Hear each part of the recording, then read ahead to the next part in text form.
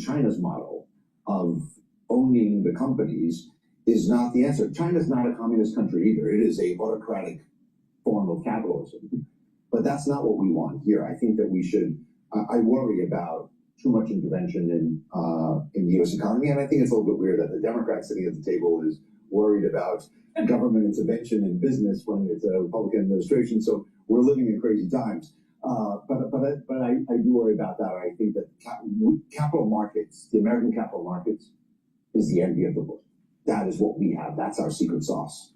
And that's taking us from crisis to growth every time. And so I hope we stay with that. Former senior White House advisor, now TWG Global. Thank you so much, Amos Hochstein. Really wonderful to have you. Let's do it again soon. Right now, let's get you an update on Stories House for this morning. Here's your Bloomberg Brief with Yahara and Tahara. Hi, Lisa. Jimmy Kimmel said his comments about conservative activist Charlie Kirk were intentionally and maliciously characterized.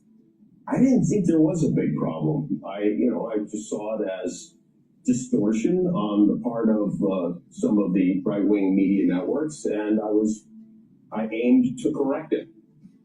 Speaking at the Bloomberg Screen Time conference, Kimmel said his opening monologue on the night he returned to air was not scripted. Sticking with media, Paramount is in talks with Apollo Global Management for a possible bid for Warner Brothers Discovery. People familiar telling Bloomberg the talks have also involved Apollo-owned Legendary Entertainment. Legendary is a partner in many of Warner Brothers' top film franchises. Paramount itself was just taken over in a merger with Skydance Media back in August. And the Yankees season has come to an end as they fell to the Blue Jays 5-2, sending Toronto to the American League Championship Series and sending the Yankees back to the drawing board. Sorry, Henry. Elsewhere, the Tigers defeated the Mariners, tying that series at 2 games apiece. And in the National League, the Cubs avoided a sweep with a win over the Brewers, and the Phillies staved off elimination against the Dodgers. That's your Bloomberg Brief, Lisa. That's just basically bait for Emory. Yeah, exactly. I do know now what it feels like to be a Mets fan. I will say, congratulations. I'm getting so many Canadian viewers tuning in to surveillance and trolling me, telling me to focus on, politics and business and not baseball. But you won the East Division Championship, and they are literally pouring themselves with champagne like they won the World Series. It's going to be a bit of a long road ahead for you guys. Just want to say that. All right. You can throw all the shade that you want to. All I know is that this is also big business. And right now, Yankees might be worth just a little bit less. But we will talk about that never again. Up next, managing monetary policy. I said before, the Fed told us concentrate on maximum employment, concentrate on stable prices, right? Don't concentrate on the political stuff. Don't concentrate on anything outside of those. That's what I think is important. Tanel Desai, Franklin Templeton joins us next. This is Bloomberg Surveillance.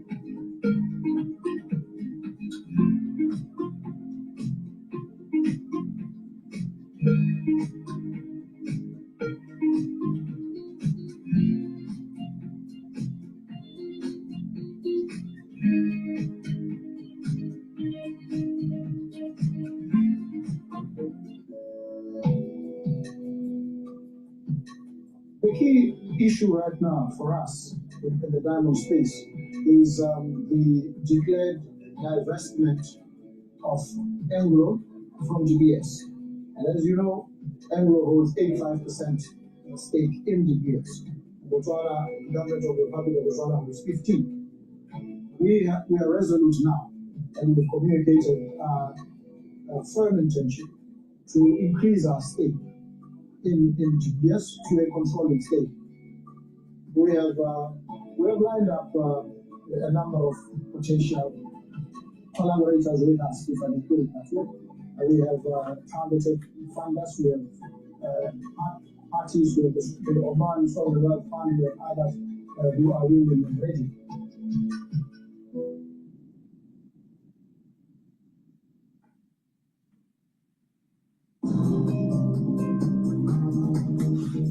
It's a countdown to the market open as we bring you the first trades across Europe. Hello, my name is DrPaulCottrell, and we are live streaming on Rumble, YouTube, my website, the-studio-reykjavik.com, and also on X Spaces. Thank you for joining. I greatly appreciate it. Please help support the work that I do by sharing the links, asking your social media to follow me. You can follow me on multiple modalities. You can follow me on YouTube. I have 4 channels on YouTube. I have Brighteon, Bitchute, and Rumble. You can follow me on X, GETTR, Substack, Patreon. Please help support the work by subscribing to the channels and asking your social media to follow me. If you like the content that I make, all this content is for free. Please help support the work by donating on my website, the-studio-reykjavik.com. The link is in the description of this video. You can donate through Stripe, PayPal, or buy me a coffee. You can be a paid member to my Patreon channel. You can also be a paid member to my Substack. That's a great way to help support the free content that I provide. I also have TikTok, so you can follow some of the short videos that are made on TikTok. All the links are in the description of this video and all my videos. I also have products on my website, ebooks, supplements, and course material in immunology and pulmonology. Please help support the work by getting the great products that I offer. If you pay attention to how to stack these products, you're going to be able to slow down the aging process and boost up your immune system. This is a health protocol that I've developed that I do to help to slow down the aging process and to boost up the immune system. We're in the fall season, and as we go through the fall season and into the winter season this year in the United States, you need to be prepared. So if you pay attention to this video, you're going to be able to prepare for the fall and winter season and boost up that immune system. With that, a big part of the news today is the potential peace agreement and the exchange of hostages. Most likely it'll take place on Monday, but this is a milestone. It's been 2 years since the war began in Gaza. The question is this a false peace? Is this a peace that will last or not? I mentioned with my show with John Hogue that I didn't think that the peace agreement would last, that there would be some sort of short-term agreement and then one of the parties would fail to follow the agreement, and then further conflict will arise. Now that's looking at it from a geopolitical level. I'm also looking at it from a metaphysical level. Next year, on September 11th of 2026, there's Rosh Hashanah. That's the new year. That happens to be on Shabbos, the Sabbath. You can't blow the shofar, the ram's horn, on Shabbos. When Rosh Hashanah and Shabbos coincide, those are very perilous years. Those are perilous years for the Jewish people and for the world. My take on this is this. This will be a false peace. It may last for a few months, maybe even almost a year. But as we approach 2026 and the shofar is not blown on Rosh Hashanah of next year, there's going to be a curse that comes down on the world. And this curse is going to involve not just the Middle East, it's going to involve the whole world. Now, I could be wrong, but I don't think so. I don't think so. It seems to me that it doesn't get to the core issue of who has the Temple Mount. That's the core issue. It's not Gaza. It's not even exchanging of the hostages. Who owns the Temple Mount? Who has control of the Temple Mount? And right now, the Arabs have control of the Temple Mount. That's the Dome of the Rock. So if this is a false peace, then what's going to happen is that further conflict will arise. And not only will there be an annexing of Gaza, Gaza's already destroyed. It will be the same thing in the West Bank. And there's going to be a heavy curse, economic, geopolitical. Take it in the context. What happens in a year in Ukraine? Do you think the war is going to be continuing, get worse? If you pay attention to the news, Article 5 might be activated for NATO because of what Putin's been doing. So there's a high probability in 1 year that the conflict in Europe is going to be worse. Then take a look at the central banks in Europe, the ECB and the Bank of England, the BOE. They want to do quantitative tightening because of their balance sheet, because of COVID and because of Lehman. They can't do it. Why? Because if they do quantitative tightening, then what's going to happen is interest rates are going to go up, especially at the longer end of the curve. Their country is in debt. They can't issue new debt at high interest rates. So they have a major financial problem in the UK and in France, and it's starting to emerge in Germany. So you have the fiscal debt, you have these debt cliffs or doom loops for England, France, and Germany, on top of the war in Ukraine. Then go over to the other side of the world where will President Xi make his move on Taiwan? How stable is his government? Will he be ousted? If he's ousted, then maybe there will be less potential conflict in the region. But if he feels as though that he's being threatened internally in the Chinese politic, then he may decide to try to consolidate power and launch a strike on Taiwan. What's the United States going to do then?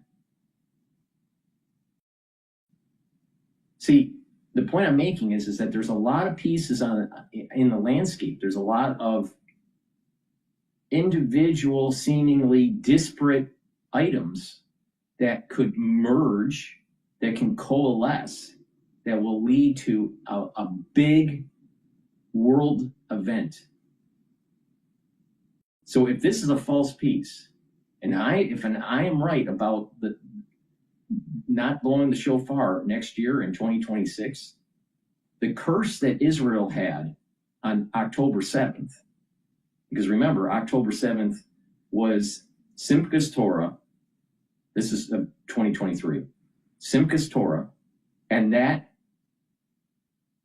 a couple weeks before that was Rosh Hashanah, and that Rosh Hashanah in 2026, the shofar wasn't blown because Rosh Hashanah was on the Sabbath. Well, that was a curse on Israel. Well, if Israel can't get their act together, and the international community can't get their act together with this whole peace agreement, and it becomes a false peace agreement, then there will be a curse on the whole world. Now, that's my perspective on it. It's taking some geopolitical, some financial, and also from a metaphysical perspective. And I think it's a unique perspective. I don't think anyone's talking about it in these terms. But if this is a false peace, there is an extremely high probability that there is going to be further world conflict that affects people's livelihood, finances, and in some regions of the world, their life. All right. With that, please go to my store, the-studio-reykjavik.com. Be prepared for the fall and the winter. If you've been paying attention to the analysis of water waste and some of the cases that are starting to rise in certain states around the United States, you need to start boosting up your immune system and just be prepared. Doesn't mean that you have to hide under your bed. It doesn't mean that you just, stop living your life. It's just that you need to boost up your immune system and just be prepared for the fall and winter. All right. So please go to my store and get the lozenges and the drops. I have the drops that are smaller than the lozenges. You get 100 in each bag. You can get it in cherry flavor, blueberry, and honey and lemon. And the lozenges, you can get it in a 21 count for each bag. And I have it in stock in elderberry zinc. These lozenges and drops are very high quality. The moment you have that throat irritation during the fall and the winter season, take them right away to mitigate the problem. You do not want an attachment to your epithelial lining in your oropharynx. As these mutations have been taking place,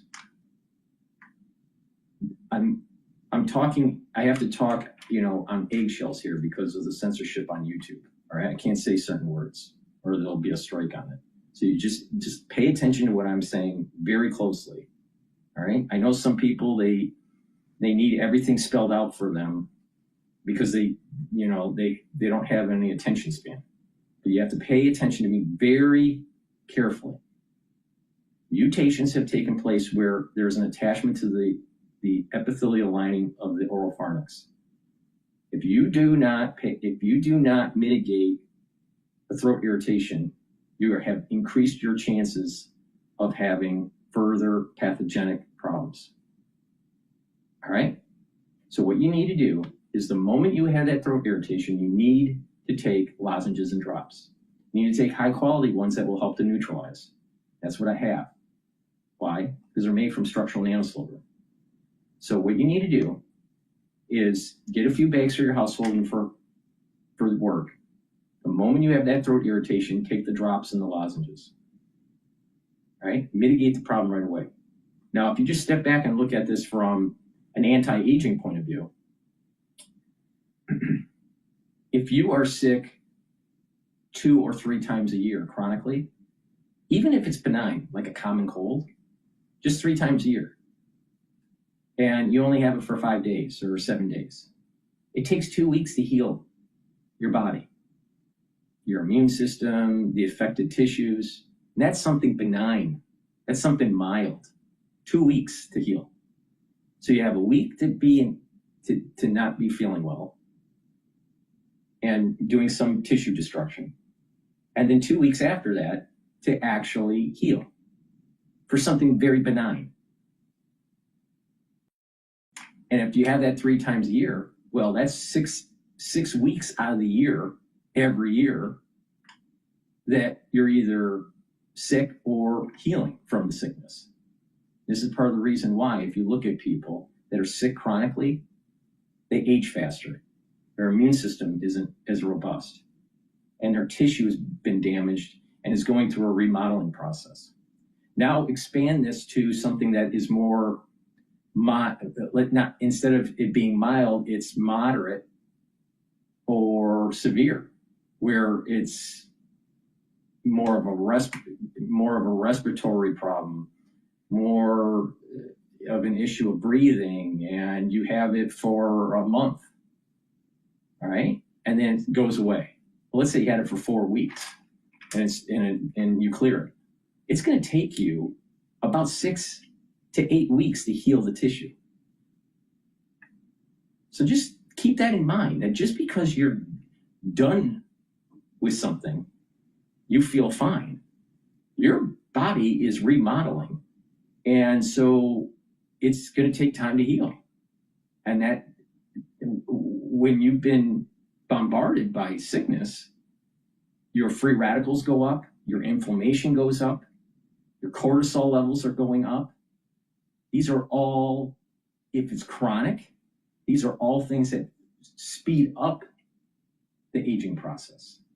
So this is the reason why, just from an anti-aging perspective, you want to mitigate common cold and other problematic diseases. So this is why it's so important to boost up the immune system, because the more mild it is, the better off you are long term. The more severe it is, the more time it takes to actually remodel the body. All right, that's just taking it from an anti-aging perspective. Then you add in the issues of 2020 and some of these mutations that are taking place, and the repulsing of contracting something or the pulsing of inoculations also causes problems with the immune system. So you need to really pay attention to me. There's nobody on the face of the planet. I mean, over 8 billion people that we have on the planet, there's nobody as knowledgeable about this than me. All right? So you just need to pay attention. Be prepared for this fall and winter. Now, a lot of people are so focused on, oh, it's mild, it's no big deal. So they're only dealing with the immediacy of it. They don't realize that even with weathering the storm, they don't realize that there are aftershocks that may start to arise 15 months later or 6 months later that are lingering. This is another aspect of this that people need to pay attention to. So if you keep the inflammation down, if you keep your body at a state of better health and you boost up your immune system, you're reducing the chances of the aftershock. So it's not just the immediacy. The immediacy, dealing with the immediacy of the infection is important. But you also have to realize that there's an aftershock that may be months later, even after tissue remodeling. Why? Because you can never clear it. Once you get it, you can never clear it. It stays in tissue. So people say, oh, they had it and they're clear. You never clear it. It's always with you. Please go to my store and get prepared for the fall and winter, because it will be problematic.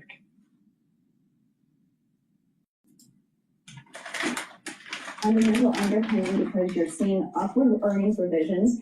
The questions will start to mount as we get into 2026. If we start 2026, let's say we get to 7,000, you'll be trading at an incredibly high valuation. You'll be trading at about 23.5 times 2026 numbers. You'll likely have positioning that gets very extended. You'll likely be in a place where sentiment gets even more extended if we get to that level, as we saw this morning with AAII starting to bounce up. So all of that sets up for a tougher potential start to 2026, unless we get the scenario where we're singing "Let's Go Crazy" and party like it's 1999, and you start seeing this chase even further into markets, which could happen. But as we know, trees don't go to the sky. So bubbles have the same risk as they melt up that they could melt down. But again, respect the momentum. What's the catalyst for a meltdown? Is it just going to be seeing whether or not these companies can deliver on earnings? I think the other important factor, it's not just the earnings side of things, but we have to appreciate how important liquidity has been for this market. Liquidity is the reason why you can trade right now at 22.9 times forward. If liquidity starts to recede, we're watching things like treasury funding, how that interacts with money markets as the Fed is cutting interest rates. If liquidity becomes less supportive for this market, then even if the AI narrative continues, it might challenge the fact that we look around and say everything is extraordinarily expensive. But if Treasury pulls out all the stops and Fed pulls out all the stops to keep liquidity abundant, don't be surprised if we continue to get further and further into this valuation rarefied air. You talk about in your note feeding the flames because we can't let go. Shout out Post Malone. You're talking about AI, but isn't the Fed just going to be feeding these flames into 2026? Yeah, we think that the Fed, the new Fed, very different than this old Fed. Old Fed balanced between employment and inflation. New Fed is cutting to 3% no matter what, meaning that even if you see this inflation stay sticky, we think that Fed is going to be cutting rates. The question is, what is the consequence of that? What happens to long-term interest rates in that environment? It is absolutely incredible that inflation break-evens and 5-year forward inflation swaps remain subdued. They remain well below where they were in 2022, which just means that this bond market still believes that the Fed, the new Fed, is going to tame inflation. I think that remains to be seen. How can you bet against that with the liquidity that you're talking about? What we saw yesterday, the 10-year auction, it went fine. There was plenty of demand. Today, ahead of that 30-year auction, I remember when people were really worried about 30-year bonds. Now people are buying the 30-year note before this auction. So how do you make a bet on what you're talking about given what we're seeing in markets? I think it's a whites of the eyes until you start to see signs that there's funding stress, and it's likely funding stress at the short end. Mistakes happen at funding the short end, meaning that you have some kind of issues with treasury funding, with bills potentially as we get into 2026. That is something that we'll have to watch for. But for now, liquidity remains hyperabundant. So woe is the person who's trying to bet against it. And this is the reason why it's been such a difficult market to really understand exactly how we're fast forwarding. If people really believe in the innovation of the United States, and they believe that there is a Fed that is going to cut to 3%, is that why, and are you buying gold? Yeah. Well, I think gold is such an encapsulation of all these different fears. It's not just the side of things that we know central banks are buying gold because of the weaponization of the dollar post the Russian invasion of Ukraine. We know that bid is there. But gold is a way for you to express fears about what's going on within dollar debasement, fiscal dominance, and not just in the US, but around the world.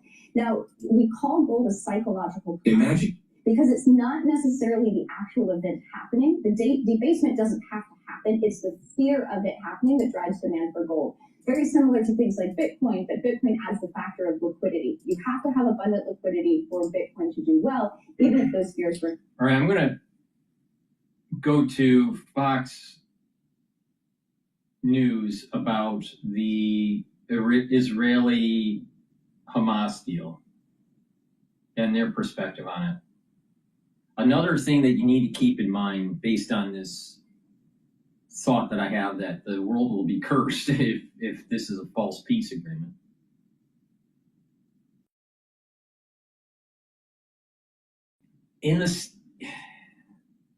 From the crisis of 2020,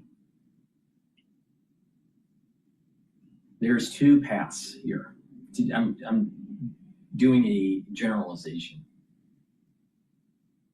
The world could have further problems with the aftershock, or there is a blessing that comes down that prevents that aftershock to come to fruition, and it becomes more attenuated. All right? Now, I know this is a metaphysical concept here. So individuals that don't subscribe to metaphysics, then they'll disagree with me. But if we take it from the metaphysical perspective, we have a pathogen that's out there, that's floating around now from the 2020 crisis, that's inside people that can't get rid of it, that's floating around and mutating, and it's endemic right now. All right? Now it can stay endemic and it's really not that big of a deal compared to what we went through in the in 2020, 2021, 2022, 2023 in comparative terms. Or let's say that there is a curse on the earth and it's much worse. It rears its head, it's endemic, and then it turns pandemic again, somehow, some way. Either through human means or through natural emergence. But it goes under the rubric that if there's a false peace, then where's the blessing in 2026 for the world? Because the blessing won't be there. There will not be a blessing in 2026. That's a foregone conclusion. Why? People would say, why is that? Why, Dr. Paul? Why are you saying that? How do you know this? The shofar isn't blown. Well, why is that a big deal? The shofar actually silences Satan, Satan. It silences the prosecutor. If it's not blown, you're not silencing the prosecutor. So if mankind deserves a curse, it will happen because there's no silencing of the prosecutor. That's why. And so if you look at this large landscape, even from the crisis of 2020 and the way people reacted to it, the self-centeredness, the focus that, that the cause was for one reason and not another reason, and not realizing it was a multitude of reasons why the crisis happened. Mankind doing things that they shouldn't be doing in the lab for gain of function, over-inoculating with the same epitope around the world. Mankind, if you really sit down and are honest, do you really believe that mankind deserves a blessing? So this year, the shofar was blown. So there's a little bit of a blessing that is coming down to earth. But what happens in 2026? In the landscape of with the hindsight of looking back on what happened in 2020, looking back at what happened in 2023. Israel supposedly has red heifers. It looks like they didn't do the ritual slaughtering yet. Maybe Israel will be cursed for not doing the ritual slaughtering. You ever thought about that? So we're in perilous times here. So this is the reason why I keep on saying, is this a false peace? Is this a calm before a major storm?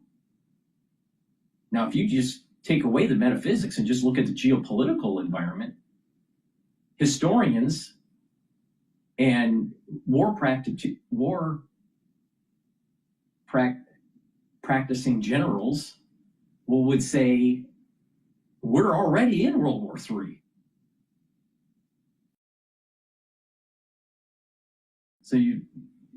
So with that perspective, mankind is going to be going into perilous times if this is a false peace. So it's not just Israel. It's not just Gaza. It's not just Ukraine. It's not just what we went through in 2020. These are all coming ahead. They seem disparate, but there's an emergent behavior and a complex system that we call the human race and society that could emerge a really bad thing in a year or so. So when the curse comes down, and it happens to be September 11th, which is a ominous sign,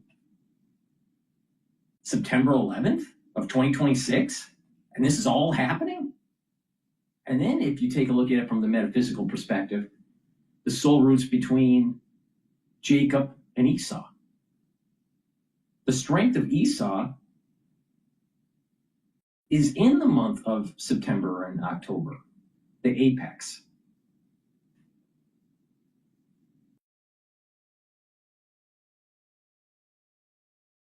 So you have like February, March, April, May, June, July is the months that are strong for Jacob. You ever wonder why a lot of bad things happen in September and October? It's because of the soul root of Esau. So this is another alignment of the metaphysics. Think about all the bad things that have happened economically or even geopolitically. Black Hawk Down, that happened in October. The crash of 1929, that happened in October. 9/11, well, that happened in September. Like I said, that's Esau. That's the soul root of Esau. So the soul root's strength, so See, in the metaphysics, the Esau strength is cyclical, just like it's cyclical for Jacob. And Esau and Jacob are battling each other because they're twins, and they both want the land. They both have their own logic on why they deserve the land. All right? I come from the perspective that Jacob owns the land, not Esau. But the point here is that both sides think that they own the land. So they're battling each other. But Jacob and Esau are already dead. But the soul roots of the nations aren't. And those nations were coming from an energy source that's called soul root from Jacob and Esau. And they're inversely related. So as Jacob is strong, Esau's weak. As Esau's strong, Jacob is weak. You ever wonder why a lot of good things happen in April? Because the soul root of Jacob actually is in April, the apex.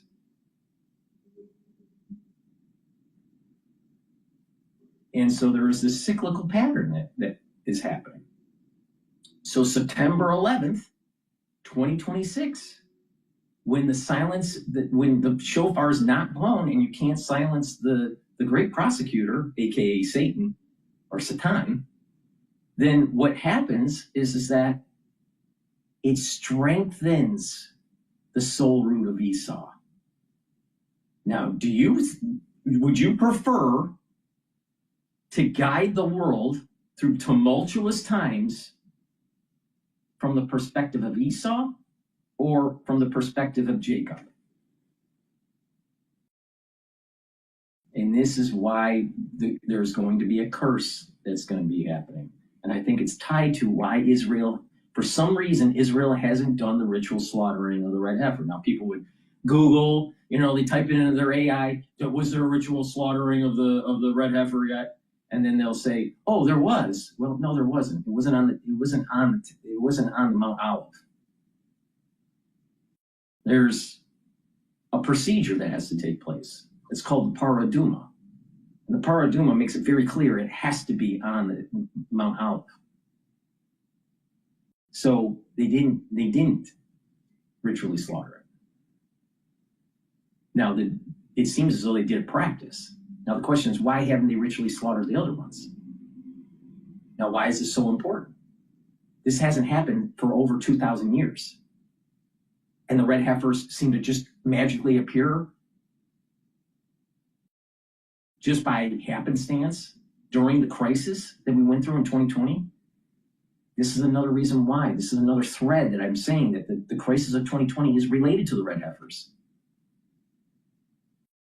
The crisis that we went through in 2020 and the red heifers are tied to the curse that happened in 2023 and what happened on October 7th. You ever wonder, why is Israel going through so much tumultuous times and having a multi-front war that most experts said that they were going to lose and they didn't lose? Doesn't it seem like there was a little bit of a blessing that came down to help? Assuming that Israel was going to do the right thing, and maybe they didn't do the right thing. From my perspective, they didn't sacrifice the red heifer. They didn't do the ritual slaughtering. It's not a sacrifice, it's a ritual slaughtering. It's two different things. But the ritual slaughtering didn't happen. So maybe Israel didn't follow what was supposed to happen. But you ever wonder what's happening in Ukraine and Israel are happening at the same time? Some of the most religious thoughts in Hasidic philosophy came out of Ukraine. That's like Aristotle and Plato and all that for the Greeks. All right? Ukraine is that of Jewish philosophy. Jewish philosophy doesn't come from Israel. Jewish philosophy comes from Ukraine. So both of these things are happening at the same time. And it's these philosophers, these Hasidic philosophers, that are actually telling you what's going to happen during the Messianic age. These people are at very high IQs.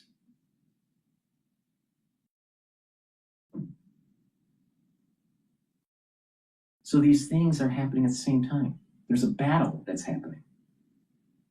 Now the question is, are we doing the right thing so we're not cursed in 2026?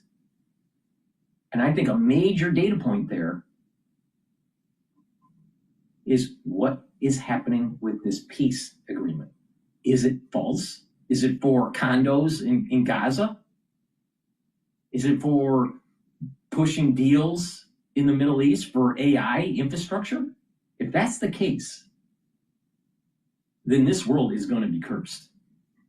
But if it's really a lasting peace that leads to the third temple to be rebuilt, and there's peace among the nations within the Middle East, then if we have the right mindset, the world, and there's real peace that allows for the Temple Mount to be rebuilt, it'll be long lasting, and there'll be a blessing that is brought down on earth, because all the nations will benefit from the blessing that comes down. All nations. That's written down. That's been written down for thousands of years. But if it's not allowed to happen, there will be a heavy curse on everybody. And this is the point that I'm making. Is that I'm not so sure that our geopolitical strategy is in line with making sure that the Temple Mount is built. All right. With that long-winded explanation, because there's some elements of it that I am mentioning that a lot of people don't understand. But it's coming from a very mystical philosophy, and those origins of that philosophy that was written down come from Ukraine. The ones that were not written down go all the way back to Mount Sinai. But it was an oral tradition. The Kabbalistic mystical aspect was an oral tradition, and eventually it was codified in writing. But the point here is that this is how the world works, according to this mysticism. So we're in perilous times if we don't manage this correctly. And Israel and Ukraine are tied at the hip. They're tied at the hip. And it's not in the sense that most people would think. It's tied to. You ever wonder, like, Ukraine also has a lot of nuclear energy, right? And Chernobyl, that's from Ukraine. And what happened with Chernobyl? Chernobyl was this nuclear accident, right? Mankind thinks that they can manage something, and then they get hubris, and then all of a sudden a bad thing happens. This particular metaphor, Chernobyl, is the metaphor that I'm talking about. That mankind thinks they'll be able to manage this multiple variable issue, and they have the hubris that they think that they have the knowledge to be able to make it stable, and then all of a sudden a catastrophic thing happens. But this catastrophe isn't going to be in Chernobyl. This catastrophe will be like Chernobyl, but it will be worldwide because of the hubris of our geopolitical stance.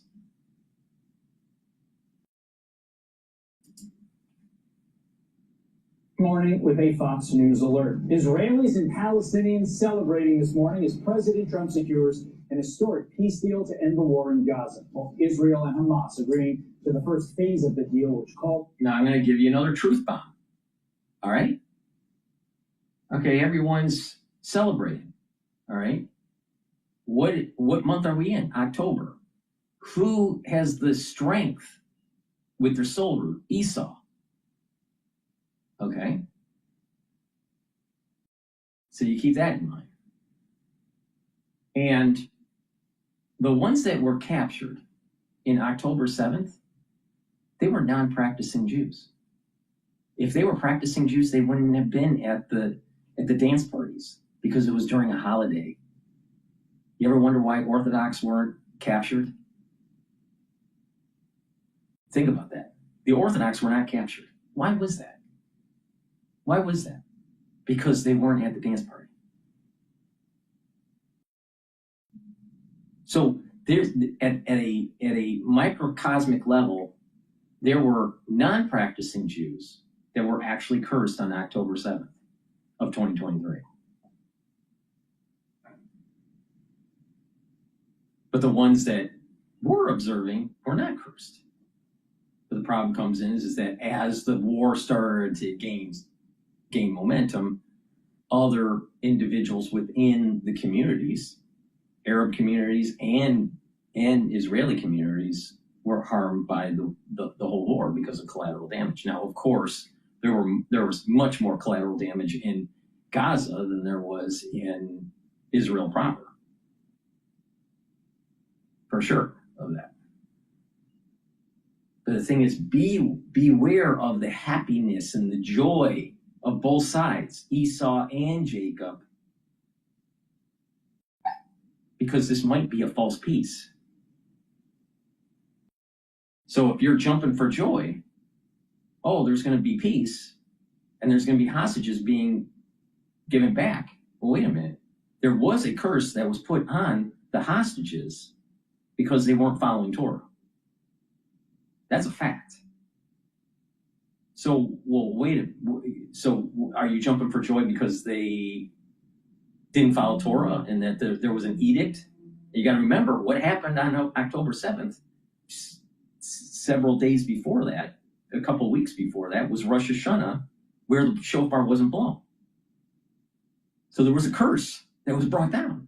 There was a curse that was brought down on the Gazans, there was on Israel, and especially the ones that weren't following the Torah on Simchas Torah. For the ones that went to the dance party. Because they're liberal, they're secular. So they're jumping for joy that it's the end of the war, but they're not realizing, did they change their behavior? Did either side change their behavior to prevent another curse from coming? This is another point that I'm making. This is that 2026, September 11th, is a big problem. It's a big problem. Now, I know I'm going off on a tangent here, but it's related. If you take a look at the hat of Trump, it says 45-47. Why? Because he was president, he was the 45th president and the 47th president. What's 4 plus 5? 9. What's 4 plus 7? 11. His fucking hat said 9/11. Now, think about this for a second.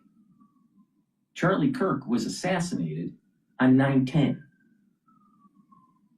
And I kept on saying that in November of last year, I was worried that Trump, as he went after the deep state, as he went after the national security state and he tried to restructure it, that he was opening himself up to a potential false flag 9/11 type event. Now, many people thought it would be like a Tet Offensive that would happen this year, where it would be multiple cities all at once, maybe with drones, but there would be some sort of mass casualty attacks that were coordinated, but they were coordinated on the same day, but they were individual cells. Just imagine 50 cities getting hit with mass casualties all at the same time. That's what a lot of people were thinking was going to happen. Maybe with drones, maybe not, but that didn't happen. But what did happen was a political assassination that took place on 9/10. Now, whose soul root is the strongest in September? Esau. Now, and then, so there was this kind of like, these events that are taking place are tied to the strength of Esau, and there is this worry of September and October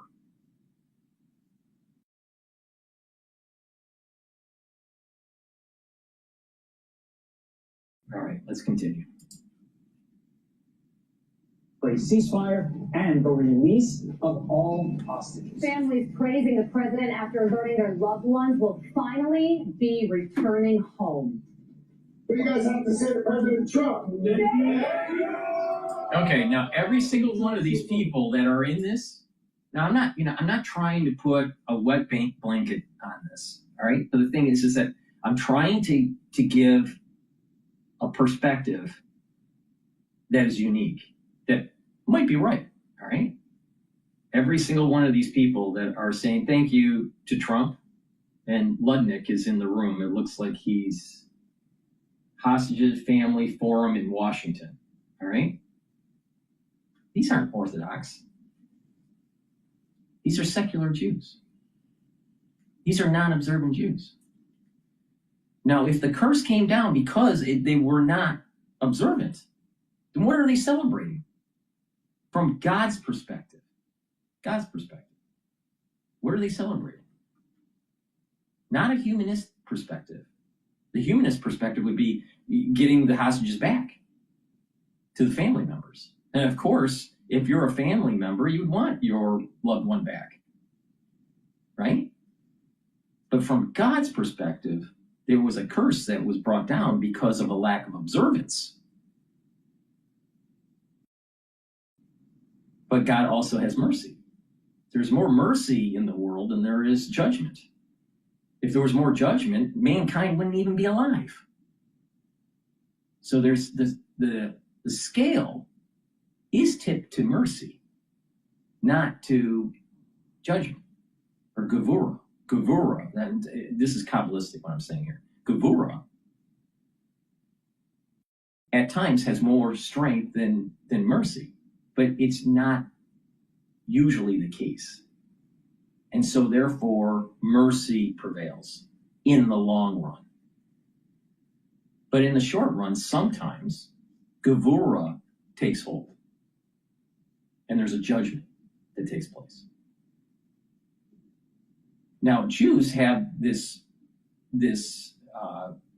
tefillin that men wear during the normal days of the year, non-holidays, non-Shabbos days.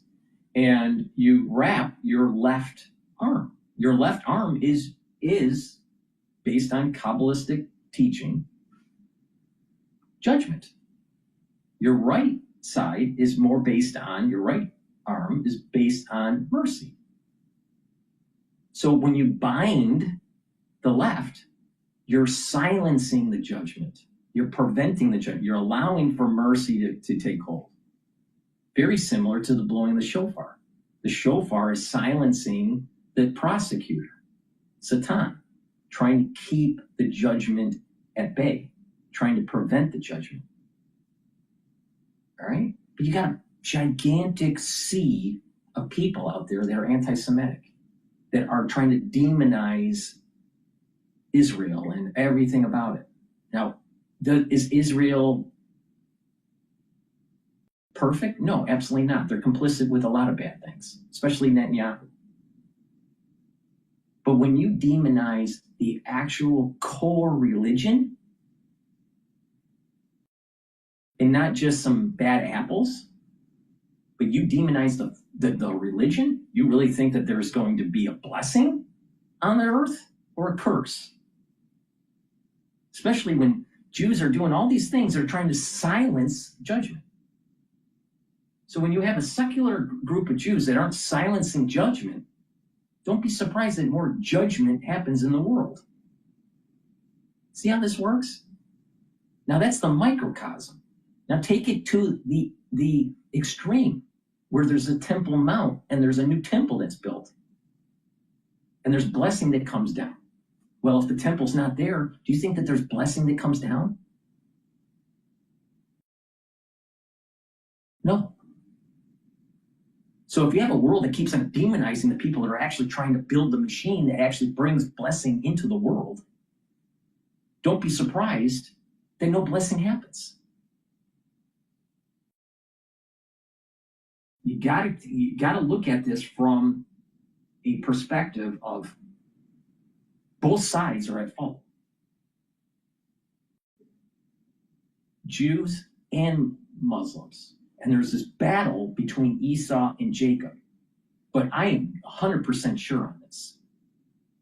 This world will be in flames if Esau has control. Because Jacob and Esau were twins. I think it's Rebecca. I think it's Rebecca was the mother. I could be wrong on that, but I think it's Rebecca. All right, so it's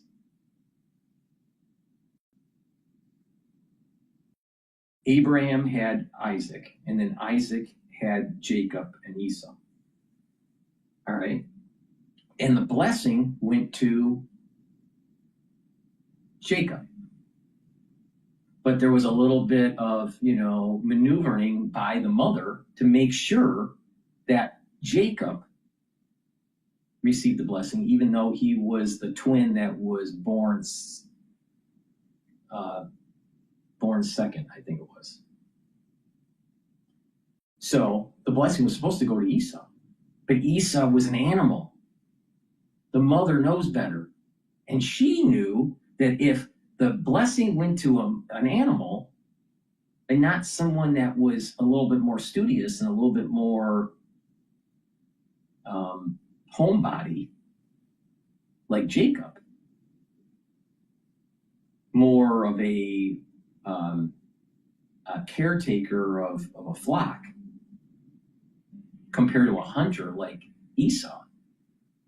If you had that much power from the Temple Mount, from the building of the temple, then that soul root of Esau would have used that energy that was coming from the temple in a negative way, in a gevura way, not a mercy way.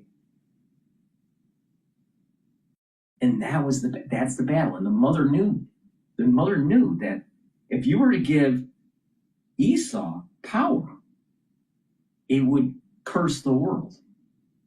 If you give the power to Jacob, there will be more mercy in the world. That doesn't mean that there won't be conflict, but there will be more mercy.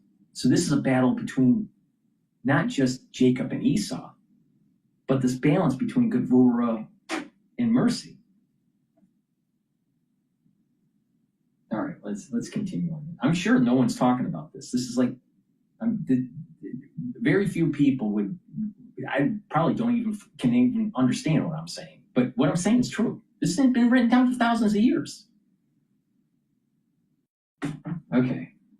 So my observation of this, yeah, people are happy. But the thing is are they really religious? Are they observant? I'll tell you right now, they're not observant. I can just look at them and I can tell that they're not observant. Now, let me give you another truth bomb. During Passover, this is when you have the matzah, and you have the reading of the Haggadah, and you're telling the story of being enslaved in Egypt and all this, right? There was a big movement in the secular movement where you should have a empty plate in an empty seat for individuals that passed away from the Holocaust. But the rabbis said, no, you should not do that. Why would you put an empty seat for an individual that no longer exists? What you should do is see the secular Jews that aren't practicing, not even having a Seder, not following Passover. They should be in the seat. See? There's this kind of there's this pervertedness through an emotional fallacy where you have an empty seat with an empty plate, trying to remember, some sort of family member or the Jewish community at large of the atrocities of the Holocaust. That doesn't change anything. How do you change things is by having action. by bringing people and having a proper lifestyle instead of a secular lifestyle that usually leads to hedonistic behavior. So this is the types of people we're dealing with here. In the Jewish sector of this news. These are the types of Jews that want the table plate to be empty with no one in the seat. Now, what I'm saying is pretty deep.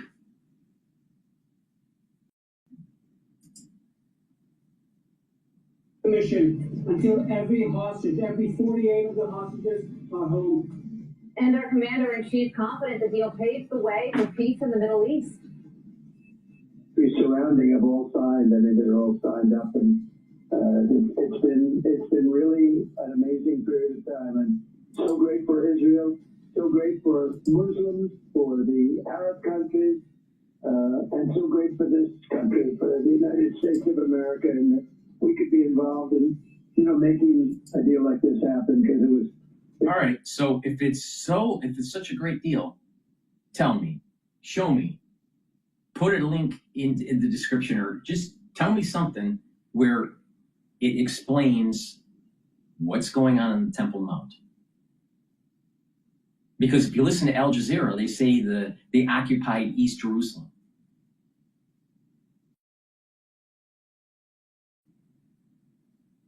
Al Jazeera still thinks that the Muslim community owns the Temple Mount. I think that's a big problem. Why? Because I just told you the metaphysics of this. The blessing doesn't come down on earth without the Temple Mount being rebuilt. The blessing doesn't come from the Dome of the Rock. I mean, think about this. If you look at it, since the 1300s, do you think there's been blessing in the world? It's been nothing but war and destruction. And who has the ownership of the Dome of the Rock? The Muslims. This is Esau. This is Gevurah. This is judgment. And people need to wake up. This is the problem. So this is a false peace. It's a false peace. God doesn't really care about Gaza. He doesn't care about Washington, D.C.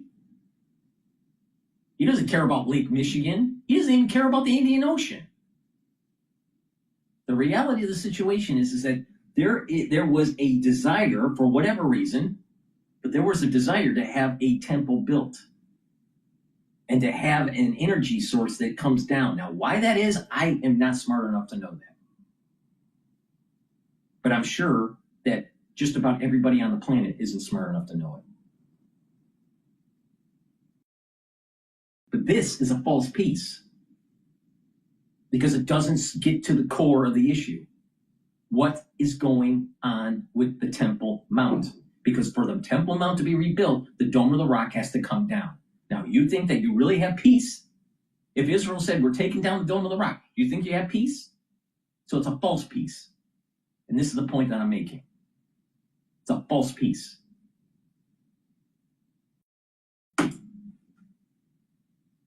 Years they talked about peace in the Middle East. This is more than Gaza. This is peace in the Middle East. It's Really? an incredible thing. I don't think so. It is not a done deal just yet. Hamas still has to hold up its end of the bargain. An expert on foreign relations weighs in just a few minutes. You are watching Fox and Friends First on this historic Thursday morning. I'm Carly Shimkus. And I'm Tom Pyro. First, let's turn it over to Steve Harrigan with the latest on the ground in Tel Aviv. Steve. People woke up across Israel to some very good news this morning. President Trump announcing that historic peace deal between Israel and Hamas that will free all 48 hostages. It's estimated that 20 of those hostages still alive. The president saying he expects those hostages to be set free on Monday. Terrible situation. They're deep. They're deep in the earth, and they're being gotten. And a lot of things are happening right now as we speak. So much is happening to get the hostages freed, and we think they'll all be coming back on Monday. So it looks like that's the thing, and that'll include the bodies of the dead. The Israeli cabinet set to meet today to sign off on the deal.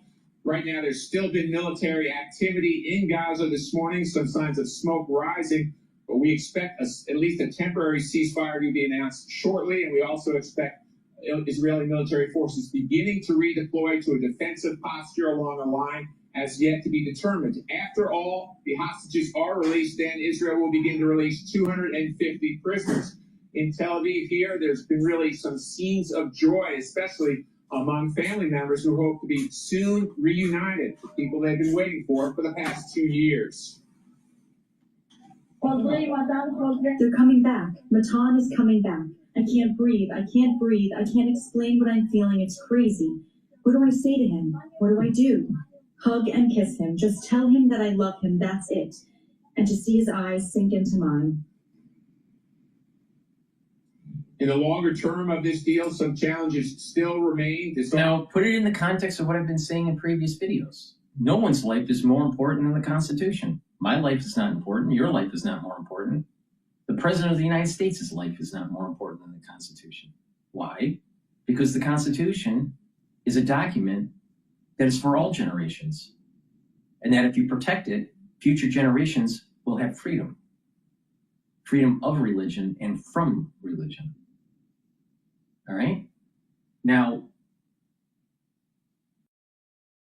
why am I saying that? People right now are focused on egocentric perspectives. They're getting their family members back. But you got to also remember, their family members were cursed because of their behavior. Fact. Now, that doesn't mean that it was right for Hamas to do what they did. Hamas also has been cursed. Look at what has happened to Gaza. It's been leveled. All right? So,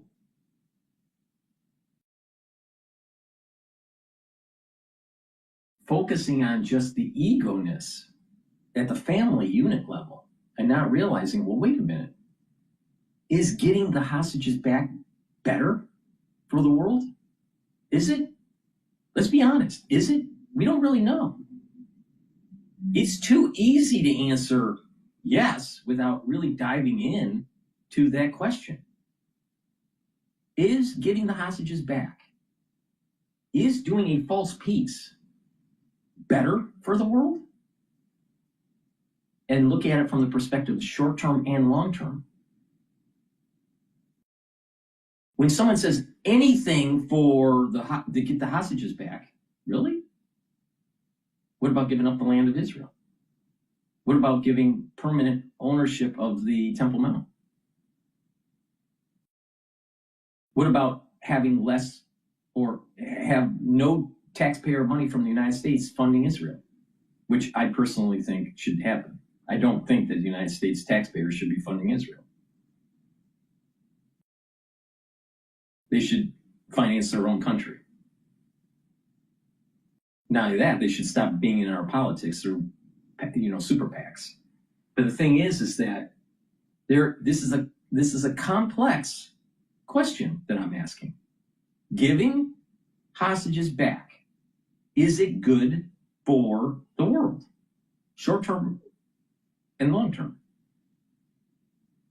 Really sit and think about that for a second. Now, if you're a family member, you're going to want your hostage. You want the family member back. But what if your desire for that actually brings a curse to the world? Do you deserve it? Is it worth it? To have more destruction in 15 months from now?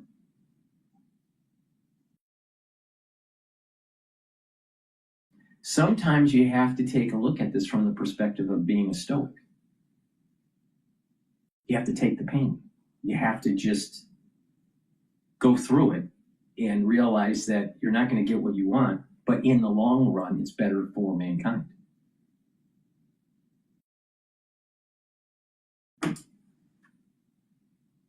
Hamas is a key one. Also, Hamas may still want to try and play a role in future governance of Gaza. That's something Israel says is not going to happen. We expect President Trump to come to the region, to come here over the weekend to witness the signing of the peace deal and also the release of the hostages, which his administration has done so much to engineer. Guys, back to you. Steve, give us a sense of what it's like in Israel right now. It feels like a special day here in the United States. I can only imagine what it's like walking around the streets of Tel Aviv. It is overwhelming, a real sense of joy. And to see a mother about to reunite with her son, I think that's something universal. Egoism. It's egoism. Now, people may consider what I'm saying cold, but you got to take it from the perspective of this balance between Gevurah and mercy. Curse, no curse.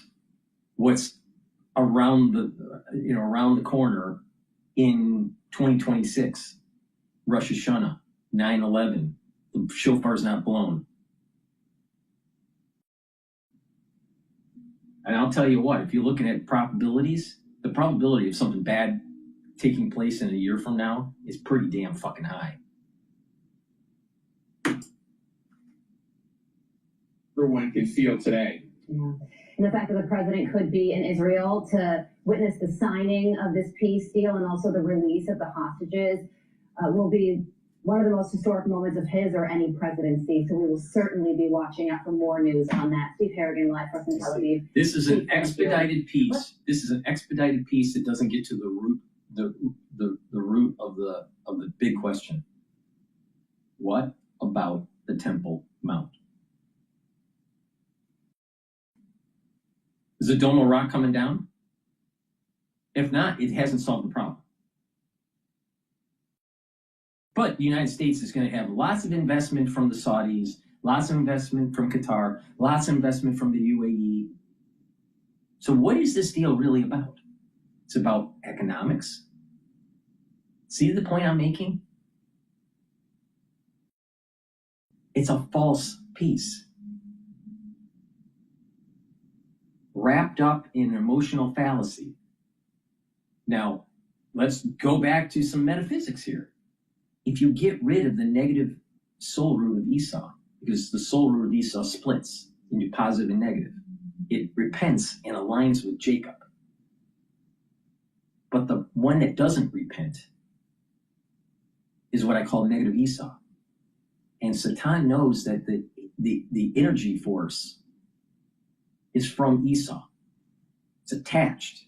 Satan's attached to Esau. But as Esau starts to wane in power, the power of Satan starts to go down. And it increases the probability of the Temple Mount to be rebuilt. Now, from Satan's point of view, he wants Esau to maintain power. Well, wait a minute here. Isn't that what we just saw in this peace agreement? Is negative Esau still alive? Yes.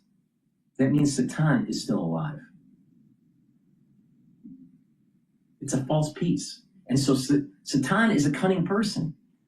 It's not even a person, it's an entity. It's a spiritual, it's not a physical being, but it's a spiritual concept and a spiritual entity. But Satan will try to convince the international community, oh, this is a great thing. You're kicking the can down the road so you can live another day, maybe another week, another few hundred years, whatever it is. But Satan's supposed to die with negative Esau. And this is all wrapped up in this whole messianic time period. The evil ends. This whole idea of evil dies. But you can't have evil dying if you still have negative Esau. You can still have positive Esau because Esau repented. But negative Esau is still there right now, according to this agreement. So it's a false peace. It's a false peace. Now people would say, well, maybe this is a stepping stone to a greater peace. All right, I'll give you that. That might be. But you probably will have fits and starts between from now until then. And you probably, this peace, I see this peace falling apart. because it's wrapped up in commerce. Now, I don't subscribe to the New Testament. I subscribe to the Old Testament. But even in the New Testament, it talks about the money changers and how JC was, against the temple money changers. How is this any different? How is this any different? The money changers, the commerce that's tied into this peace agreement. It's false peace. It's false peace.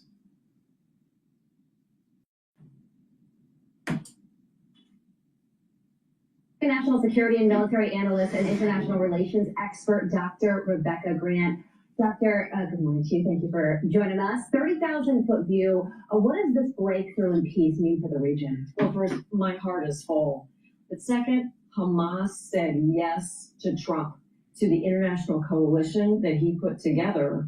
And this is a way forward. So get ready for a new Gaza with aid, with economic redevelopment, and then a much stronger basis for peace. The behind-the-scenes negotiations to get this. Okay, let's say let's say that I'm wrong about September 11th of 2026 and a big curse doesn't happen on the earth. Hopefully I'm wrong. I definitely don't want the curse on the earth, all right?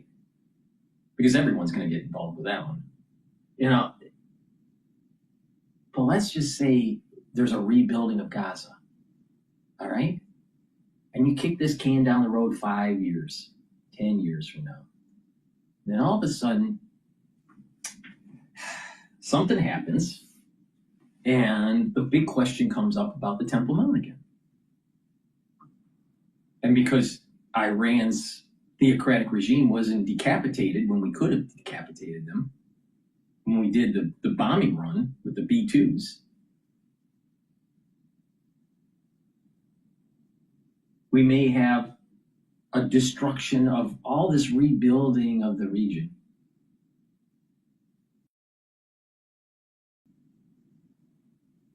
So this is another lesson, unfortunately not learned by the false peace that took place in the 1970s, the false peace that took place in the 1980s, the false peace that took place in the 1990s, the false peace that took place in 2010 and 2014 and 2016. The only thing that has happened is that between these interim periods, more buildings go up, the population increases, and then when there's an additional conflict, more people die, more destruction. So if you look at this from a logical standpoint, it's better to get it done now. It'll cost less, and less people will die than to kick the can down the road. More people will die, and it will be even more costly.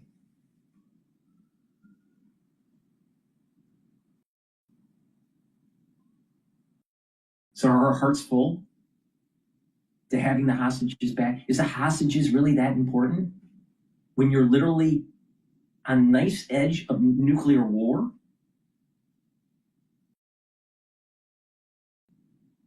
This is the point I'm making. It's that people need to really pay attention.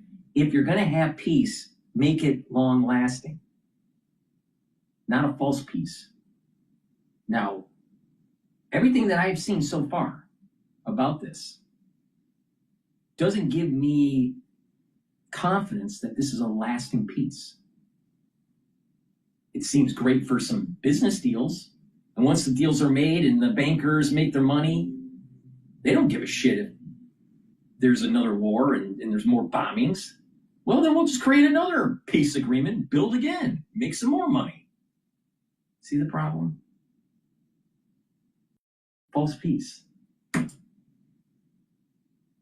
Hostage release are also the momentum for great things in the Middle East going forward. We do have to remember we are dealing with a terrorist organization. They are not necessarily known for keeping their word and, operating in an upstanding fashion. So how confident are you that this deal holds and that Hamas does not backtrack, play any games, things like that? Well, I'm confident because the military pressure is still there. But let's remember the last time there was a big hostage release in late 2023, There were delays, there was a little back and forth. So we're going to be on the edge of our seats until we see those hostages come through. But I'm very confident about this. And hey, remember, we've had our U.S. military in that region, aircraft carriers, all of that. It's great to see this period. I mean,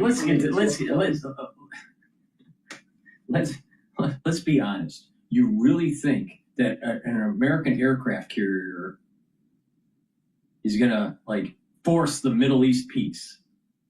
Really? You really think that's gonna happen? I don't think so. Please go to my store, the-studio-reykjavik.com. Get the peppermint, the lavender, or the charcoal tea tree, and I also have lemongrass structural nanosilver soaps.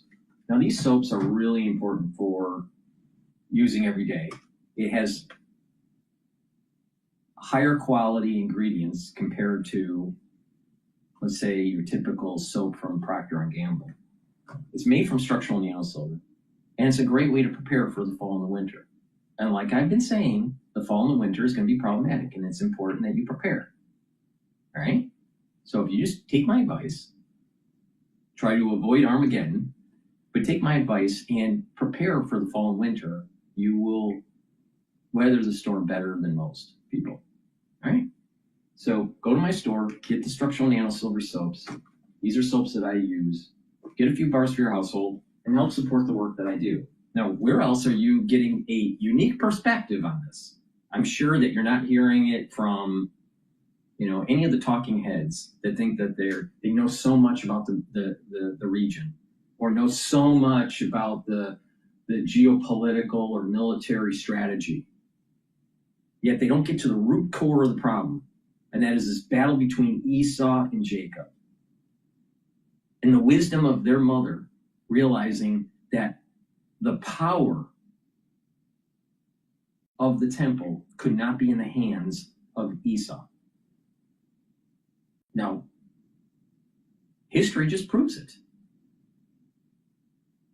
History proves it. When the temple was built, when the temple was erected, the first temple, with the Ark of the Covenant, was there some sort of Israel empire that took over the world and all this stuff? Did they have an intifada? No.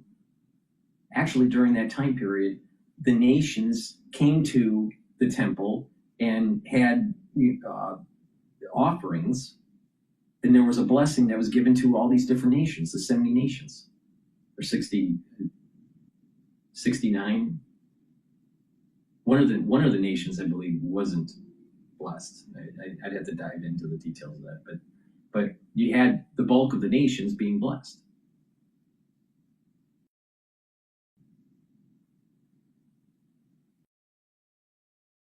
Do you see that happening when the Dome of the Rock was built? No, that was a caliphate. There was an empire that was being built. And we're still feeling, because the Christians during the Crusades failed, we are still feeling the effects of that. I mean, look at what's happening in Europe right now. The Muslim nations are overtaking Western culture in Europe. You're seeing these in pockets in the United States, like Hamtramck, Michigan, like Dearborn, Michigan.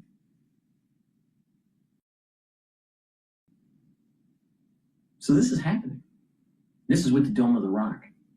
This is with the Muslims in control of the Temple Mount. So maybe Jacob and Esau's mother was right. That Esau is dangerous because he's an animal. He's red. He's hairy. He gets into fits of anger easily. Take a look at on any channel, on any day, and you start looking at the terrorists in the Middle East. Don't they fit that picture perfectly?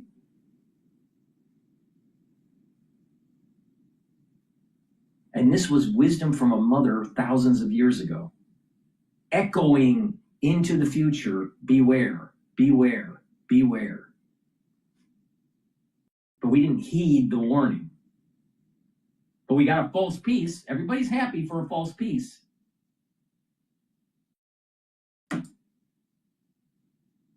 Successful. And when it comes to who governs Gaza, the president said that there's going to be a board of peace that he and Tony Blair will be a part of. What do you think about that? And who do you think ultimately governs over this region? Oh, excellent question. I love the board of peace. The one thing we know is it's not going to be Hamas. Of course, Israel will be gradually pulling out as well. So we're looking for new leaders, new technocrats in that Palestinian temporary group that can step forward. Oh, and then, you know, there's this economic side to this deal. There's going to be a technocratic regime for the Gazans. There'll probably be some corruption that's tied to the whole business community. See, you just dive into this, and you can see, just by the nature of individuals, just the nature of people in general, how the corruption can just take hold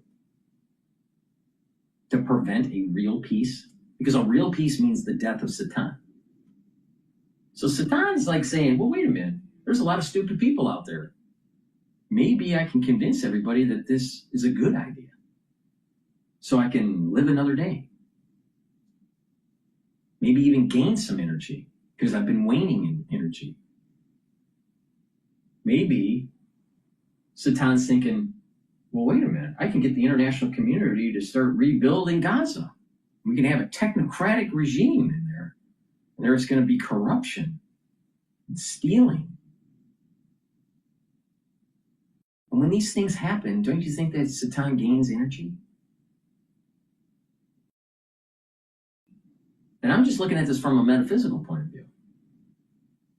But if you step away and just look at it from maybe a Freudian point of view, and just a psychological point of view, not metaphysical, you'd have to say that this has a high probability of corruption that's tied into this whole rebuilding of the Middle East with the international business community.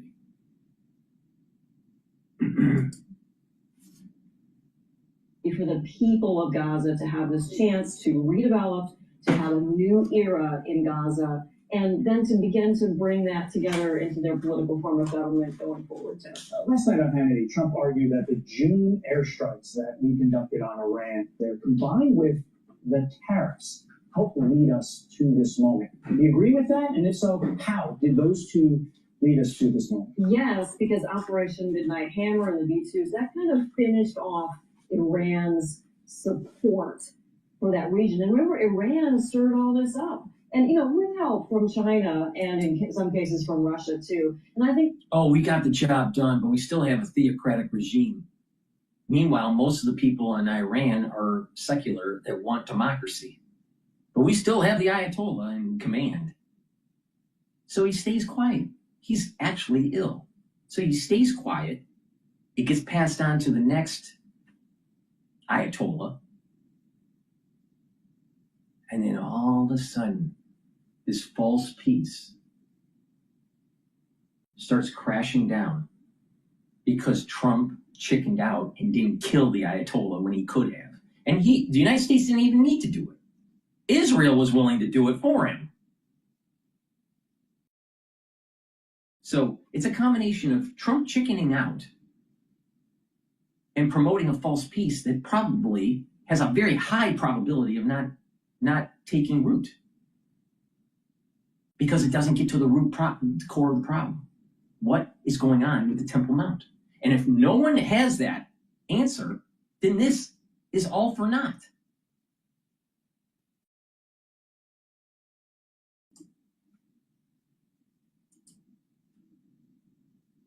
Harris really showed that Trump was out to set new deals. And then, again, there's a big economic component to the new Gaza. It's all about economics. And the tariffs helped show that Trump was really serious about that. Yeah, and I mean, this is news that these hostage families have been praying and so desperate for 2 years, almost to the day. And many of those hostage families gathered in Tel Aviv yesterday, some of whom we've interviewed here on this show. And they had this message for the president. Listen. President Trump has done it. He announced just now that our loved ones, the hostages, are coming home. We will not stop fighting until we see the last of the... And every single one of the family members that are on stage there are non-observant Jews. Every single one of them. You can say, it's easy to see. Every single one of them.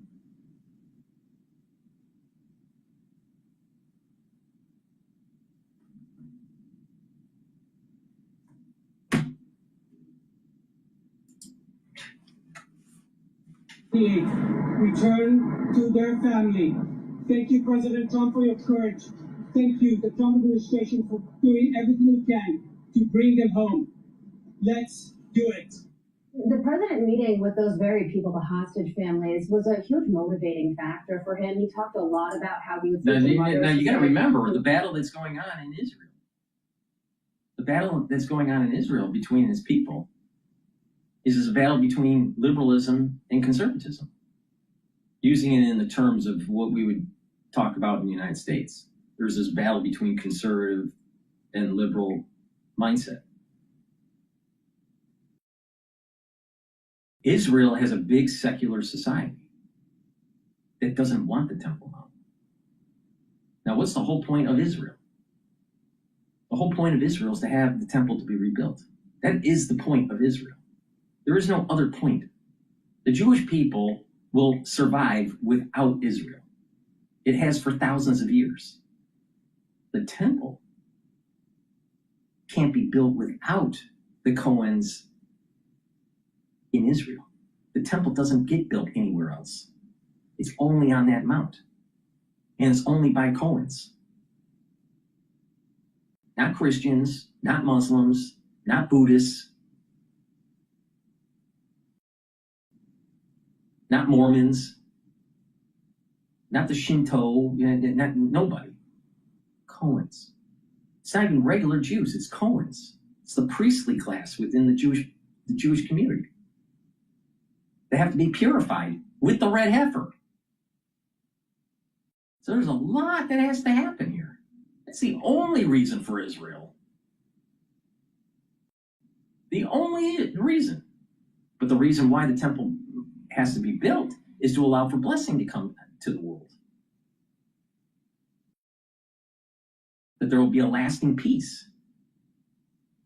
And then through this energy that is flowing from this machine that the Cohens build, there's actually a flux of knowledge that is diffused within human society, in the Jewish community and in the non-Jewish community.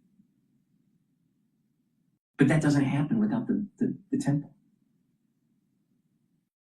It's the machine. It's for some reason, it somehow, some way, it brings down an energy force. Now, how that works, I have no idea.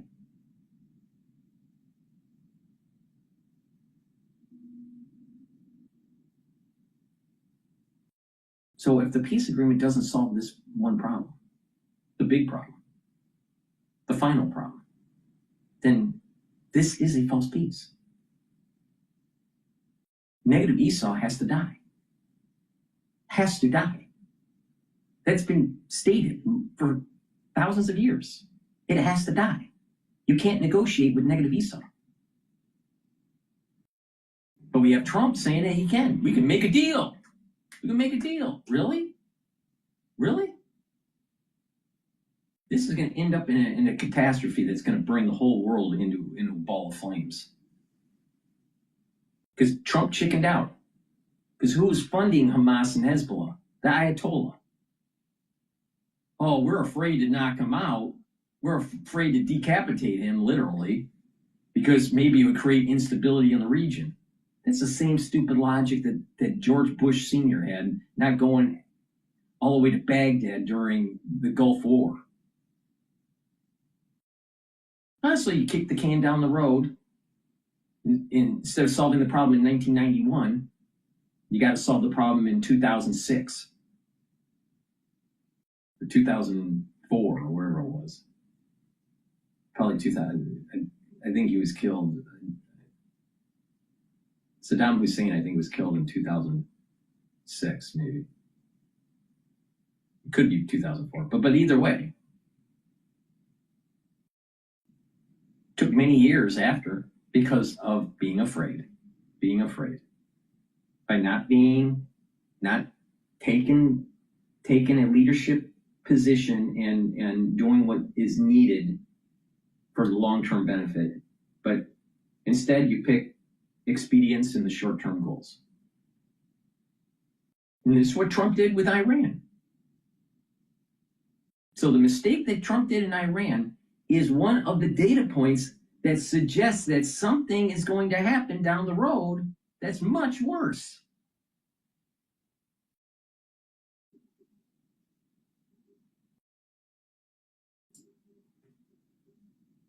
The bodies of their children just as much as if they were alive. That left a huge mark on him. Oh, yes, it did. And he put the full weight of his administration into this. You know, Steve Witkoff has been in office the whole time, Jared Kushner remaining there. And he pulled together that international coalition, you know, that helped from Egypt, from GETTR, Indonesia, so many other countries participating. You know, this was a heartfelt issue for President Trump. And he believes in peace in the Middle East, and he's going to get it. Okay, all right. So, okay, you get this peace in the Middle East, short term, probably. Maybe I'm wrong. Hopefully I am wrong. I don't want the world to go up in flames. But the thing is that you get this peace. Okay, you get the hostages back. Then what's going to happen in secular society in Israel versus the conservatives? Right? Let's say Netanyahu goes to jail for his corruption or whatever. All right. How does it move the ball forward for the Messianic age? How does it move the ball forward to build the temple? The Orthodox it looks to me, from my observation, my humble observation, it looks to me that the Orthodox are afraid to do the ritual slaughtering of the red heifer. Because it's going to set in motion some serious things that were predicted that mankind's probably not ready for.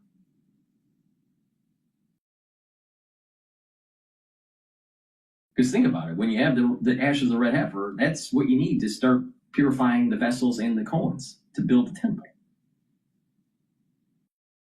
So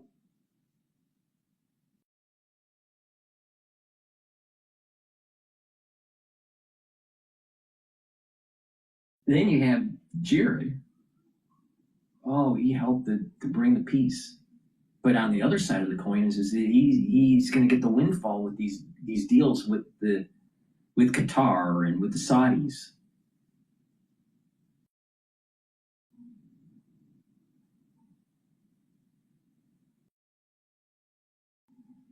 This is a problem.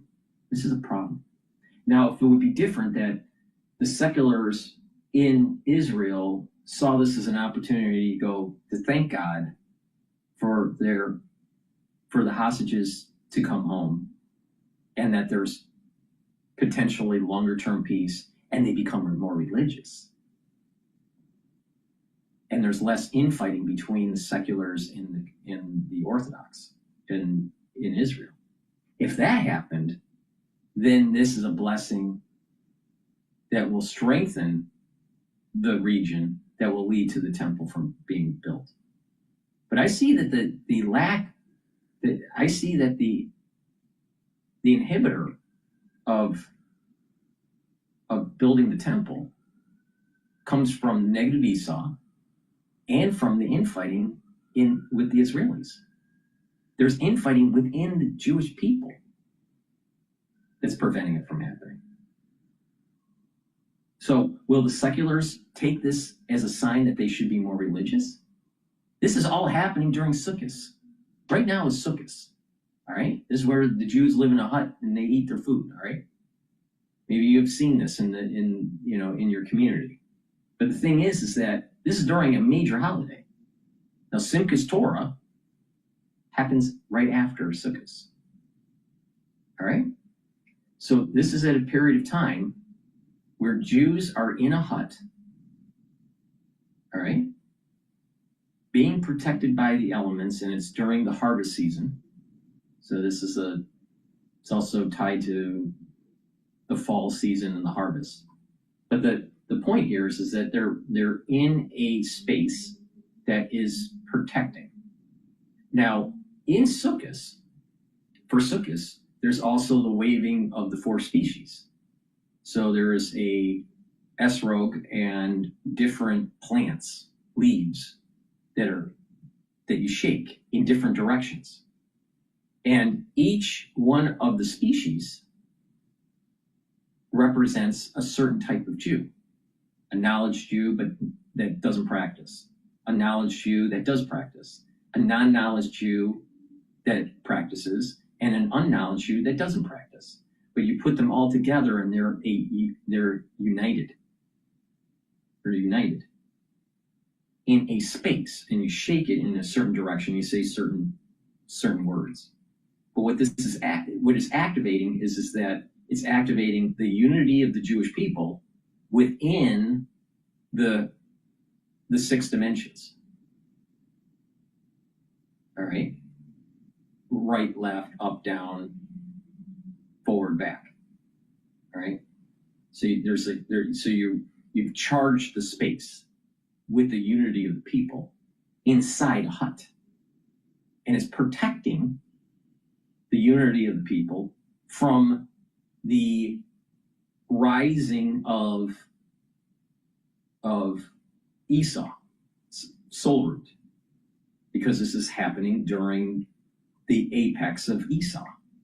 So Sukkot is somewhat protecting the Jewish people within this zone, this time of Sukkot.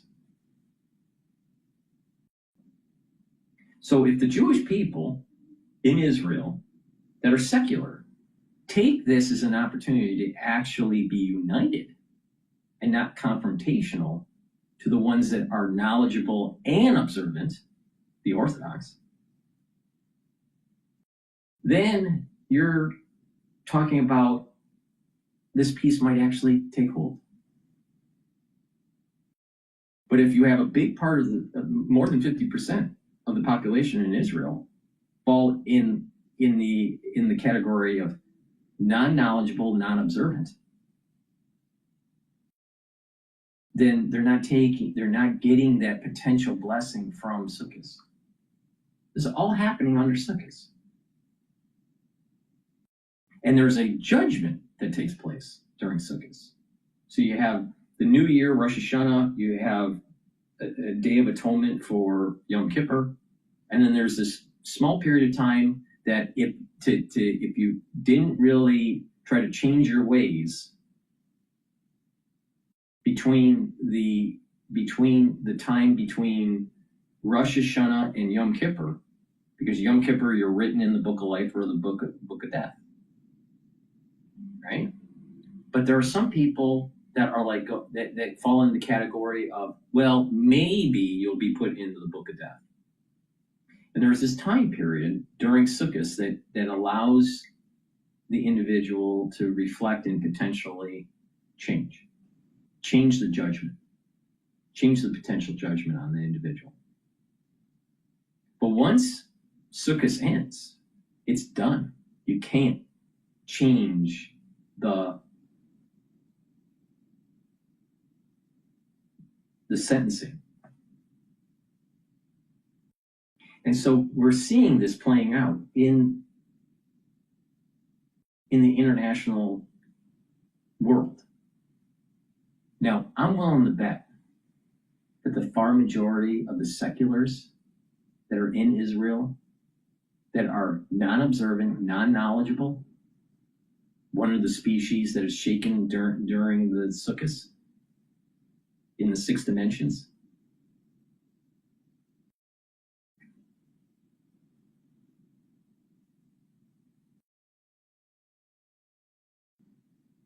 they are going to put a permanence of the judgment that has been decided from Yom Kippur. And this is, you remember, this takes hold. So Rosh Hashanah was in late September. So this whole, everything that's going to happen is starting to get finalized, crystallized. And that goes all the way to next September. And whatever happens may exacerbate the problem at 9/11 in 2026, going all the way into October of 2027. So this is a very important time period that if the table is set correctly, then we will get through 2026 and most of 2027 unscathed. But if the table is set incorrectly, then there's going to be a curse. And we're all waiting on how those seculars are going to take this blessing of getting their family members back and looking internally to see if they should be better Jews. And I'm willing to bet that most of them won't do it. I'm willing to bet on it.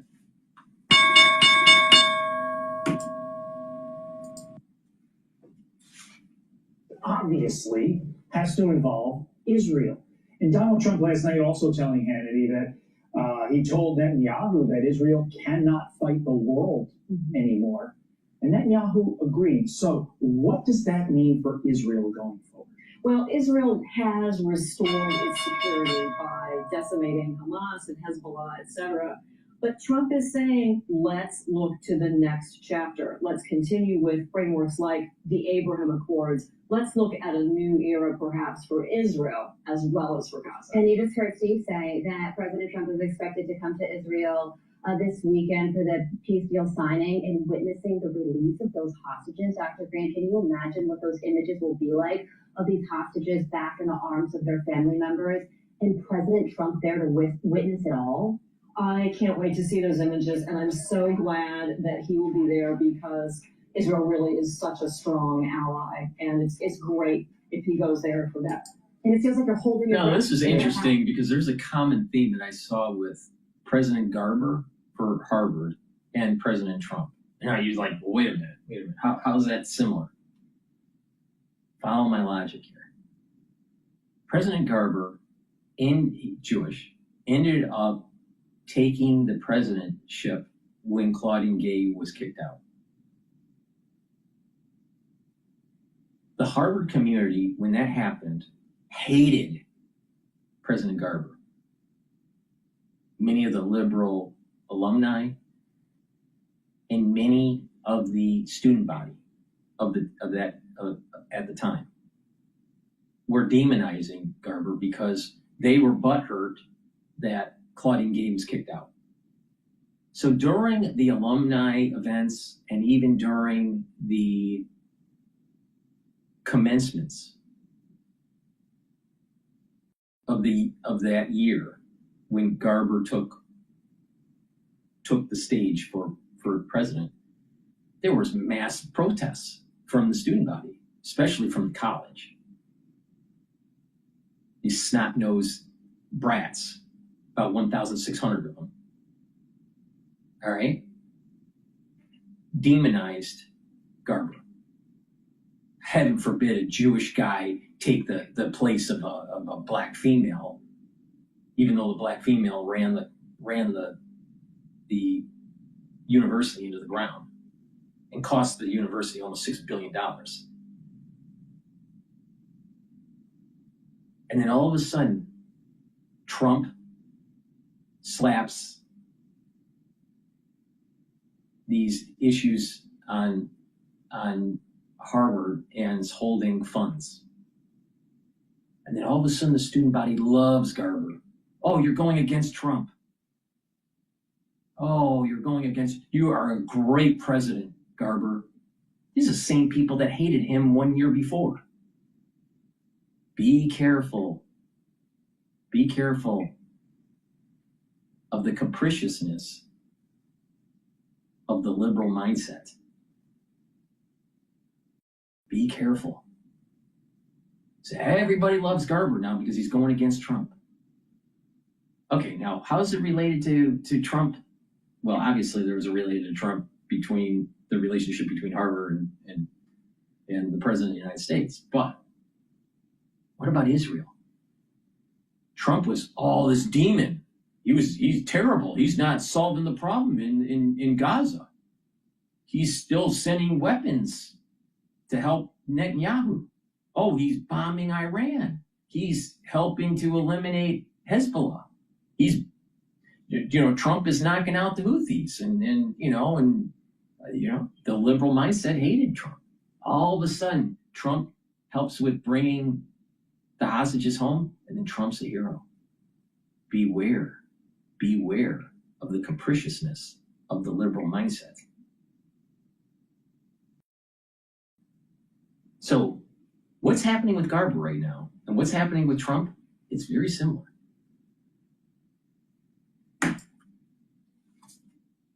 Right? In your heart of hearts, though, when October 7th happened 2 years ago, in the intervening years, did you think that we would see this moment, see that celebration, and potentially, fingers crossed, prayers to God, what we hopefully will see early next week? Right, and really a fresh chance without the power of Iran and with all the terrorist organizations degraded. I hoped, but I am amazed at what has been. But Hamas gave up their leverage. They said that they're going to give up the 20 living and 28 dead. Why would they do that? Was that because of all of this international pressure on them?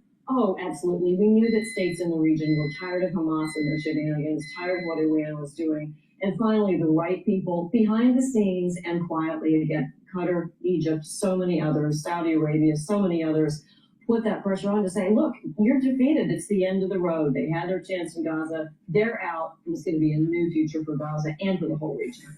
I don't think we can say the phrase "an historic morning" enough, because this truly is something that goes beyond years, goes beyond decades. In many instances, this goes beyond centuries and millennia. The context of this is almost too difficult to really comprehend and to put into context.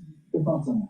All our lives, we've watched so many U.S. presidents struggle for peace in the Middle East, from the Camp David Accords in the 70s right on through. And today we are seeing truly the beginning of... You know why that is? Because they're all false peace.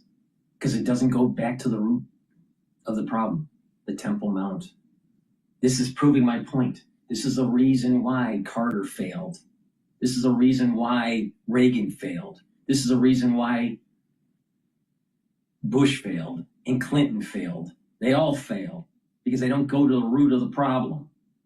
It's about the Temple Mount.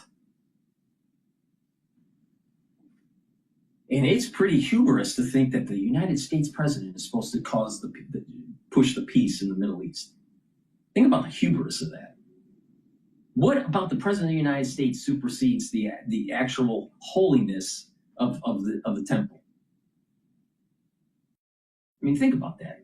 That's a very that's a hubris mindset that it's only the United States that's going to be able to get this done. Really?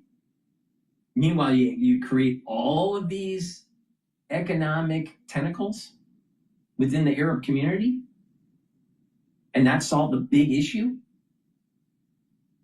The big issue ain't AI. The big issue isn't the Damocles of nuclear weapons over your head every time you wake up in the morning. That's happened since the 1940s. The big issue is what is going to happen with the Temple Mount. Forget about Gaza. Forget about the West Bank. Who gives a shit? It's about the Temple Mount. Everything else is just commentary. So they're always trying to solve the problem at the fringe, at the margins. They can't. The United States president can't solve the problem. It's going to be the people within Israel where they actually come together instead of battling each other between the secularists and the Orthodox. And until they come together, there isn't going to be peace. So there's infighting within the Jewish community in Israel, and then there's also this battle between Jacob, which is the Jews, and Esau.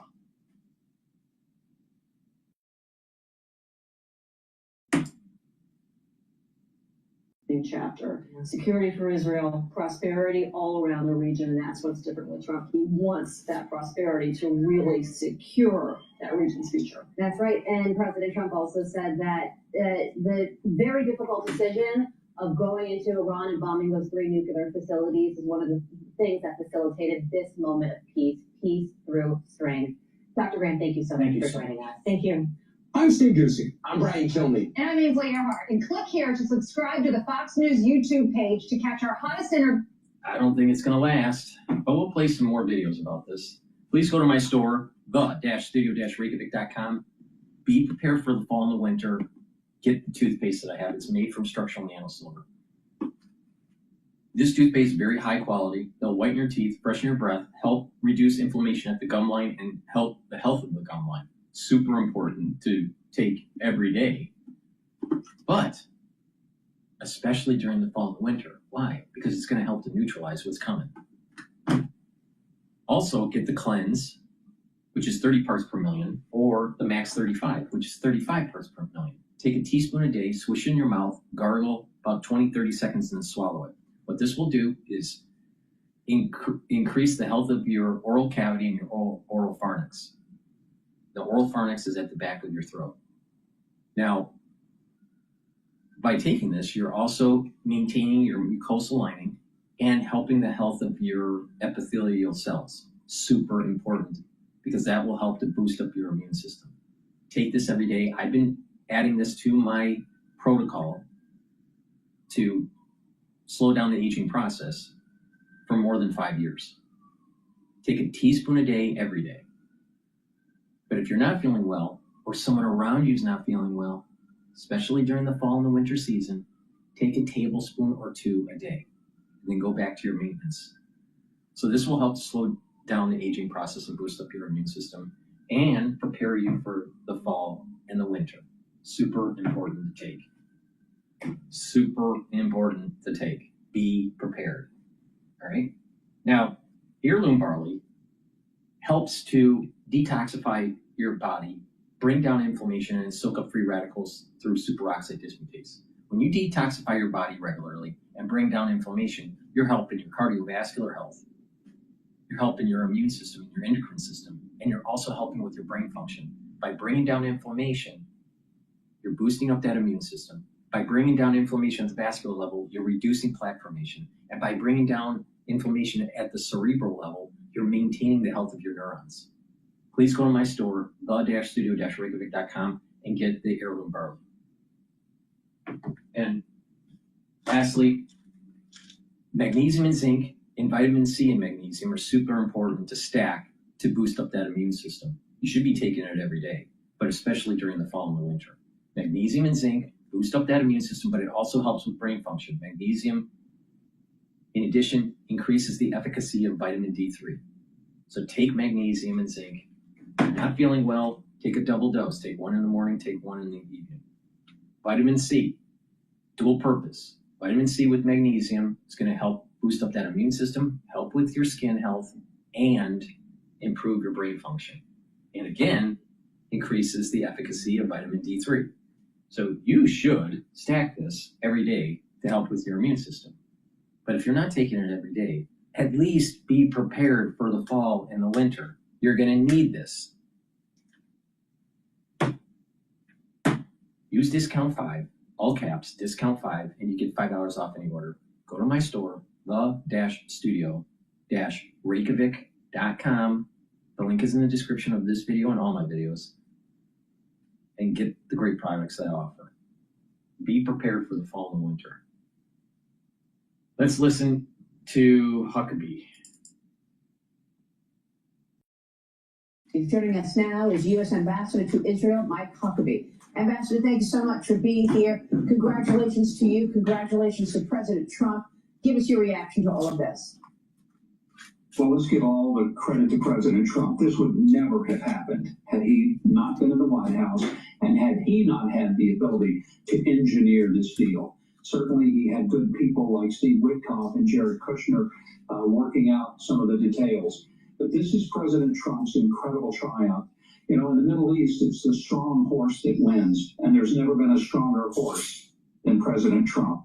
And all of us are celebrating today. We're teary-eyed with the joy that families who for 2 years have endured their loved ones being held hostage are going to be coming home soon. And this pin that I've worn on my lapel since I arrived, Maria, I can't wait to take it off and get rid of it, because the moment the hostages are all home, I get rid of this pin and I never, ever want to see it again. Well, it's just incredible, Ambassador. Approximately 20 living hostages are what we expect here. They remain from the 250 that were kidnapped on October 7th when Hamas launched this assault. What are you looking for to ensure that they keep to the plans and, in fact, do disarm? Do you believe Hamas will, in fact, disarm and release all of those hostages? Well, I do, simply because President Trump has told them they have to. I think they get the message. They saw what he did in Iran. They've seen what he's done across the world. They understand that he's a person, he means what he says, and he says what he means. And he's told them there's two things. All the hostages have to come out, and they have to disarm. They don't have a future in Gaza. He's been clear, and he's been consistent. And if they don't believe him by now, they never will. But I think that with the help of the Egyptians, the Turks, and the Qataris, everyone has been at the table trying to say to Hamas, this is it. You don't have another chance. And don't mess with President Trump, because he's not playing with you. And I think they finally have taken it to heart. It's a huge, wonderful, deep day of relief here in Israel after 2 years of a living hell for the people of this small but very significant country. Absolutely. Thank God that we are actually seeing this materialize. Ambassador, talk to us about how the math will be different, because, of course, Israel has agreed that it will withdraw its troops in the Gaza Strip to this agreed-upon area. What do you want to say about that area? Israel has never wanted to go back into Gaza and to take it under their control. They want a security parameter. That's what they're going to insist upon. But they don't want to go back into Gaza. You know, they left it in 2005. They uprooted the Jewish people who were there and said to the Palestinians, it's all yours. You can have it. You have the whole thing, 100% of it. That was the Palestinian state that they had. That was part of a peace agreement back then, and it failed. This is kicking the can down the road, not solving the problem. This is another data point that proves my point that if it's not getting to the root cause of the problem, and which is about the Temple Mount, you're going to have a false peace. Populations start to go up. The cost of construction goes up. The cost of waging a war goes up. More destruction because they didn't get the job done. Peace for the Palestinians will not happen until the Temple Mount issue is solved.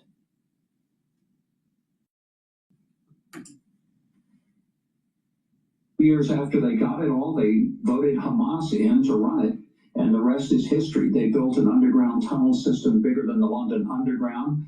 All of Gaza Strip is less than the size of Las Vegas, Nevada, and yet they ruled it with an iron hand. They spent most of the billions of dollars of money that poured into Gaza to give them prosperity. They instead built rockets and missiles and mechanisms to kill Jewish people across the line. And the mother of Esau and Jacob knew this thousands of years ago. She knew that Esau would pick war versus peace, be judgmental, and not have mercy. She knew this.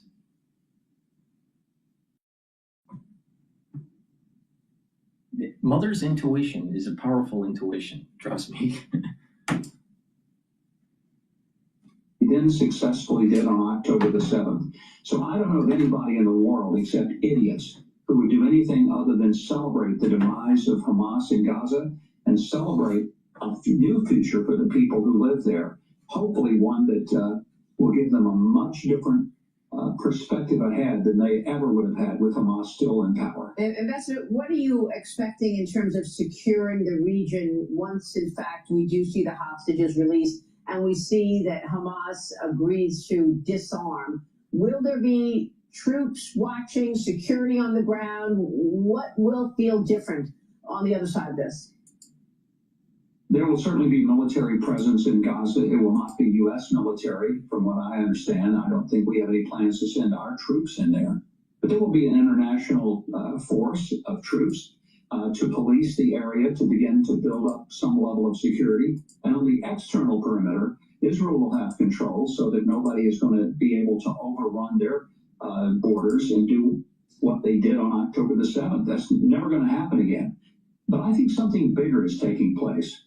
President Trump has set up for an incredible realignment of the Middle East, Maria, that we've never seen or even imagined before.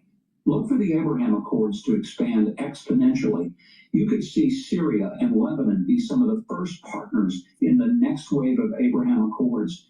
These are things that if you'd have said this 5 years ago, 10 years ago, people would have laughed in your face. Today, because the strong horse, President Trump, is on the saddle, we have a chance for an unprecedented... Well, what happens when Trump leaves office in January of 2029? What happens when that happens? Wait, do you think J.D. Vance is the strong horse? Don't count on it. All right? Maybe the Republican Party doesn't even win in the 2028 election. What do you do then? So if it's predicated on a strong horse and the horse dies, or the horse, goes to the pastures, do you think you have a lasting peace? I don't think so. Of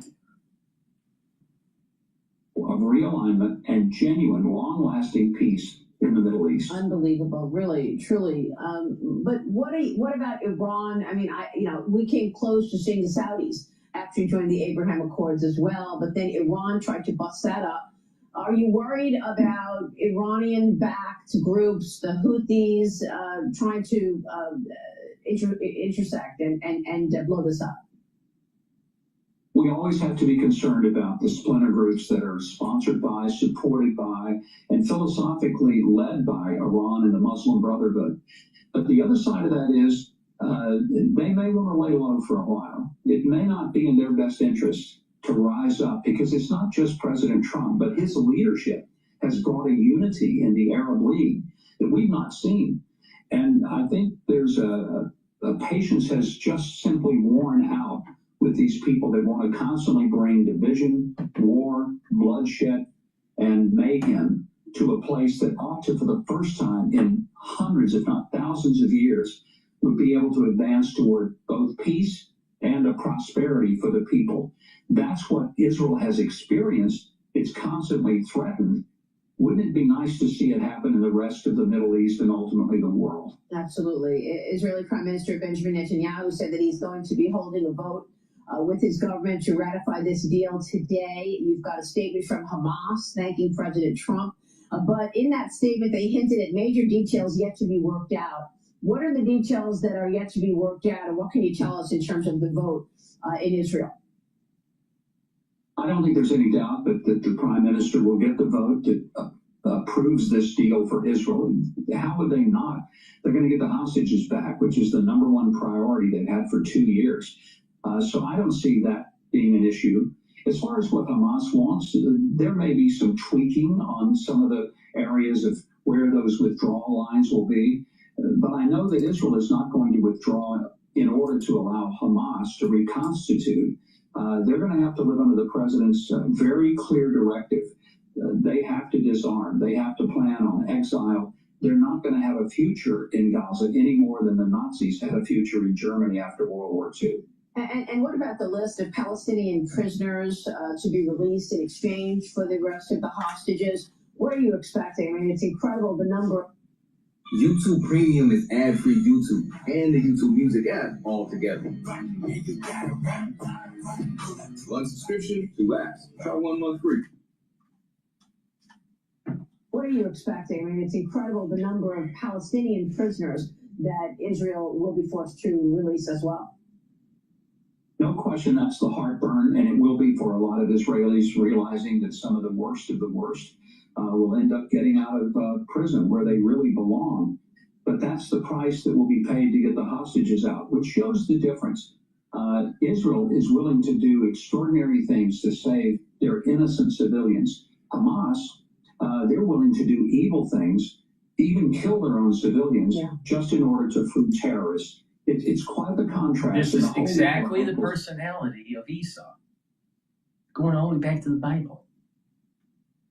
This is why I keep on saying that it's about the soul root of Esau. Now, it's not my theory. This was written down in the Zohar. All right? So, this is, this perspective that I'm talking about is thousands of years old. And it's just modern man just doesn't pay attention. Huckabee is a religious individual coming from a Christian point of view, but he should see to see it. He should see this, but he's not putting it into terms that are metaphysical. Now, I don't know why, if he's doing that on purpose or not. It surprises me he's not. But that's the issue. You have to kill. You have to eliminate negative Esau. You can't let see, Esau dies, all right, in the Bible, through a beheading. It's, I believe, Benjamin that beheads him. And the head, which is tied to intellect, ends up rolling into the cave where Abraham and Isaac is buried. So the intellect of Esau is allowed to be with the parents, is allowed to repent and be, it's through intellect where you repent, right? So the intellect was allowed, but the body, the headless body, was not allowed to be buried. And that's the animalistic part of it. So that's a physical manifestation of a metaphysical concept. The positive Esau and negative Esau. Esau is together, but once the head is detached, right, there's a charge that takes place. Kind of like separating sodium and chloride in a salt crystal, all right? They become charged. There's an ionic charge. Well, something very similar to the soul root. So for Esau, he repents, his head's chopped off, it's allowed to be buried with the parents, and the body is not because it's animalistic. The death of negative Esau has to happen for the world peace to happen in the Middle East. And anything less of that will be a false peace.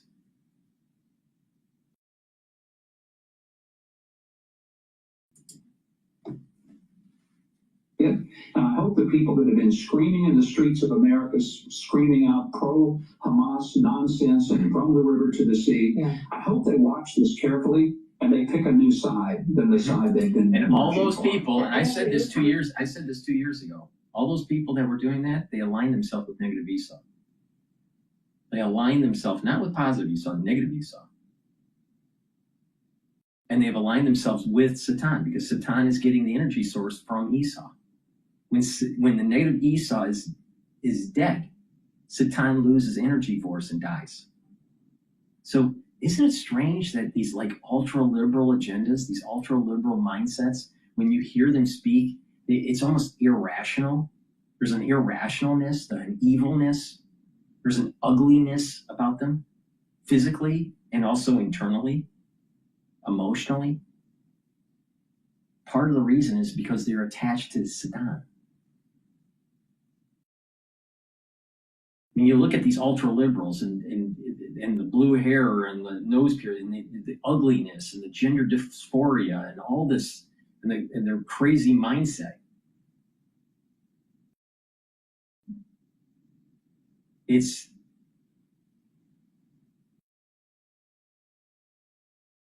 evil. There's an evilness in it that you see. It doesn't have light. It has darkness.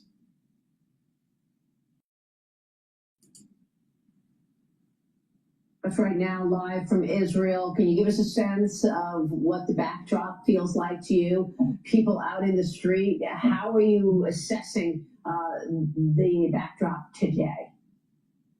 Elation, excitement, gratitude toward President Trump and toward Prime Minister Netanyahu. But everyone here clearly feels a sigh of relief, the likes of which I have not seen. It hasn't been here in 2 years. And I think the feeling should be trepidation and concern, not elation. Trepidation. Because it doesn't get to the root cause of the problem.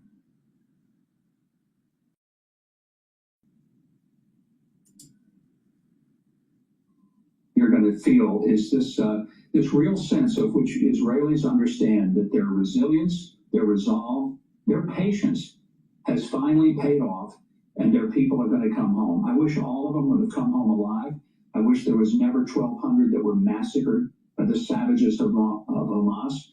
But today there is deep gratitude, and my phone has blown up with messages.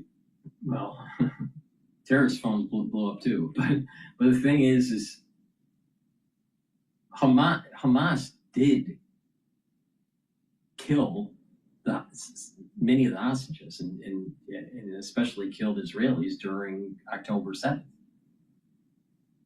The thing is, it's like the Israelis were cursed because of their behavior too. The instrument of the curse, the instrument of the execution, was the Hamas. But what was the reason for the curse? It was the secularism. And people don't get this. This is an important concept. Why have elation for the return of hostages that literally were cursed because of their behavior? Now, if the Jewish people, the secularists, end up becoming more observant, more knowledgeable, then it takes a curse and turns it into a blessing.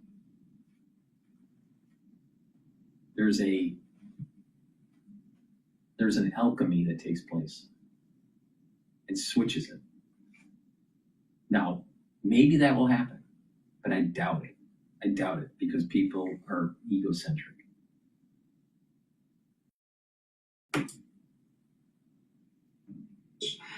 With people just saying, please tell President Trump we love him, we thank him. It wouldn't have happened without him. And to all of those things, I say amen and amen. Yes, absolutely. Amen. And real quick before you go, interesting to note that President Trump was able to get this first phase of a peace deal across without the promise of statehood for the Palestinians. Yeah, I don't think that was going to be on the table because there's a whole lot of cultural things that have to happen, reforms, before that's even going to be discussed. But what had to happen was the hostages had to come home, and Hamas has to decide they don't have a future in Gaza. Those were the conditions President Trump put forth. He never wavered from them. That's what makes it so effective. He never, ever blinked. And because of that, that's where we are today. That is wonderful. Ambassador, good to see you. Stay safe, and thank you so much for your leadership. Ambassador Mike Huckabee this morning in Tel Aviv. We'll be right back. Thank you, Huckabee, for not really seeing the big picture. Please go to my store, the-studio-reykjavik.com. Get the Gladiator Barley. Gladiator Barley will help to build muscle, do some resistance training. Take it every day. This is a high-density protein, but it'll also bring down inflammation, soak up free radicals, and detoxify your body. And by detoxifying your body and bringing down those free radicals and bringing down inflammation, guess what? You're helping your brain function, you're helping your cardiovascular health, your immune system, and your endocrine system. So please go to my store and get the Gladiator Barley. do some resistance training. It stacks well with myotrol. Now, clarity factor. Clarity factor will get rid of that brain fog and also help support memory. Over time, you're going to have positive neuroplasticity where your dendritic connections will improve. You'll think faster. Your memory will improve. You'll be able to concentrate and you'll even sleep better. So get the clarity factor, take it with filtered water, take it every day. Get rid of that brain fog. Omega-3, super important for your cardiovascular health. Brings down inflammation, helps to bring down those LDL levels and increase your HDL levels. When you do that, you're reducing plaque formation. Also, omega-3 reduces the stickiness of your red blood cells. That's super important. Because guess what? In the fall and the winter, there are going to be more people that have blood clots. Vitamin B complex. Vitamin B complex helps to improve your mitochondrial health. The first 4 B vitamins helps with the electron transport chain within your mitochondria. So you have more ATP, more energy. Your cellular metabolism will improve. And vitamin B complex helps to protect your neurons. Super important, especially if you're age 40 or older. And oh, by the way, because of the aftershock of the crisis of 2020, 30% of the people that you know that are age 40 or older will end up getting early onset of dementia. 30%. 30%. And out of those 30%, 75% will have ischemic reasons for the dementia, microclotting, microbleeding. 24.5% or slightly more will end up getting amyloidosis, and less than 0.5% will have prion disease. Better start protecting your neurons. Good night formula will help to consolidate memory, detoxify your central nervous system, and you'll be well rested. Why? Because it helps you to get into the 3 to 5 cycles of REM sleep and deep sleep. And when you do this regularly, you're slowing down the aging process and improving your brain function. Please go to my store and get the Good Night formula. Take it every night, drink it with filtered water. And you'll notice over time that your brain function is improving, your memory is improving, you're thinking better, you have more energy, and you're slowing down the aging process. People that are sleep deprived chronically have higher levels of cortisol. Cortisol does at elevated levels chronically does damage to your immune system and to your different tissues. You age faster. So the best thing to do is to reduce those cortisol levels and to get proper sleep. So please go to my store and get the Good Night formula. All right, let's listen into Fareed Zakaria about the peace agreement. Hamas have signed off on the first phase of the peace plan that will release all the hostages held by Hamas and lead to Israel withdrawing its troops to an agreed-upon line in Gaza. Part of the first steps toward what he calls a strong, durable, and everlasting peace. A source in Israel now says the hostages are expected to be released on Saturday or Sunday. Others have said perhaps Monday, although that could be sped up. I want to talk about these extraordinary developments with Fareed Zakaria, host of Fareed Zakaria at GPS. Fareed, there's obviously still a lot we don't know about the contours of this deal, but how important a day is this? Oh, I think it's a very important day, and you're right that we don't know enough about the contours of the deal. The most important part. See, it's easy. It's easy for the geopolitical gurus to pick the easy road. Oh, it's a great day. It's an important day. We're releasing the hostages. But do they really get to the root cause of the problem? Do they really get to the root cause of the conflict between Esau and Jacob? Do they get to the root cause of the hairy red man, aka Esau, and how fucking crazy he is? Now let's listen to Dr.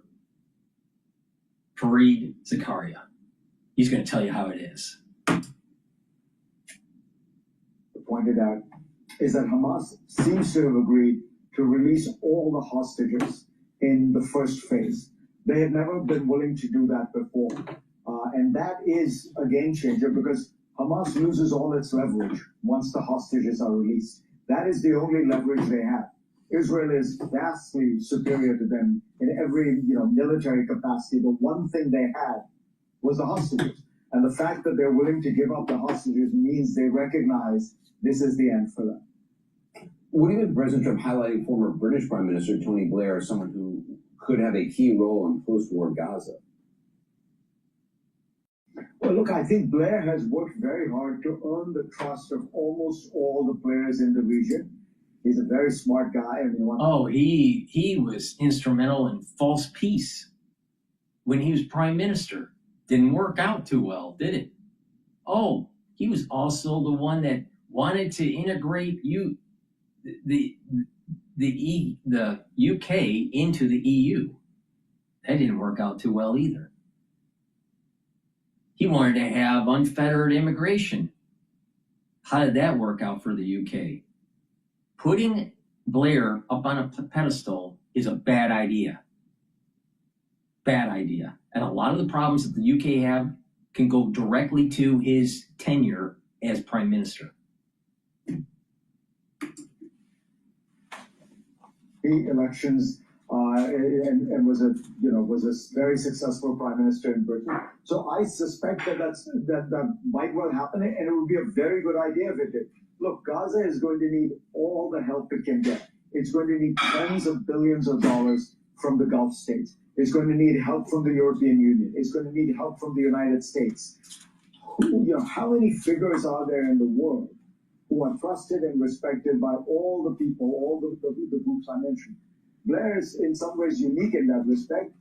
He's been working it for 10 years. So I think it's a very good idea to enlist him.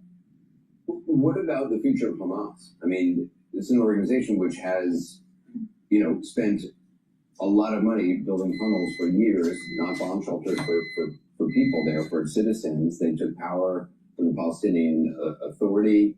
Do you believe they go away? Look, I think Hamas is basically destroyed. Think about this has been 2 years of just massive destruction of their military capacity, of their leadership. The last effort the Israelis made to bomb Hamas quote-unquote leadership in Doha, it seems like they basically killed a bunch of admin people because there's nobody left. So when people talk about Hamas, look, there's always going to be some part of the Palestinian population that believes in armed resistance to Israel's occupation.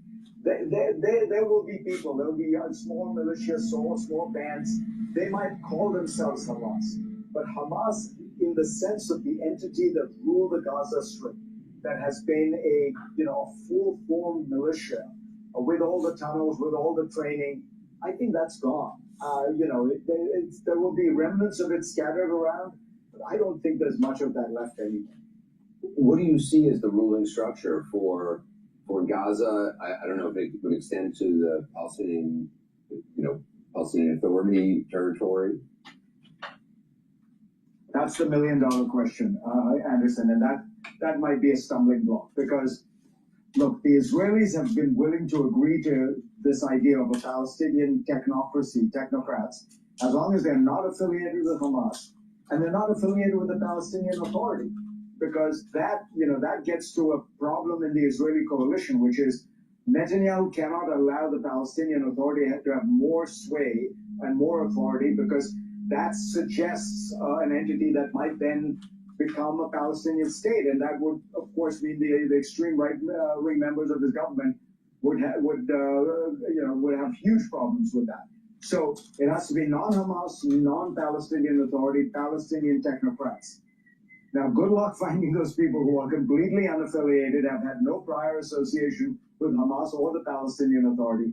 I'm sure some exist, and they'll be working hard, and my guess is they won't apply the litmus test too strongly. And if somebody once had some role in the PA, for example, I would hope that would not disqualify him or her. But that is going to be the challenge, because the Arab states are willing to support a Palestinian technocracy. They're not willing to go and govern Gaza themselves. They don't want to be in the business of shooting Palestinians who are rebelling or jailing Palestinians. So it is essential that there be Palestinians governing, and who those people are is going to be a bit of a stumbling block. Yeah, thanks very much.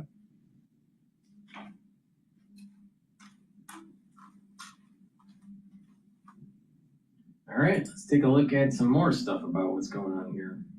And here we go. Fox News alert: Prime Minister Netanyahu, the Israeli cabinet are set to meet.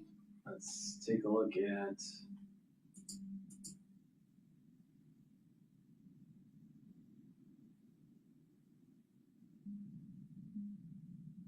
Let's listen to Peter Doocy. Meanwhile, President Trump's historic announcement being prompted by an urgent note handed by the Secretary of State Marco Rubio to the president. Senior White House correspondent Peter Doocy joins us live with the details of that historic moment. Peter.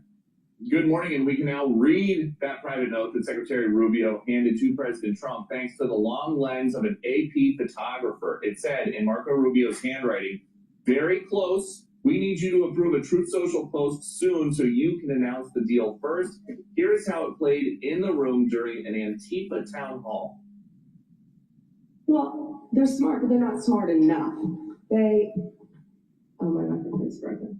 Departments to find the criminal conspiracy. Okay. I'm just giving.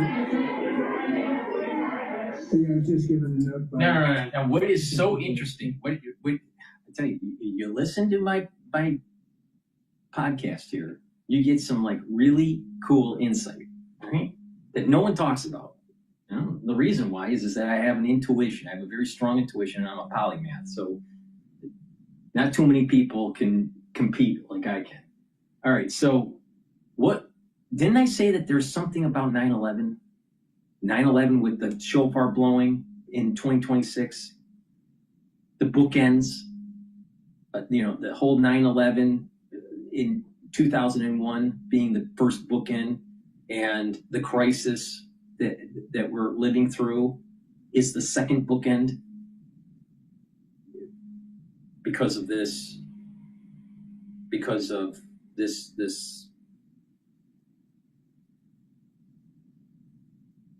aftershock of 2020. All right, that's the second bookend. All right, if you're not following me, I have lots of videos about it. All right, Trump's hat is 9/11.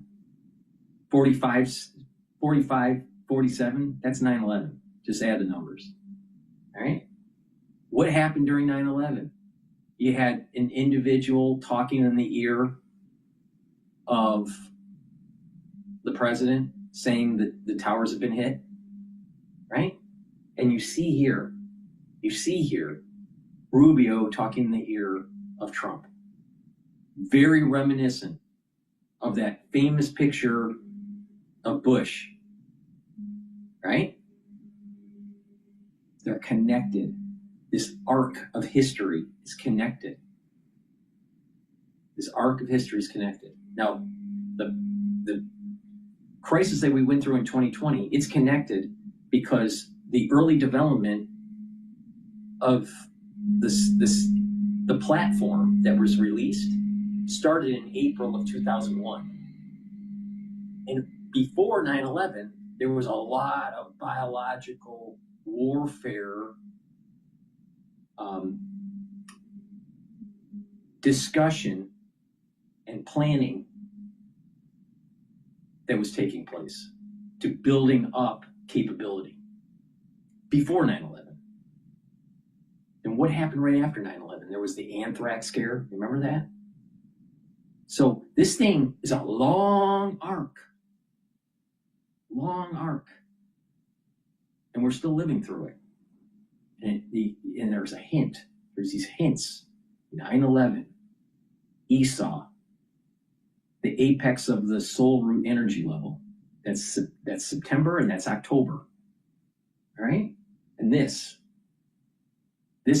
happens. Very reminiscent of what happened with Bush. Very reminiscent. 9/11 is connected here. It's like there's a hint, or there's a rhyme or a rhythm that is taking place. There's a harmonic. And this is, it's not measured in days or hours, it's measured in decades.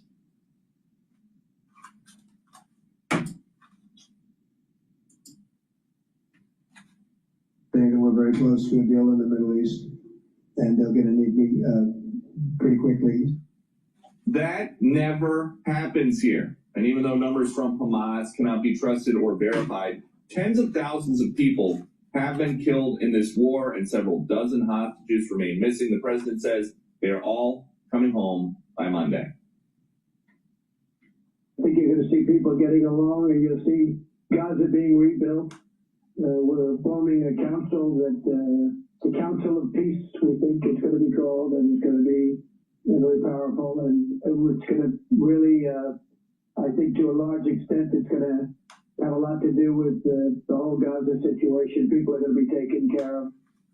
It's going to be a different world. I think really the Middle East came together. Amazingly, they came together. You know, they have some countries with extraordinary wealth, and just spending a small portion of that wealth can do so much for that area. To put into context how long this war has been going on, 2 years, when Hamas launched their attacks on October 7th, Joe Biden was here being interviewed for the first time by the special counsel Robert Hur about his classified documents. It wasn't even the beginning of the end of the Biden presidency when this war started. The world has changed a lot. The president has changed.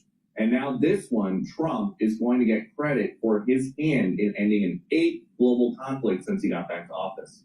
Back to you. Yeah, and that's the one thing, Peter, they seem to be agreement on. That President Trump, I saw Hamas, as well as the Egyptian leader, as well as Qatari, as well as Israel. No one disputes that Trump was the key to this coming together, even though there are a lot of people who deserve a lot of credit.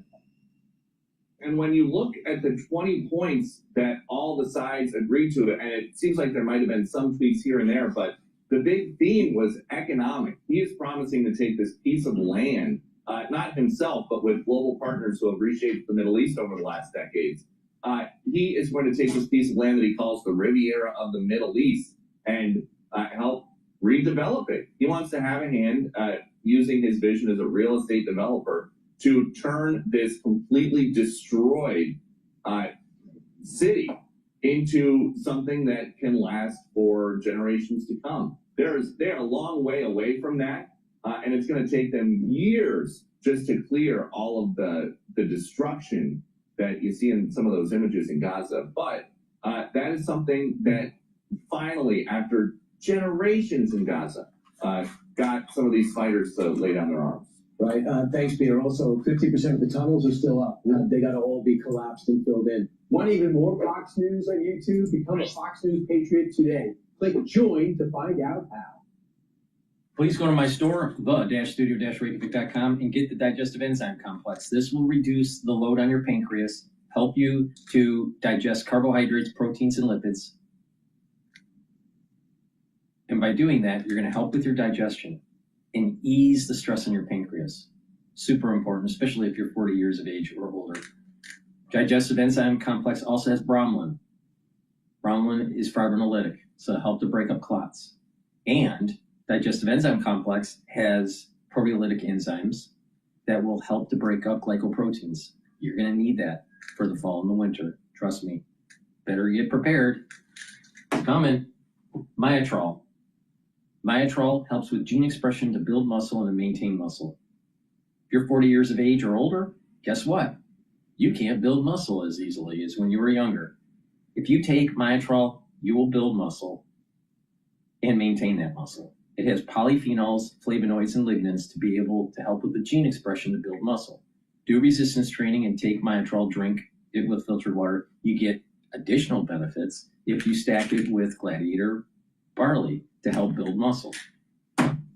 And resveratrol. Resveratrol, I've been taking for decades. Resveratrol helps with youthful gene expression. Don't you want to look young like myself?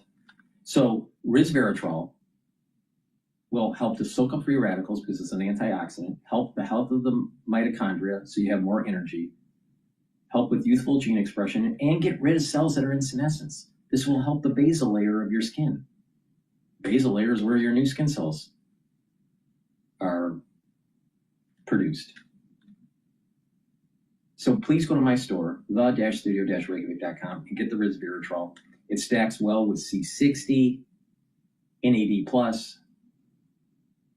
ubiquinol, clarity factor. So please go to my store, the-studio-reykjavik.com. So a great stack. Get the digestive enzyme complex to help with your pancreatic health and to help with digestion. Myotrol to build muscle. And resveratrol for youthful gene expression. Please go to my store, the-studio-reykjavik.com. Use discount 5, you get $5 off any order. All right, let's listen into Stephen Miller here.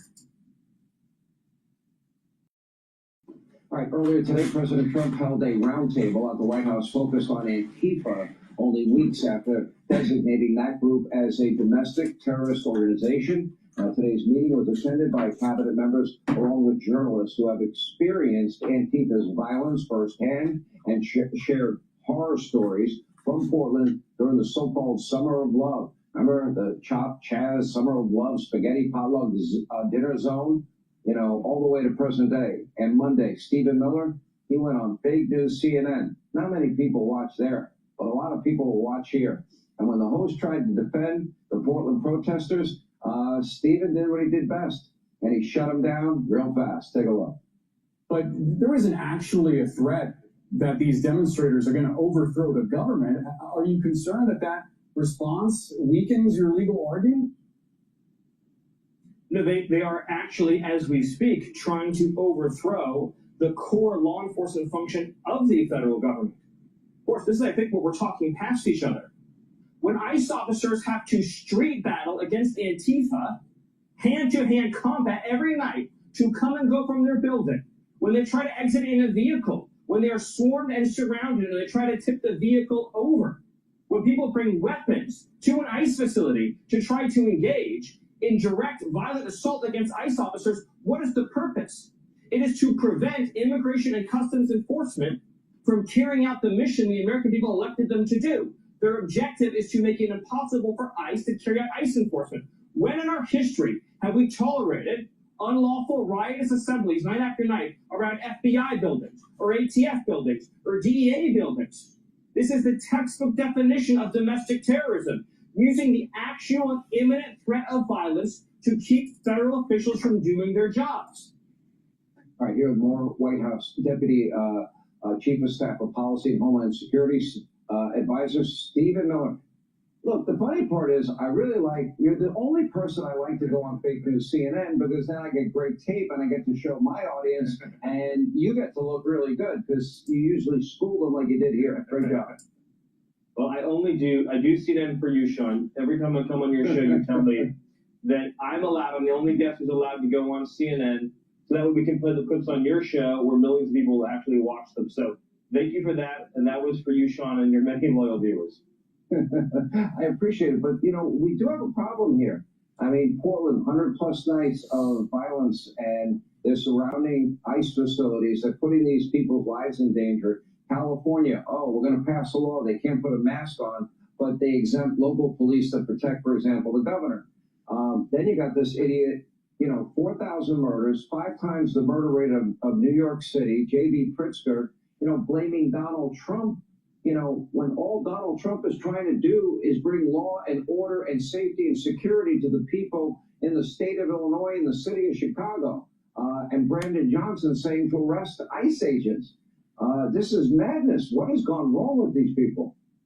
Well, look, I hate to say it, Sean, but Democrat leaders are siding with the domestic terrorists. Antifa is waging, as I explained in that clip you played, daily violent assault against ICE officers. They are attempting to physically prevent ICE officers from doing their jobs, using every means imaginable, including, of course, as we saw just a few weeks ago, attempted murder. And then we saw a few days ago another attempted murder through a vehicle ramming attack. It is unceasing, day after day, night after night. Antifa terrorists, as was explained in the event of the White House today, are trying to kill ICE officers, attack ICE officers, threaten their families, dox them, and do everything in their power to try to prevent Immigration and Customs Enforcement from getting violent criminal aliens out of this country. Now look what happened by contrast in Washington, D.C. When President Trump's program was put in place, when local leadership embraced the Trump plan, the Trump program, what happened, Sean? It's never been more peaceful. People have never felt more free. As President Trump said on your show tonight, they're going out to restaurants, they're going to monuments, they're taking lovely strolls in the evening with their loved ones. The only people who have lost are the criminals, the gangbangers, the drug dealers, the criminal illegal aliens. The Trump plan has brought historic safety to one of the most violent cities on earth, Washington, D.C. That's what President Trump wants for Chicago. That's what he wants for Portland. That's what he wants for Los Angeles. And yet Democrats are on the side every night of the gangbangers, the predators, and now even the domestic terrorists. You know, I don't know why, you know, with 4,000 murdered under J.B. Pritzker's watch, you know, I don't know why they claim that, well, first of all, why hasn't anybody stood up for law and order and safety and security? They're supposed to be leaders. They're not leading. And we've been scrolling the names of people shot and killed for years on this program. Why do they claim to defund, dismantle, no bail, reimagine, send in the social workers? Why? Because it's not helping the people that are getting killed and victims of crime. Because it's a fucking Marxist takeover by the ultra-libs. They want to destroy our Constitution. They want to destroy the idea of a two-party government. They don't want they don't want a constitutional republic. They want a one-party government that is top-down. It's all about collectivism. It's not about individualism. And conservatives need to push back. You know, I saw a really interesting series of lectures recently. And I'm starting to notice that there is, since Charlie Kirk's death, that there is a pushback by the conservatives, and they're showing the fallacies of the liberal argument. But the thing is that conservatives need to continue to push back. And when you continue to push back, then we'll be able to save our country and get out of this the tyranny of the ultra-liberal. But it's a Marxist takeover. Look at what's happening in New York. Mamdani is a Marxist takeover. What's happening with Mayor Wu in Boston? That's a Marxist takeover.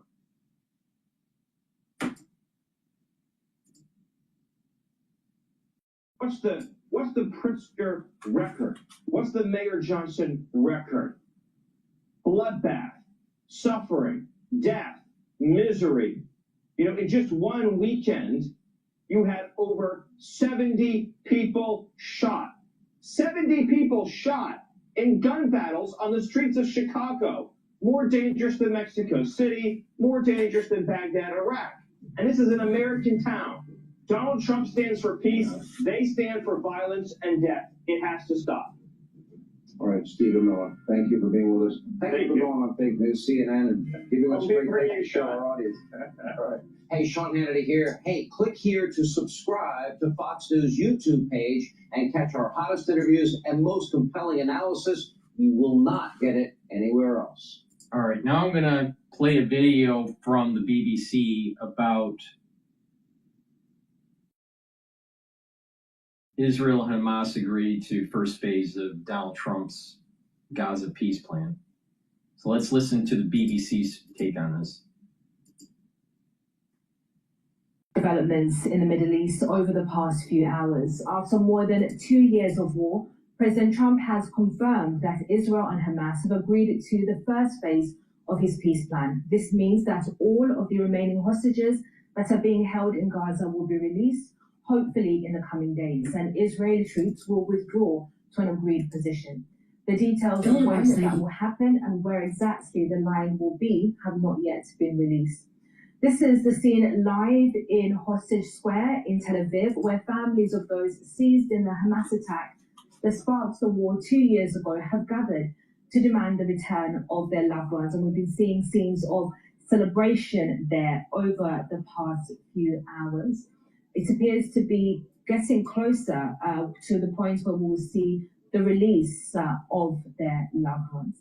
And these are live pictures from the Israel-Gaza border. More than 2 million people have been displaced by Israeli bombing in Gaza over the past 24 months, and more than 6,000 to 7,000 have been killed. We'll have the latest from our correspondents in the Middle East shortly. But first, our North America correspondent, David Willis, reports on the developments of the last few hours.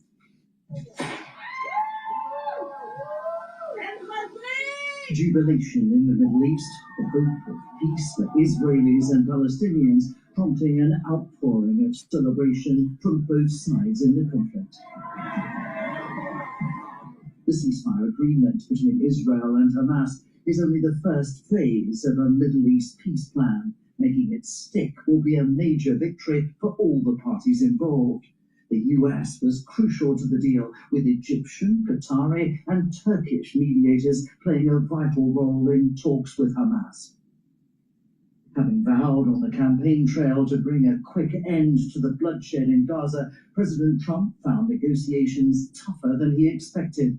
But he leveraged the United States' close ties with Israel to pressure the country's Prime Minister, Benjamin Netanyahu, to sign on to his 20-point peace plan. Concessions by Hamas appear to have made the ceasefire agreement possible. President Trump said both sides had taken what he called the first steps towards a strong, durable, and everlasting peace in the region, and hailed this as a great day for the Arab and Muslim world. Benjamin Netanyahu called the deal a diplomatic success and a national and moral victory for the state of Israel. Whilst a statement from Hamas paid tribute to the efforts of President Trump and called on the US and other nations to ensure Israel complies with the terms of the agreement. Indirect talks between Israel and Hamas only began on Monday, and events are now moving extremely quickly. Later today, Benjamin Netanyahu is due to convene his cabinet to sign off on the agreement. Once that's happened, a ceasefire will come into place in Gaza. And immediately thereafter, the BBC understands that 400 aid trucks will start to enter the enclave. Israel will then withdraw its troops to an agreed-upon line, although where that line will be is currently unclear. Whereupon Hamas will return the nearly 50 Israelis it's been holding hostage, and Israel will release, it's understood, around 250 Palestinian prisoners and 1,700 Gazans detained by Israeli forces since the war began. President Trump is planning to visit the Middle East at the weekend, and if all goes to plan, the hostages are expected to be released on Monday. But tough negotiations lie ahead, with many obstacles remaining in the path to a long-lasting peace. David Willis, BBC News. Well, let's now speak to Rushdie Abu-Alouf. He's the BBC's Gaza correspondent and currently based in Istanbul. Thank you for joining us on the programme, Rushdie. First of all, what are you hearing from people in Gaza? How hopeful are they that this latest agreement will actually end the war?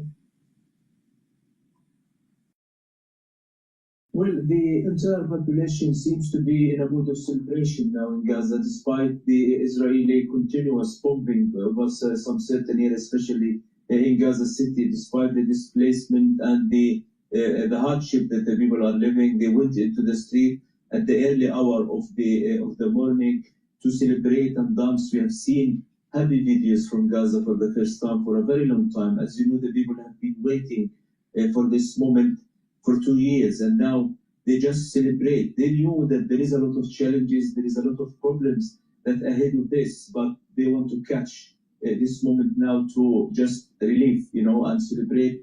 We have seen hundreds of people in the street dancing. We have seen people posting on social media some positive posts for the first time. It was a very grim period a couple of days ago when before the ceasefire negotiation were started, because people were displaced, about 700,000 people from Gaza City, and the tanks were advancing into the city center. So now the people are hoping that tanks will start to move out of Gaza and people can go back to their homes. This morning, the Israeli-Hamas spokesman issue a warning to the people not to go back. They said at this stage, people are not allowed to move within the cities and to go back to Gaza because there is still active Israeli troops on the ground, and people hope that this could change very quickly. I think they are waiting for the Israeli cabinet to approve the deal, and then they can set a time for the ceasefire to go into effect when Israel will cease the fire in Gaza, and the people can start move freely between the cities and maybe going back to their homes in Gaza City. And Rushdie, the Israeli military has said it's beginning the preparations to adjust its deployment lines. What could that look like on the ground in Gaza? How could things change in the coming hours and days? When data comes at you fast, come up with answers even faster. Zaspaya.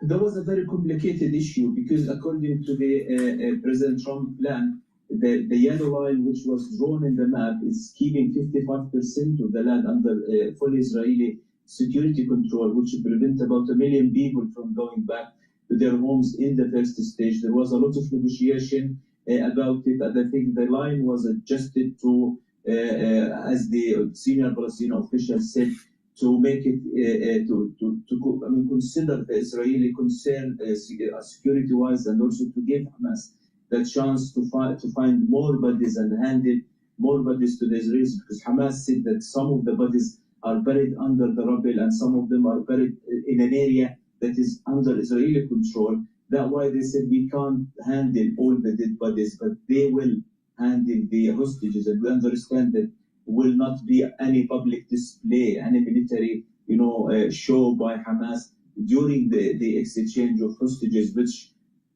ideally the ideal time they said will start maybe Sunday or Monday. But now, in order to do this, to start this process, Israel has to take its forces out of the city centers of Gaza and withdrawn to the line agreed by Hamas and Israel through the mediators. And then Hamas will start the process of releasing. Up until now, Hamas did not receive the official name for the Palestinian prisoners who are going to be released as part of this. They agreed in number. They said 250 Palestinian prisoners serving life sentence in prison, and 1,700 Palestinians who were arrested from Gaza following the 7th of October. But we know that there is 5,000 Palestinians in the prison. So people in Gaza who have loved one in the Israeli prison are waiting for this list.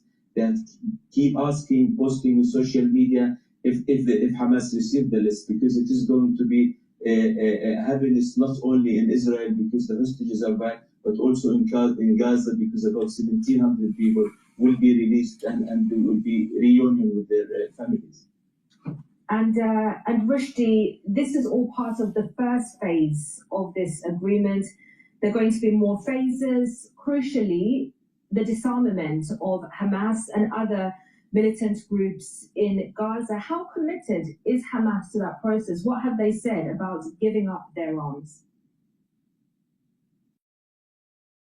Well, it is not clear yet, but I think Hamas understand that there is no way they could go back to the same old days where they are governing Gaza and they are having their weapons. We understand from local sources and within Hamas itself that Hamas was damaged to greatly to a level that they can't conduct any other major attacks towards Israel, because Israel destroyed a great deal of its Hamas capability. They're still there, they still have weapons, and they still will try to control Gaza again, because also there is nothing in the statement saying who's going to be in this transitional period. So, for example, if the tanks pulled out of the cities tomorrow and there is a ceasefire, we have seen Hamas police back in full force back in January to the streets. And this is a question that the people in Gaza are starting to raise. Who is going in control of Gaza in this transitional period before they start to talk about the future of Gaza?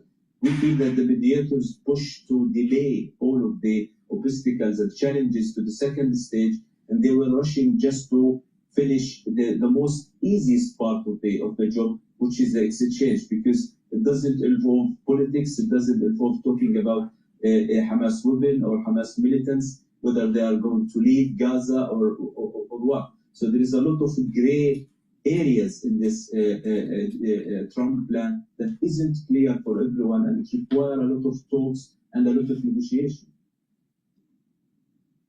Brighteon, we are monitoring these images, continuous explosions happening in Gaza. You mentioned some Israeli strikes in Gaza City. We can see images from Wadi as well showing more explosions, which we haven't seen just yet this morning. Talk us through about what's happening on the ground at the moment. Well, look, there is active Israeli troops within Gaza City. They are controlling about 60% of Gaza City, and they are about 400, 500 meters from Gaza city center. This is the biggest operation for Israel, but they are still in control of Rafah, and they are conducting operation in Khan Yunis, the second biggest city in the south. So there is Israeli troops everywhere in Gaza. And sometimes when the army withdrawn from Gaza, we have seen this in the past, that they fire smoke bombs, they fire artillery, just to create the land for the troops to pull out of Gaza. Not sure if they started to pull out of Gaza, but people are reporting that there is explosions in Gaza City, there is explosions in the middle and in Khan Yunis. And at least one of the hospitals in Gaza reported that one dead and several injured from Israeli quadcopter drone that opened fire towards a group of people who were trying to return back to their homes in a place that is under Israeli active military operation. We have seen this happening back in January in the first moment of the ceasefire, when Israel hit a couple of places, was about 9 people killed, I remember, that day. So that's why most of the time people are advising in social media, don't move, it's very critical time, wait until there is official announcement that ceasefire goes into effect. And between now and then, it is going to be a lot of problems and a lot of shootings and a lot of obstacles and a lot of, violation maybe from both sides. Brighteon, thank you. That's our Gaza correspondent, Brighteon, joining us from Istanbul there. We've also had a line coming in from the president of the Palestinian Authority, Mahmoud Abbas, saying that he welcomes the Gaza deal. Let's now speak to our Middle East correspondent, Yolande Nell, who joins us from Jerusalem. Yolande, we're hearing reports that this agreement could be signed in the coming hours. What's your understanding? So we're expecting a... YouTube Premium is ad-free YouTube and ad-free videos on the YouTube Kids app, so kids can bounce the Kids Bop without missing a beat. Try 1 month free. So we're expecting a formal signing of this agreement in Sharm el-Sheikh, where these important talks have been taking place, indirect talks between Israel and Hamas via mediators. And then that will mark the beginning of the Gaza ceasefire. In the afternoon, there should be a meeting of Israel's Security Cabinet, followed by the Israeli government sitting in session, because they have to approve the release of Palestinian prisoners from Israeli jails. Now, then there'll be a 24-hour period, we understand, during which we should see that Israeli troop withdrawal, Israeli troops pulling out of Gaza City, leaving Israel in control of something like 53% of the Gaza Strip. We've not seen an exact map being published, but Israeli sources have been briefing the media that it's very similar to the map that was published by President Trump when he first laid out his 20-point plan. Now, following the Israeli troop withdrawal, we should have a 72-hour window. That is the time when Hamas is expected to bring back all of the hostages. They should be 20, believed to still be alive, and the bodies of many of the deceased. But Hamas has made clear to mediators that perhaps as many as 9 of those bodies cannot be exactly located at the moment. They may be under the rubble. And there should be also this influx of aid that starts to go into Gaza. And there are some pictures being shared already on social media showing convoys in Egypt moving towards the border. We don't know how quickly they'll be able to get in, but it should be that there would be several hundred lorry loads of aid going into Gaza every single day, as we saw in the ceasefire earlier this year. And that's not just food, which is needed so desperately by people, but also fuel to run the generators in hospitals and at desalination plants, shelters for people as we start to get the beginning of the wintry weather. And, this is a time when most of the population of Gaza is displaced. So lots to happen in the coming days. And as much as we're seeing all of these scenes of celebration, I think we'll see many more in the course of the day, whether it's in Tel Aviv and Hostages Square, also on the streets of Gaza, as people are waking up to this news, as news spreads of what this really means. I mean, people are still telling us that they are very cautious about what happens, because this is only the first stage of the President Trump's plan. And what will happen? Will it get to the final stages? This could well be the last, some people are saying. They're very worried that so many thorny issues have not been discussed in these talks in Sharm el-Sheikh, although that's understandable, what could be achieved in just a few days' time. But there's worry about this, leading to a loss of momentum, a loss of will. President Trump is expected to come to Israel on Sunday. He'll give an address to the Israeli parliament. He could well be here as Israeli hostages are being released. That will be a big moment for him. But it's really, requires his energy and that of other mediators from around the region to try to push things on to later stages in President Trump's plan. If you look at Gaza, what is needed there in terms of reconstruction, and most of the strip now devastated by 2 years of a really brutal war, it's going to be a huge task. There is that issue of Hamas disarmament. That has been a constant demand of Israel, that Hamas and other Palestinian armed groups should give up their weapons. They have repeatedly refused to do so unless there is the creation of a sovereign Palestinian state. So, we have to watch now and see what happens. And as much as the next few days are going to be really momentous, it's also what happens next. And as you mentioned there, Yolande, President Trump due in Israel at the weekend, perhaps to cement this deal. I understand he'll be addressing legislators there in Israel. That's right. He's going to speak to the Israeli Knesset, the parliament, on Sunday. And I'm sure this will be a moment of glory for him, and he will be talking about the need for peace, what he has done. Israeli people in general, not just the hostage families, they are extremely thankful to President Trump. They see that it is his involvement that has just been the crucial factor here at pushing this deal across the line. Yolande, thank you. That's our Middle East correspondent, Yolande Nell, there in Jerusalem for us. I feel I may have entirely misunderstood him. Is it too much to think that he might have done this all for me?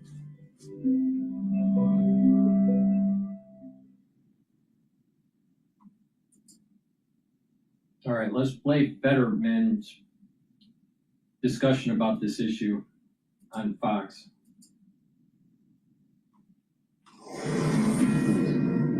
All right, praise from both sides of the political aisle. Pouring in for President Trump's peace plan, Democratic Senator John Fetterman, got to give this guy credit, saying, quote, "Our parties are different, but we have a shared ironclad commitment to Israel." And Congressman Richie Torres, a Democrat from New York, says, "We should all be rooting for the success of an agreement that secures the release of the hostages and the ends of war." GOP Congressman Derek Van Orden sits on the House Armed Services Committee, Navy SEAL background, visited Israel in the immediate aftermath of the October 7th attacks, and joins us now. So, Congressman, you're a war fighter and you're a legislator who've been to Israel at the most crucial time. In President Trump, what hesitation do you have with this implementation of the deal, if any?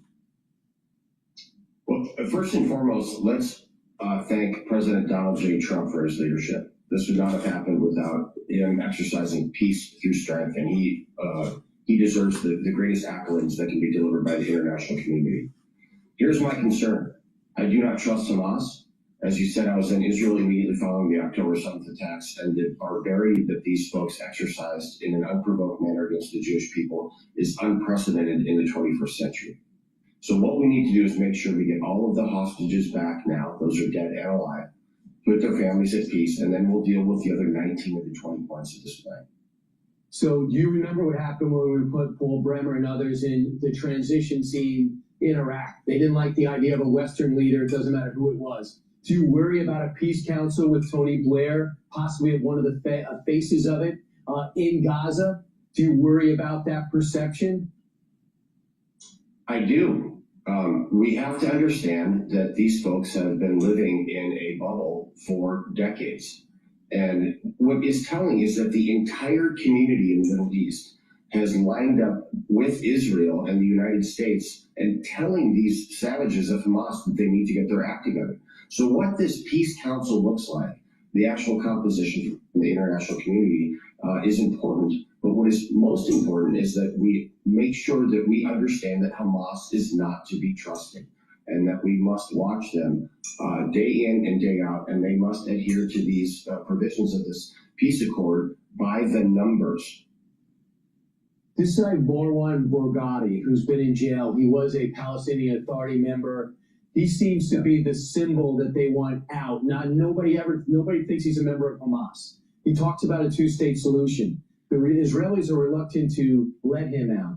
Do you have a sense of what we should do or what they should do there? I think what the Israeli government needs to do is make sure that the members of Hamas adhere to these provisions. It's pretty simple. So the amount of people that the Israelis are going to have to release to get their hostages back is just remarkable. And this is their decision. 1,975, including 250 on death row. That's correct. And Brian, honestly, I disagree with this strategy, but this is the Israeli government's decision to get their people back. I am not a fan of negotiating with terrorists. These people are terrorists. That's who they are yesterday. That's who they're going to be today and tomorrow. So the Israeli government collectively has made a decision to get their people back, and I can respect that. But I respectfully disagree with it. 20 seconds. Do you think that both sides will realize the president's going to be in Egypt signing a historic deal, that they'll go back to work and start working towards a different deadline and unlock the government? Is there a chance of that? Brian, the Republican members of the House did their job. The Democrat members of the Senate are holding the government of the United States at bay because they want to have health care for illegal aliens. That's just not going to happen. Here's something else we've got to say. President Trump goes over to Egypt. The Palestinians better understand that Donald J. Trump is not mincing words. They will adhere to this peace agreement or they will be held accountable. I know. Congressman, thanks so much. Look forward to seeing these breaking developments in the government as well as overseas. Derek Van Wood, thanks for getting up with us. I'm Steve Ducey. I'm Brian Kilmeade. And I'm Ainsley Earhart. All right, we're going to go to MSNBC. We're going to go to MSNBC and their panel about this topic. But before we do that, please go to my store, the-studio-reykjavik.com. The link is in the description of this video and all my videos. Get the ubiquinol. Ubiquinol is the most bioavailable form of CoQ10 that you can get. Ubiquinol will soak up free radicals, help the health of your mitochondria, boost up your energy levels, and protect your neurons. Super important, especially if you're 40 years of age or older. NAD Plus is a supplement that I have on my store that will increase your NAD Plus levels. That will increase your energy and also repair your DNA damage. With taking NAD Plus regularly, you're also protecting your neurons. So a great neurostack is to take the NAD Plus and the ubiquinol together, take it every day, drink it with filtered water.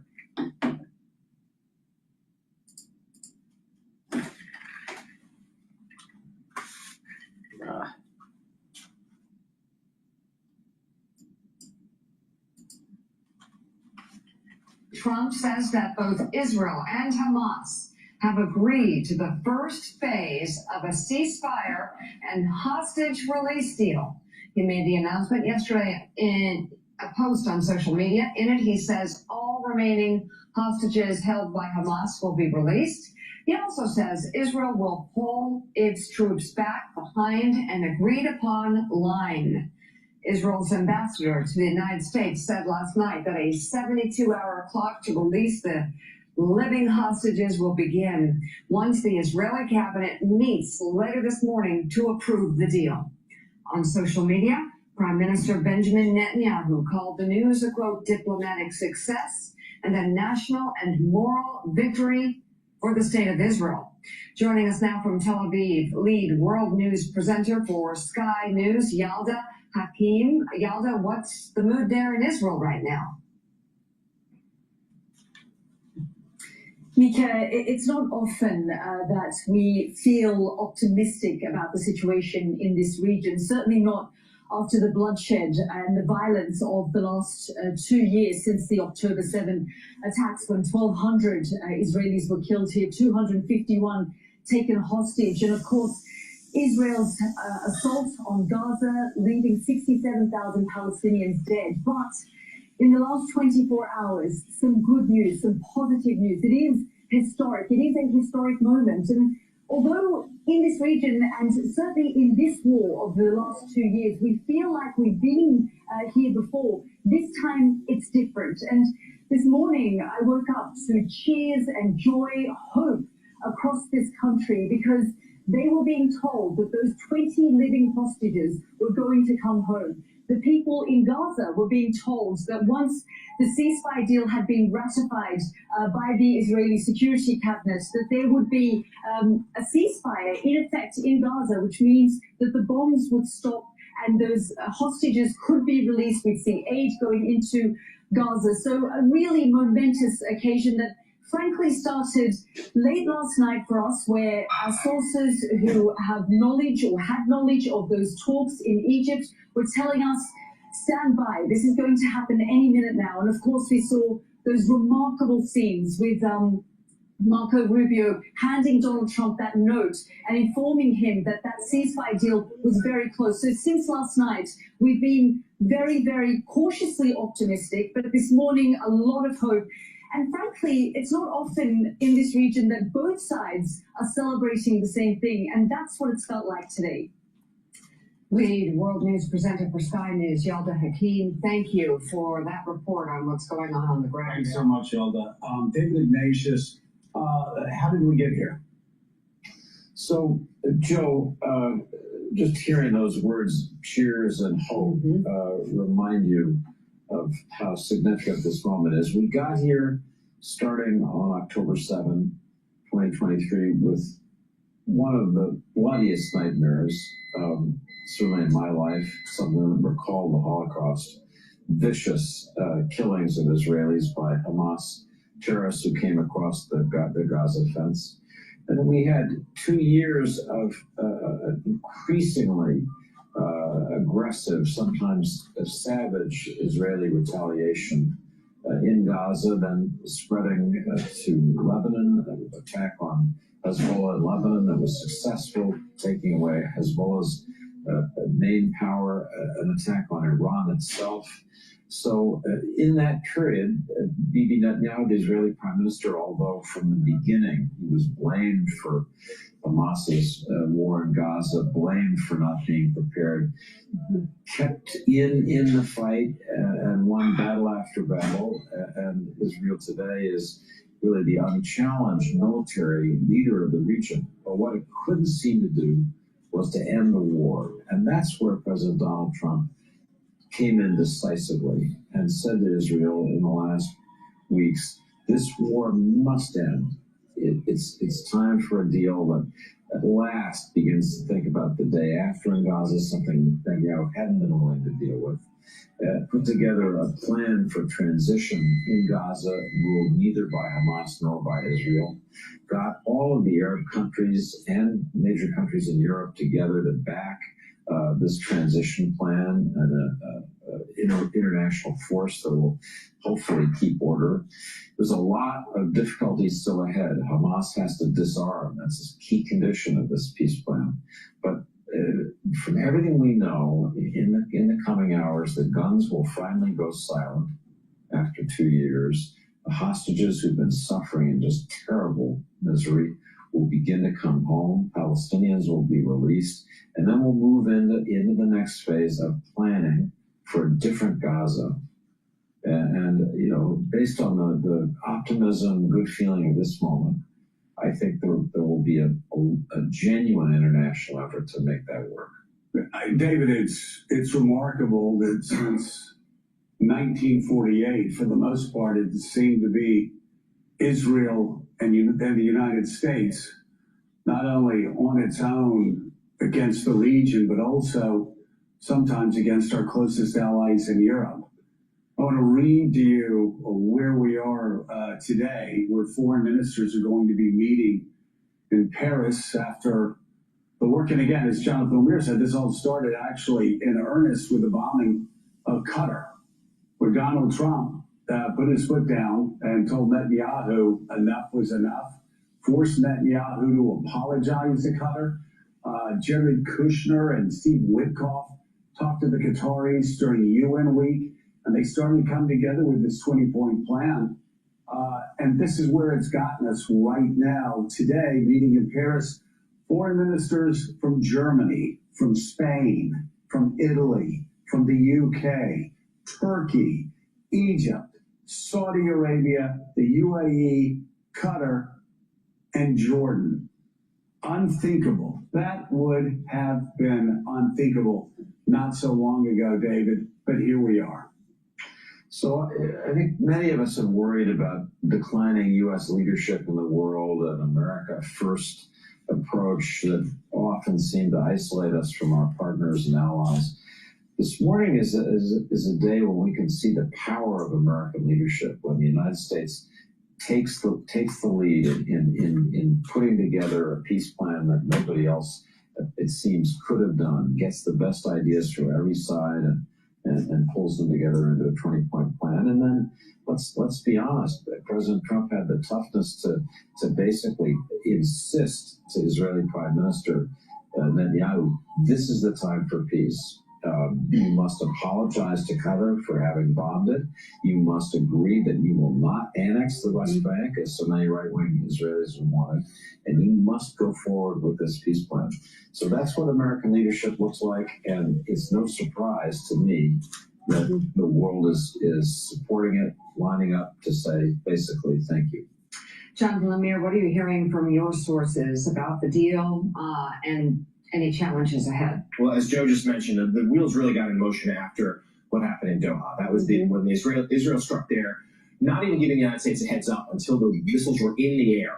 That really infuriated Trump, Witkoff, Kushner, and the rest. And we saw President Trump short time later when President Netanyahu came to Israel, demanded an apology, and even put a picture of the apology, that phone call to the Qataris from the Oval Office on the White House's website. That's in case anybody missed it. Here it is. He apologized. And then going from there, as David mentioned, there are still tripwires ahead. Hamas demilitarizing chief among them. But there is, I'm told, talking to some White House folks, even this morning, there's hope here, real optimism. Not a done deal, because it's the Middle East, and things can trip up at the last minute. But they do believe that they're on the right track. President Trump is planning, it's not set in stone, but planning to head to Israel this weekend to speak to the Knesset and to oversee sort of the final arrangements of their potential even being in Israel when the hostages are returned home on Monday. We'll see. This is all still being worked out right now. So for him, a man, the president, who made no secret of his desire for a Nobel Peace Prize, this would certainly be something on the resume. But they're wary enough to know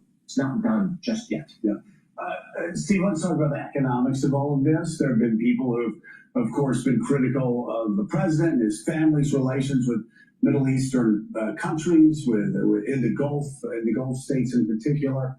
At the same time, the relationships that they built there through that actually have given them an opening that past American presidents and administrations haven't had. That's not to justify anything, blah, blah, blah. I'm just talking about diplomacy. If most diplomacy in the Middle East is personal, they build those personal relationships, not only for peace, but what comes after. Yeah, no question. And it obviously goes back to Trump 1.0 and Jared Kushner and the Abraham Accords and everything that he did, which, again, you have to recognize was a significant accomplishment at the time. And then the period between Trump 1.0 and Trump 2.0, they did spend, as you say, an enormous amount of time in the Middle East on business deals that, of course, were unconnected to Trump's position as a former president and a future president, and they did bring those to bear in this situation in a positive way. But yes, it's a little hard to separate the parts of this that led to this or helped lead to this from the parts of this that are pretty seamy and not something that people should ignore. The influence peddling and the personal dealings in the Middle East and all the Trump stuff and Witkoff's family as well, making money off of their position in the political spectrum. Claire, you serve on the Armed Services Committee. Obviously, the Middle East took up such a massive amount of time and energy for you on that committee, for U.S. presidents in the past. Talk about the significance of what we're hearing so far today, and if this breakthrough, in fact, holds, what does it mean for U.S. foreign policy? Well, yeah, after 2 years of brutally attacking anything that walked in Gaza, I think Israel's won. And I think we lose credibility as a party, as Democrats, if we do not acknowledge that this is a positive thing that has occurred and that Donald Trump gets some of the credit. There's all kinds of bad things around this that happened, and how Netanyahu conducted himself, and the price that innocent children and civilians paid in this war. But having said all that, I think this is a very positive thing, and what will remain for the United States and our military is, does this lower the temperature across the Middle East? Is this really a breakthrough where Arab nations are going to put aside their differences and come together, and there's going to be a long-lasting peace? Big question marks out there on that. We still have bubbling up even in Pakistan, and as it relates to India, and you have all the Iranian issues. But let's take a moment here. Let's take a beat and be grown up and be rational and credible and say this is a good thing that has happened, and Donald Trump gets some of the credit. All right, let's go to another video. But before we do, please go to my store, the-studio-reykjavik.com. The link is in the description of this video. Use discount 5. You get $5 off any order, all caps, discount 5. Get the collagen. Collagen helps your body multiple ways. It helps with your skin, your hair, your nails, your musculature, your bone density, your cartilage, and your joint health. Take it every day. This is a month's supply.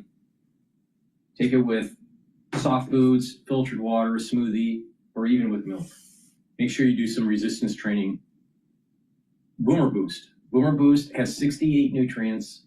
It has a very comprehensive compound profile shown on the screen. You can also read the label on my website. But get the Boomer Boost. This will focus on heart, vascular system, brain function, musculature, energy levels, metabolism. You'll notice the difference. You'll feel the effects of this within about 72 hours. Now, by taking this every day, the scooper, 1 scoop a day, mix it with soft foods, filtered water, a smoothie, or even with milk. I mix it with hummus. But take it every day, and it's going to help to improve those different systems, help with your immune system and your endocrine system. Your brain function, you're going to be able to focus better. It's going to get rid of that brain fog. You're going to have more energy. And that energy is going to be steady throughout the whole day. There's no spiking of energy, right? You're going to have more vitality. In doing this every day, you get these compound effects, and you're going to notice that you're slowing down the aging process. And you're going to have more vitality, more longevity. So please go to my store and get the Boomer Boost. It's a major part of my anti-aging protocol. And again, by improving your body, your endocrine system, and your immune system, you're going to be able to weather the storm that's coming in the fall and the winter. So please go to my store, the-studio-reykjavik.com. Another great supplement that I have is Zeolite. Zeolite, you take 3 small drops underneath your tongue and drink filtered water. What this will do is bind to heavy metals, toxins, and chemicals and allow you to urinate them out within 6 to 8 hours. Detoxify your body regularly is going to help you with your immune system and your endocrine system. But also your kidneys and your liver, your bladder, and even your brain. By detoxifying your body, you're getting rid of that garbage that's causing inflammation, causing stress in cells. So it's really important to detoxify your body. And I have lots of ways to detoxify your body on my store. So please go to my store and get the zeolite. Take it every day, take 3 small drops, and drink filtered water. Again, use discount 5 and you get $5 off any order. So a great stack here. The Boomer Boost to rev up your energy levels and help with brain function, your heart, your vascular system, and your musculature. Taking the zeolite to detoxify your body and help with your immune system and endocrine system. And taking the collagen to help with your skin, your hair, your nails, your musculature, your bone density, and even your joint health. So please go to my store, get the collagen, the Boomer Boost, and the zeolite. That's a great stack. Now, of course, you can take them separately, but I'm trying to teach you how to stack these to get the max benefit. That's the key to supplementation, stacking, to being able to get synergistic benefits, because your body is a complex biochemistry machine, all right? So just taking one type of supplement isn't going to do much for you. But if you take and stack different supplements appropriately, and you couple it with proper diet and exercise, filtering your water, staying away from processed foods, exercising properly, doing some resistance training, cardio, stretching, and balancing. Those are all very important for your muscles and for your neurons. Having mindfulness or some spirituality, learning new things. These are all very positive for slowing down the aging process and getting healthy. So it's not just taking supplements. It's also about the stacking and coupling it with a holistic approach. And by doing that, your body heals over time. So please go to my store, the-studio-reykjavik.com, and get the great supplements that I offer. All right, with that, let's listen into The Hill. Food security is national security. Phosphate powers America's farmers, but global competitors like Russia and China.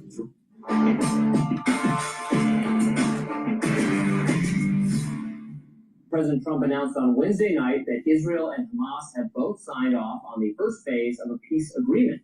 Now, almost 2 years ago on the dot, Hamas attacked Israel on October 7th, igniting the war that has left more than 67,000 Palestinians killed and 2,000 Israelis killed.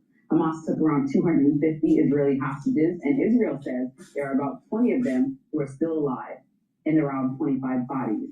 President Trump wrote in part on Truth Social, quote, "This means that all the hostages will be released very soon, and Israel will withdraw their troops to an agreed-upon line as the first steps toward a strong, durable, and everlasting peace. All parties will be treated fairly. This is a great day for the Arab and Muslim world, Israel, all surrounding nations, and the United States of America, and we thank the mediators from Qatar, Egypt, and Turkey who worked with us to make this historic and unprecedented event happen." Hamas also responded positively to the news, saying in a statement, quote, "We call on President Trump, the guarantor countries of the agreement, and all Arab, Islamic, and international parties to compel the occupation government to fully implement the terms of the agreement and not allow it to evade or delay the implementation of what has been agreed upon." Israeli Prime Minister Benjamin Netanyahu also applauded the deal, saying it was, quote, "a great day for Israel." Other aspects of the conflict, like the future governance of Gaza and disarming Hamas, still need to be negotiated. On Wednesday, Steve Witkoff and Jared Kushner arrived in Egypt on behalf of the U.S. to help negotiate the deal. In addition to Hamas and Israel, representatives from the mediators, Egypt, Qatar, and Turkey, were also there. While speaking to a roundtable on the radical group Antifa, which we discussed earlier in the show, Secretary of State Marco Rubio passed Trump a note and whispered something in his ear. It turns out that that was when Trump found out they were very close to a peace deal. Here's what Trump had to say after the fact. We have a great team over there, great negotiators, and there are unfortunately great negotiators on the other side also. But it's something I think that will happen, got a good chance of happening. I may go there sometime toward the end of the week, maybe on Sunday, actually, and we'll see. But there's a very good chance. Journalist Mehdi Hassan reacting to the news on X, writing, quote, "I love that we live in a world where we're all supposed to now praise Trump for his peacemaking and ignore the fact that at least 20,000 Palestinians have been killed on his watch with bombs and bullets and rhetorical support that he supplied to Israel. That's all erased now." But editor-in-chief of the Dispatch, Jonah Goldberg, wrote, I don't think I need to persuade anyone. I'm not a Trump fan. Side note, he's definitely not a Trump fan. But he deserves credit and praise for this phase of the deal. If the reporting is accurate, he will deserve more credit and more praise if the larger plan comes to fruition. This is a good example of how claiming everything Trump does is bad is stupid, just as claiming that everything Trump does is good is stupid. Yes, indeed, I agree. This is great news. Now, obviously, we've had false hope in the past about this war coming to a close when we've had ceasefires that then break down. I hope this is the one that sticks. It sounds like there's a good chance of that happening. Hamas has agreed. Israel has agreed. This will mean the release of the remaining hostages, which is just wonderful. They've been held for 2 years in this awful state. Their families have had to, wait for 2 years, trying not to give up hope, hoping against hope that this day would come. So great news. Now, the difficulty is always for working out what the governance of Gaza is going to be, because it's not going to be Hamas, is the Israel position.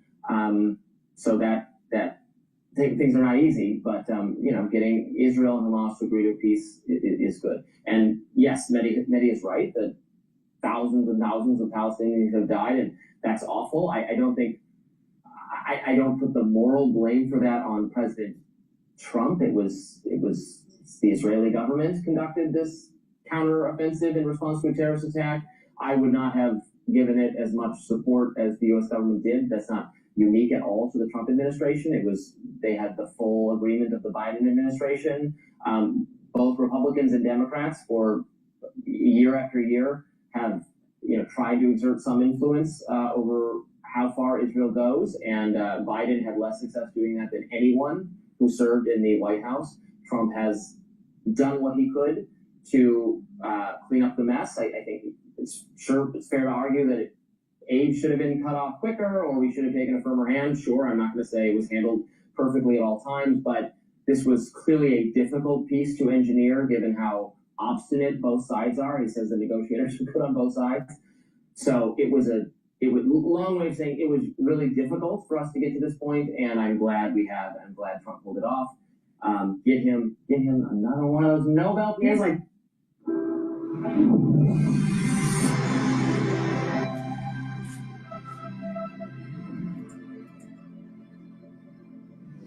Get him another one of those Nobel Prizes. According to you, he has like 6. Listen, I'm not the person that's not going to point out when something across the aisle needed to happen.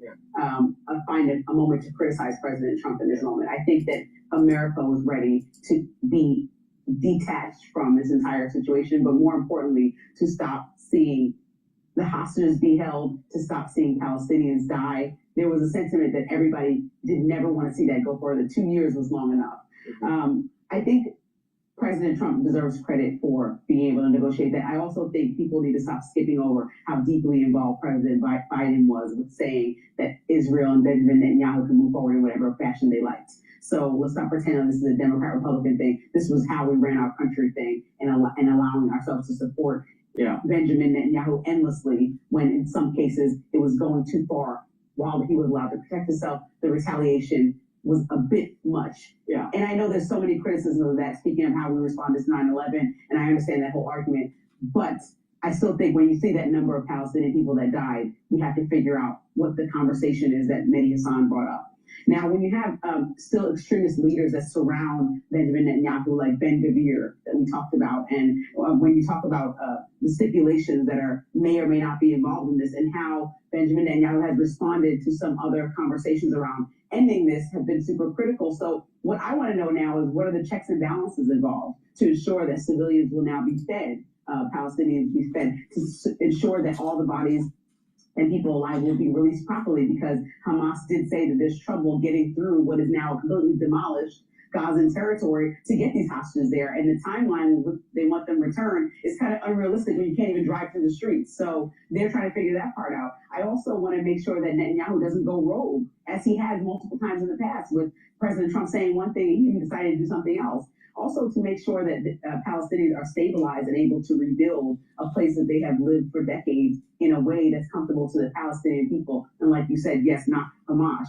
I specifically want to understand about this board of peace that's being established, who will be on it, who will authorize that it's being followed through properly. And then also, I noticed that the deal avoids addressing at all the two-state solution, which ultimately, like we said, before our lifetimes, this territory has been in grief and fighting. And so what is the ultimate plan? Now, many historians and people who have way more knowledgeable on that territory and history of it than I am will say that a two-state solution is the most, I guess, long-term stable solution. However, I don't see that anywhere as part of this conversation in any way. And so I think that also has to be on the table. And while people may temporarily put a Band-Aid on what has been a dramatic and drawn-out long war, I think a long-term solution needs to be established before President Trump absolves himself and says, I'm turning this over to the Board of Peace and Benjamin Netanyahu to follow through. And that's what Hamas was saying in this note. Like, well, on the Israeli side, if they violate the peace deal or they start Netanyahu goes rogue, to use your terminology, then we should cut off our aid to them. Like, sorry, you're the client state, we're the big state, you got to do what we say. If they go against Trump on this, cut off the aid. On the Palestinian side, Hamas just cannot have a role in the governance.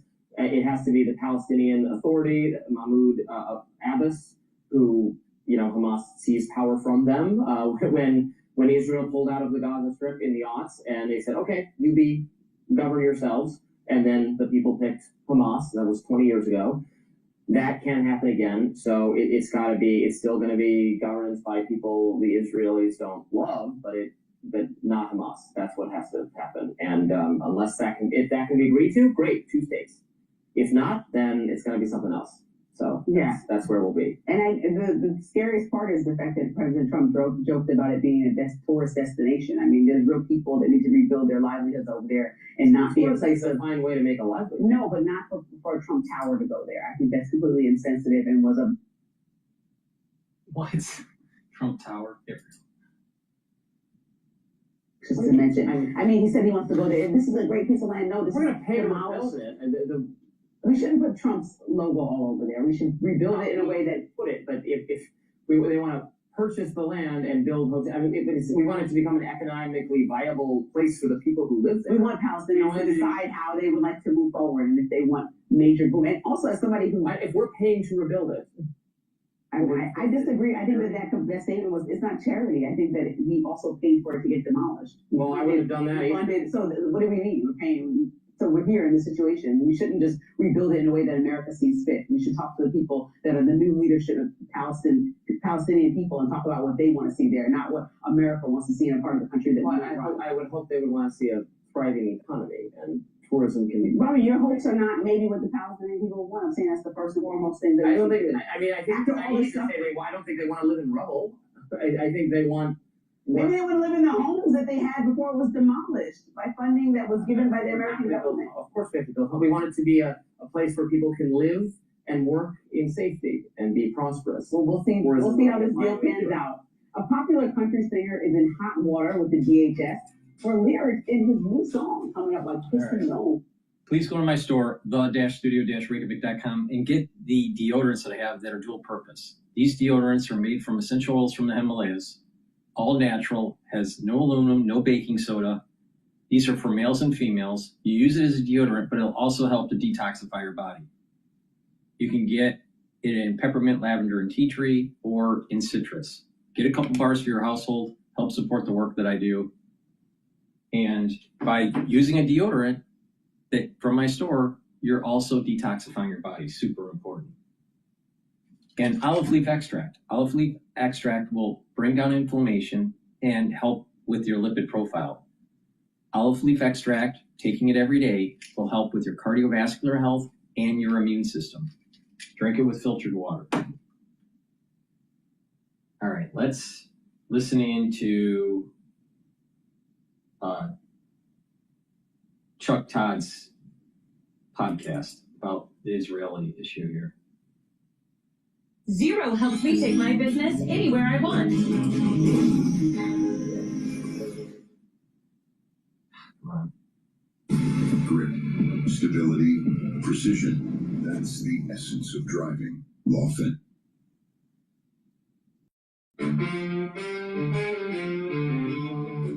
I'm taping on October 7th, so it seemed to be a good time to check in on. There's a lot of polling that's been out there on Israel, not just in the United States, but some polling in Israel.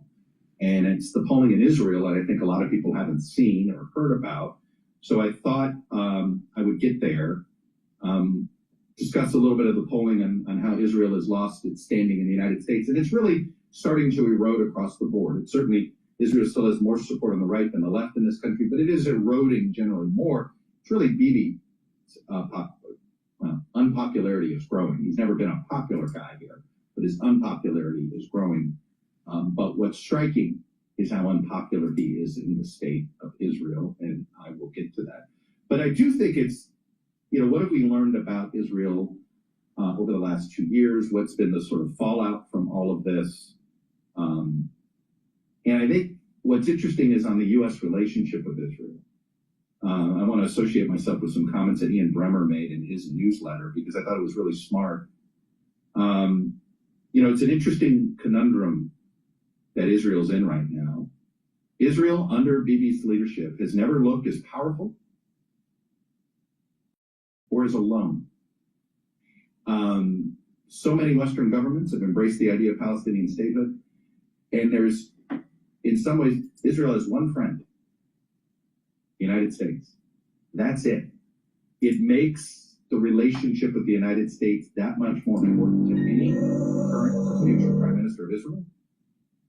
And it gives the United States more leverage and arguably more global responsibility for managing, if you will, or influencing, or however you want to put it, or the belief that they have influence over Israel. But the Israeli government has never been more tied and more in need of U.S. support, and more than they have no other allies like the United States, nowhere even close. I'm not saying they don't have other friends out there, but it's only due to the United States that they have some Sunni Arab states that are friends.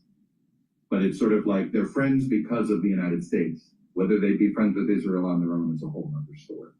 But I thought that was an interesting piece of analysis by Ian. I like to frequently bring onto the podcast as my international expert, one of the just smarter global political scientists that are out there. But it's true. Because as a military power, Israel now is the power of the Middle East. There's no close second. It's Israel and everybody else. So they have power. They're feared in the Middle East. And yet, it's out of fear. There's less respect around the world because of Bibi's leadership too. Anyway, let me get into some of the polling because I think some of this is interesting and worth taking a look at. So look, there's still giant, first let's talk about America's views of Israel in general. Big partisan split, 70%. This is a Pew poll, by the way, that I'm citing. Pew came out last week. And there's all this polling on this side. This is just the Americans. The poll of Israeli citizens is by the Israeli Democracy Institute. It was conducted, by the way, in Arabic and in Hebrew, because they also there's a lot of Israeli Arabs in the Israeli population as well. It is a large minority in the state of Israel. But let me start with the U.S. public opinion. So first, the sort of predictable, the partisan split. Gusto is the best choice for small business payroll. It's fast. It's trusted. It's a great value. And when it comes to running your business, it's the easiest choice you can make. Get started for free at gusto.com.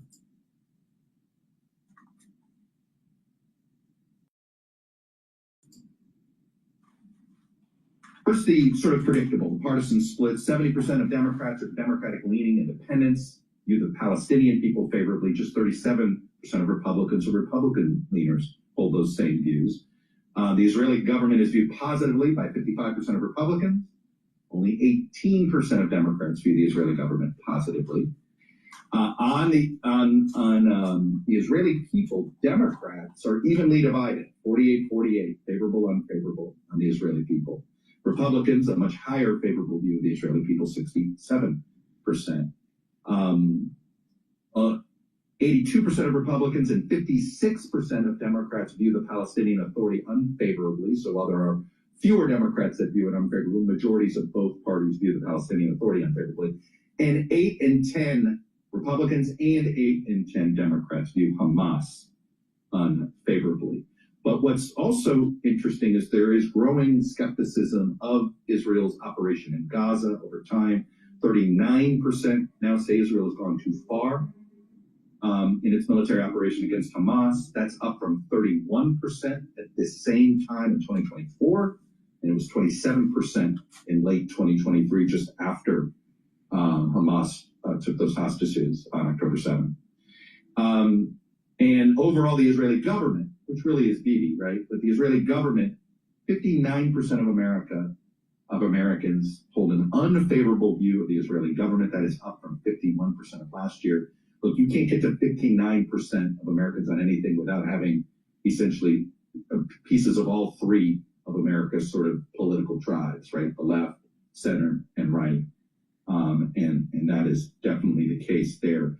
Now let me move to what we learned about the Israeli people, because I think some of these numbers will surprise people. And I think I say this as an American Jew, you know, in some cases, I think folks that are not familiar, you know, there's plenty of diversity of thought inside the American Jewish community, plenty of diversity of thought among American Jews on Bibi, the individual, on the Israeli government, on the Palestinian people.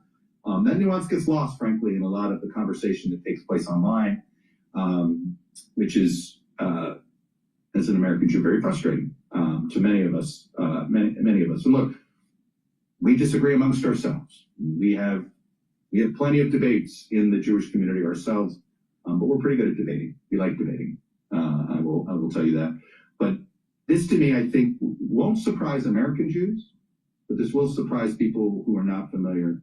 66% of Israelis say it's time to end the war in Gaza. 66% of Israelis, folks. Okay, that is up 13 points from a year ago at this time, and the same, essentially 60.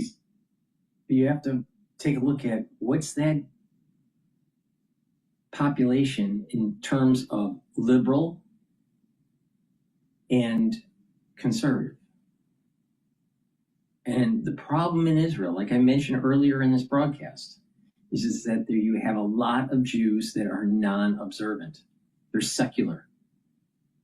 And that's the problem. They don't even want the Temple Mount. You know why?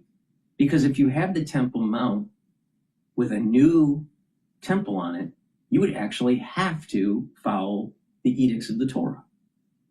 You don't have a choice. So if you're a secularist, would you want the temple to be rebuilt? Of course not. So this gets back to the crust of the problem. What's going on with the Temple Mount, and what is the level of observance in Israel?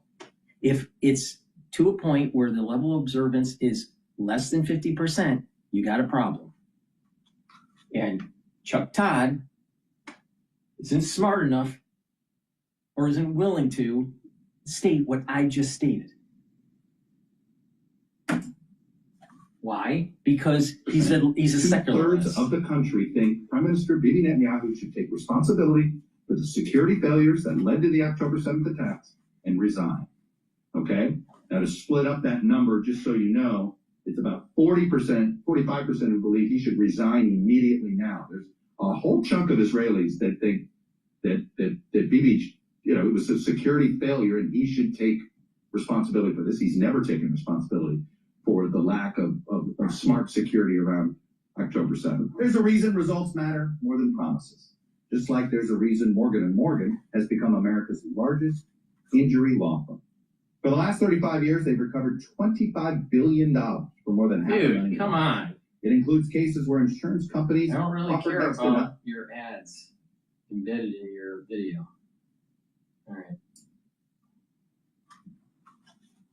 Their fee is free unless they win. And then there's another 15% who believe he should resign after the war is over. Finish the military operation and then resign.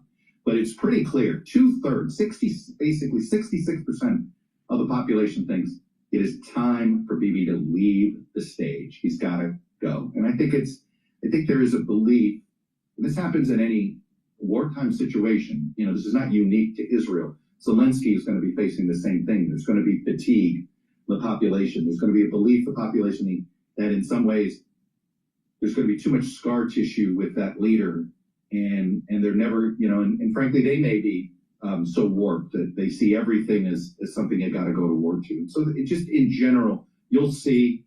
Here's a classic example. Here's a classic example of what I'm talking about. He is the same age as myself. Same age. Same age. And look at him and look at me. All right? We're both Jewish. So, you know, all right? Same age. Look at the aging that has gone on. See, people need to really pay attention. I've been playing around with this whole anti-aging protocol since I was 16 years old. All right? And as the decades have gone by, new stuff has come onto the market, and an understanding of the aging process, the sports medicine increased, also geriatric medicine increased. So when you couple all this together, how aging works at the cellular level, how to slow down the aging process within the geriatric patient cohort group, and sports medicine, and the benefits of sports medicine, and understanding sports medicine, and taking all that and packaging it in a way so the average person can benefit from it, you start seeing that you're slowing down the aging process. And it's really simple. Multivitamin probiotic foundation. The Max 35 or cleanse to boost up that immune system and to neutralize, especially during the fall and the winter season. C60, very strong antioxidant, soak up those free radicals, so you're bringing down that inflammation, you're bringing down that stress on the cell. Taking the turmeric, ashwagandha, and lignans to bring down inflammation, control your blood glucose levels, control your cortisol levels, and taking Boomer Boost to rev up your metabolism, help with your cardiovascular function, help with your brain function, help with your musculature, do proper diet and exercise. All right? Same age. We both went to really good schools. All right? But look at that. Look at that. Huge difference. We're both Jewish. We have come from very similar genetics. Look at that beard. It's all white. Where's the hair? He's got no hair. See, the point that I'm making is if you follow my protocol, you'll slow down the aging process. And you'll have more vitality. And when you have more vitality and you approach it in a holistic way, you will enjoy your life more.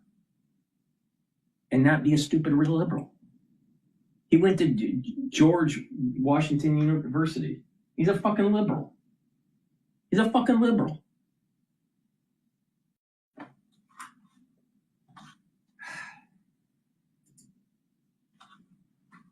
Where there'll be people who think it's time for Zelensky to go.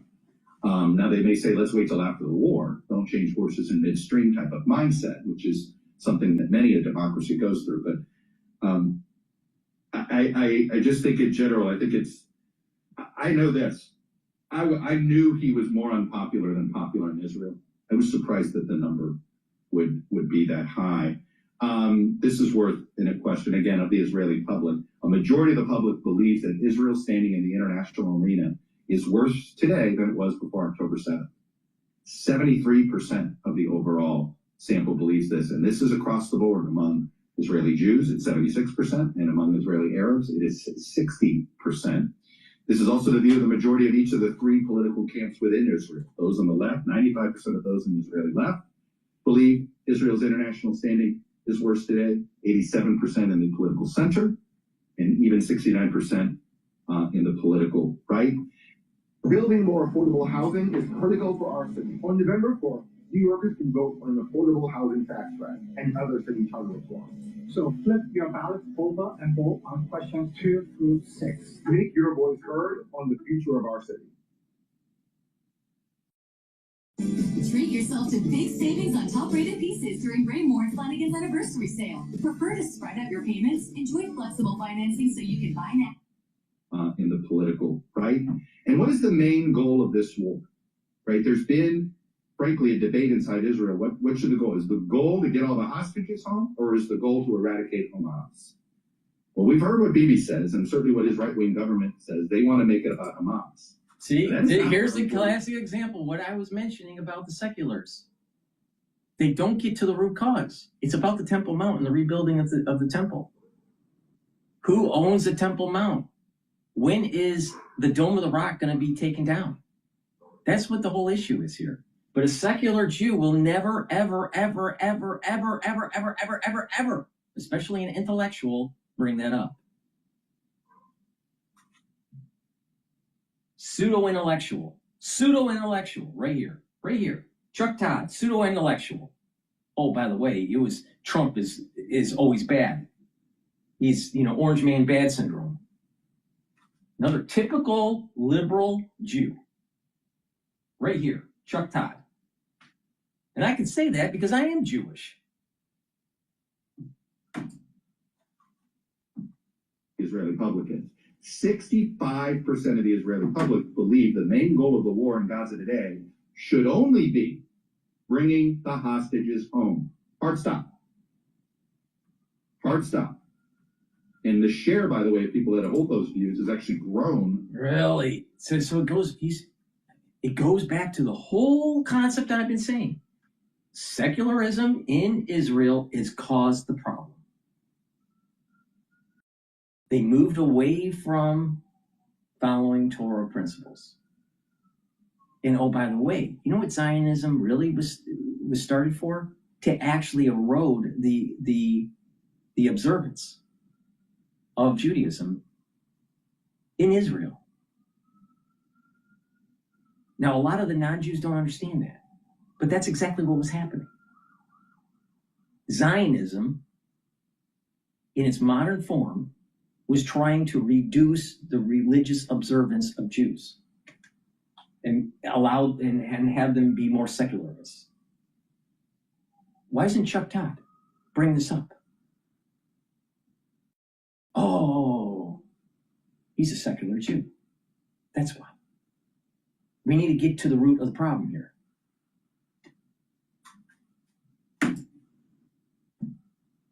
Since January of 2024, among both Israeli Jews and Israeli Arabs. And it's really not surprising. There's fatigue, there's concern that they're frankly never going to get home in time on that front. But it's, I just think here on this October 7th, we should reflect. Let's be hopeful that that we are potentially at the end here. And, for all the grief, everybody, this is a case where Donald, if he doesn't say that if you don't solve the problem with the Temple Mount and what's going on in East Jerusalem, then you're not educated enough to even have a fucking opinion. Because that's what it's all about. It's not about Gaza. It's not about the West Bank. It's about the Temple Mount, guy. Wake up. Wake up. Wake up. And this has been written down for more than 2,000 years. I know, Chuck Todd, you went to George Washington University. Sorry, it wasn't Ivy League. But you know what? Wake up. Wake up. The American president could be putting Bibi in his place on this a little bit. This is a case where Trump's using his sort of unique ability to bully for good. See? In a certain sense. See? This is not... Orange man bad. But, he's trying to bring peace to the world. Orange man bad. This is the typical liberal Jew right here. Typical liberal.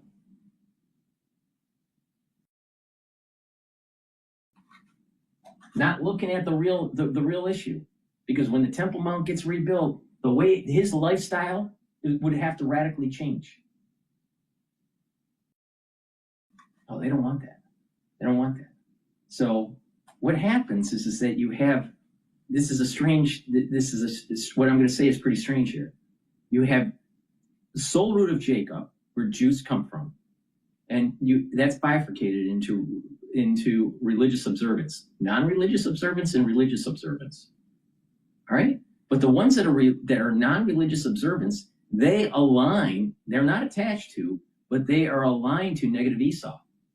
Oh, so that's the reason why you start to see some of these ultra-liberal, non-observant Jews pushing Marxism, pushing socialism. They're tied to this kind of like this woke movement, right? What I call the New York Times and the New Yorker reader, right? Older, liberal Jew, all right? That's where Chuck Todd's coming from. It's not observant. He's not observant. The fuck? And that's where you get to the core of the problem. It's about the Temple Mount. It's not about fucking Gaza. It's not fucking West Bank. It's about the Temple Mount. What's going on with it there? Who owns it?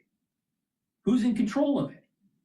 When Israel wants to take down the Dome of the Rock, you think that the Arab community is going to allow that to happen? Well, then you don't have a peace.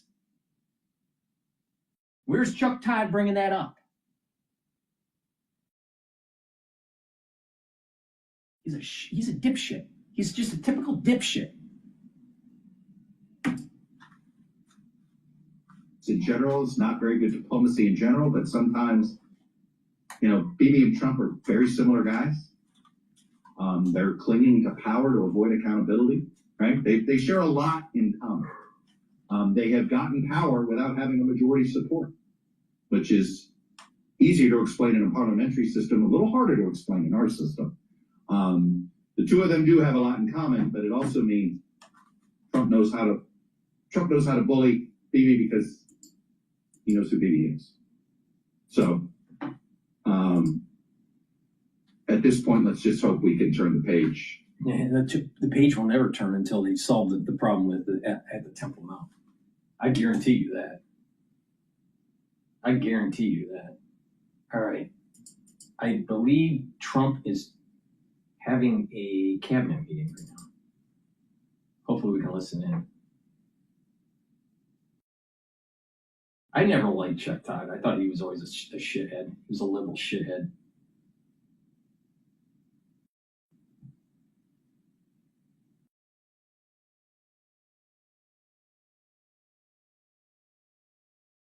All right, come on.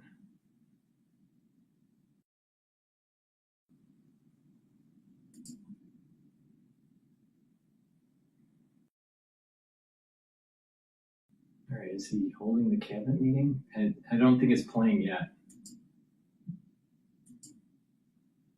Let's see here, live now.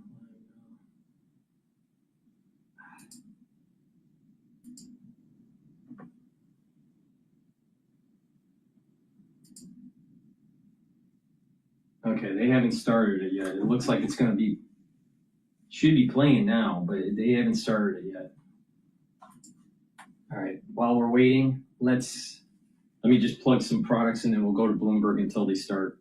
Please go to my store, the-studio-reykjavik.com. This stack is going to help you to bring down inflammation and help with your immune system so you're not a stupid Chuck Todd. And also, it's going to help with your cardiovascular system. So your vascular health will increase. You'll be reducing plaque buildup and further plaque formation. If you take a look at people that have cardiovascular disease, they age faster, like Chuck Todd. All right, so lignans will help with your immune system and your endocrine system, bring down inflammation and soak up free radicals. Turmeric, strong antioxidant, helps to bring down pro-inflammatory cytokines, to bring that down, that inflammation. It's very important for your vascular system and your immune system. But bringing down inflammation with the lignans and the turmeric will also help with brain function, because you're bringing down that inflammation at the cerebral level, so you're keeping your neurons healthy, because you don't want to be a stupid Chuck Todd. And ashwagandha root, this controls your cortisol levels and your blood glucose levels.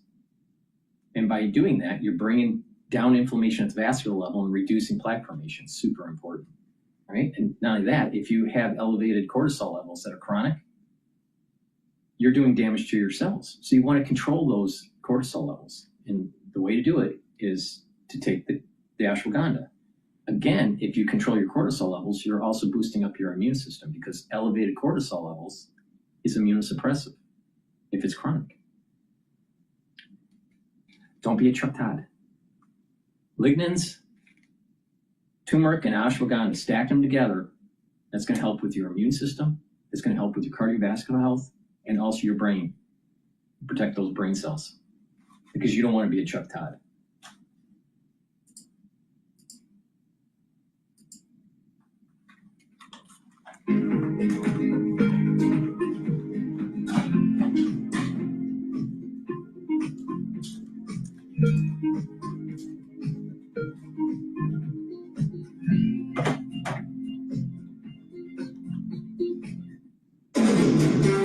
You're listening to Bloomberg Intelligence with Scarlett Fu and Paul Sweeney on Bloomberg Radio. All right, Scarlett Fu, Paul Sweeney live here in our Bloomberg Interactive Broker Studio, streaming live on YouTube as well. I want to talk a little technology, I want to talk a little AI. Why not? Because that's what's driving a lot of the narrative in this marketplace, with some of these big investments in OpenAI and some of the other AI platforms by some of these big tech names. We bring in Mandeep Singh to make sense of it all. Mandeep Singh is the senior tech analyst at Bloomberg Intelligence.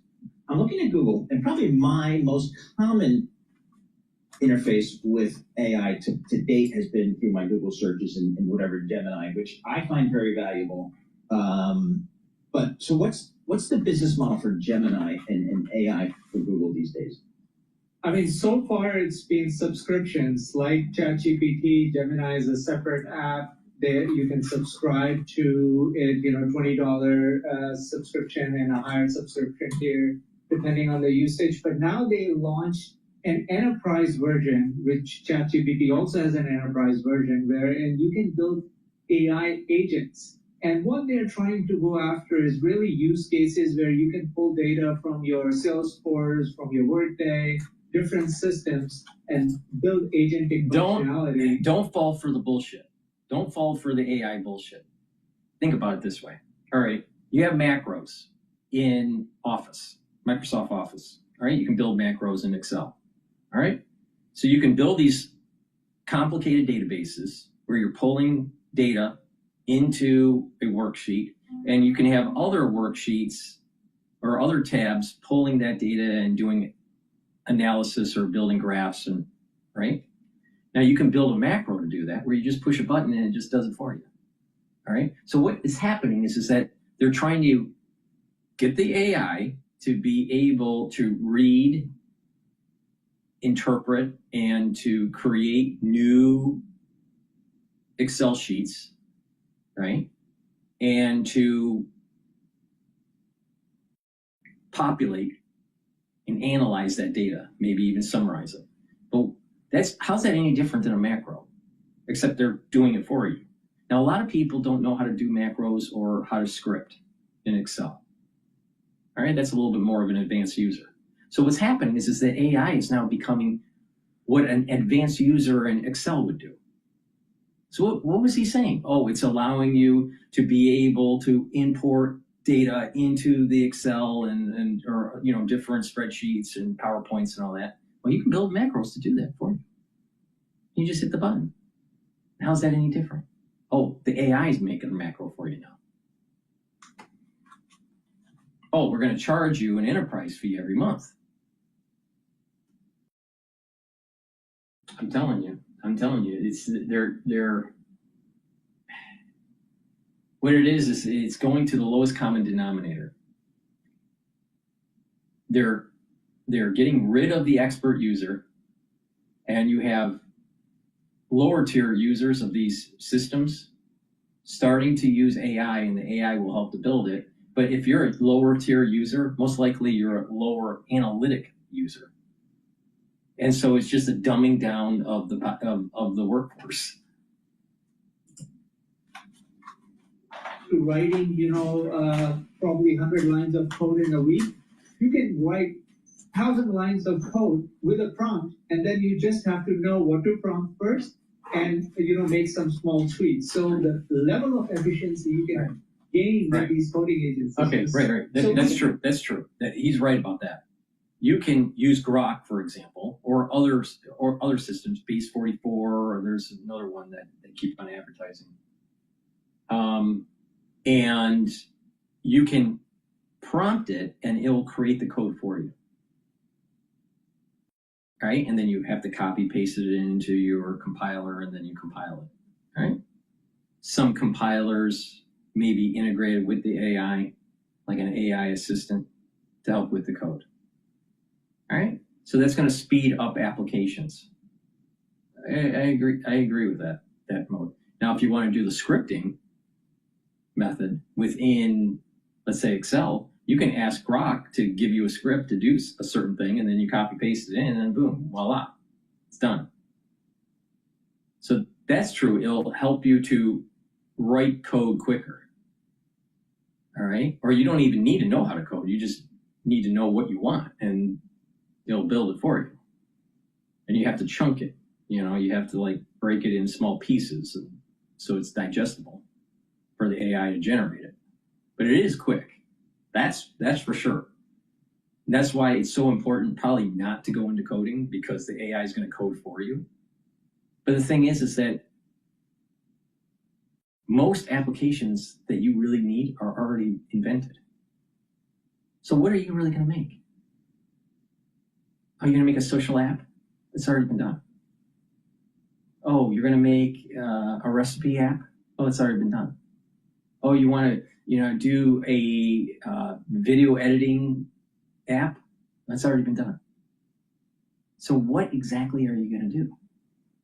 So what you're probably doing is small apps or applets that are specific to tasks at work, scripts to do some function, maybe some manipulation of data that's imported into another piece of software. An expert user would be manipulating it manually and then importing it. So what are the great benefits are you getting?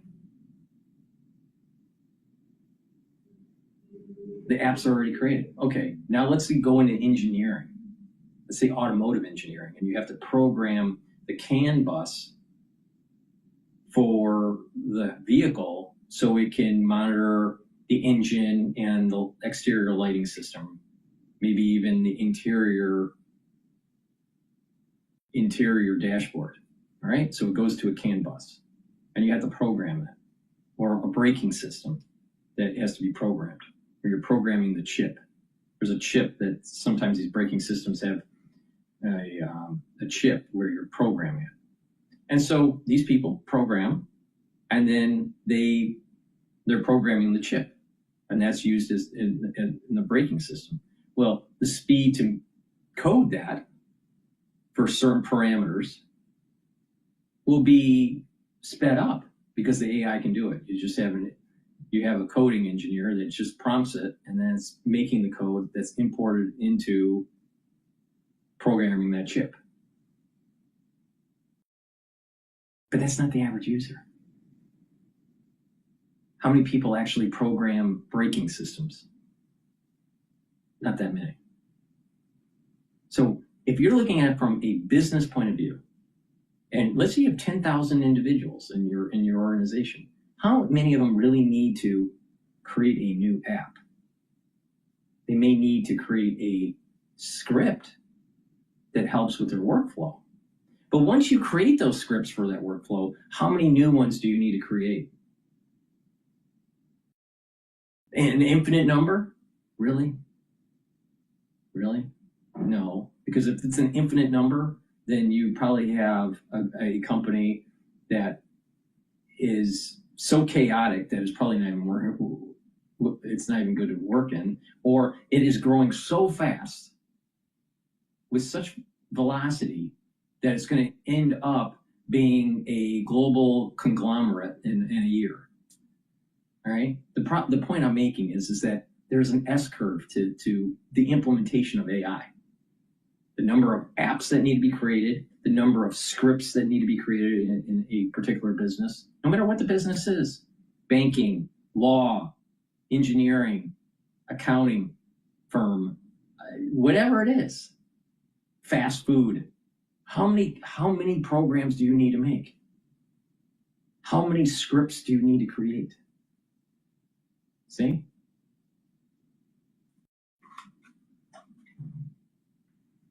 Please go to my store, the-studio-reykjavik.com, and get the nattokinase. Nattokinase will help to break up clots and help with your lipid profile. This is very important for your cardiovascular health. And taking nattokinase is super important during the fall and the winter of the season. You know why? Because you may get a little bit of S1 and S2 subunits.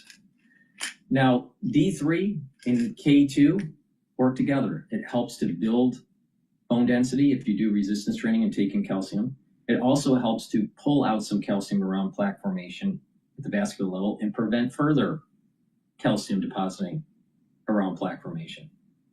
And D3 and K2 reduces the severity of what's coming in the fall and the winter.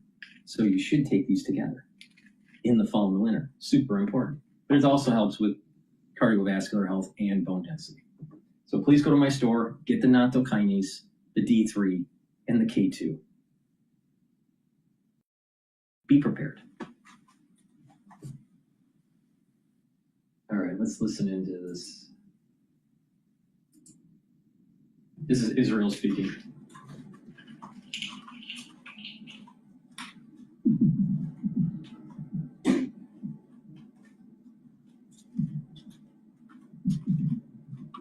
Is she speaking or not? Let's go to Bloomberg here.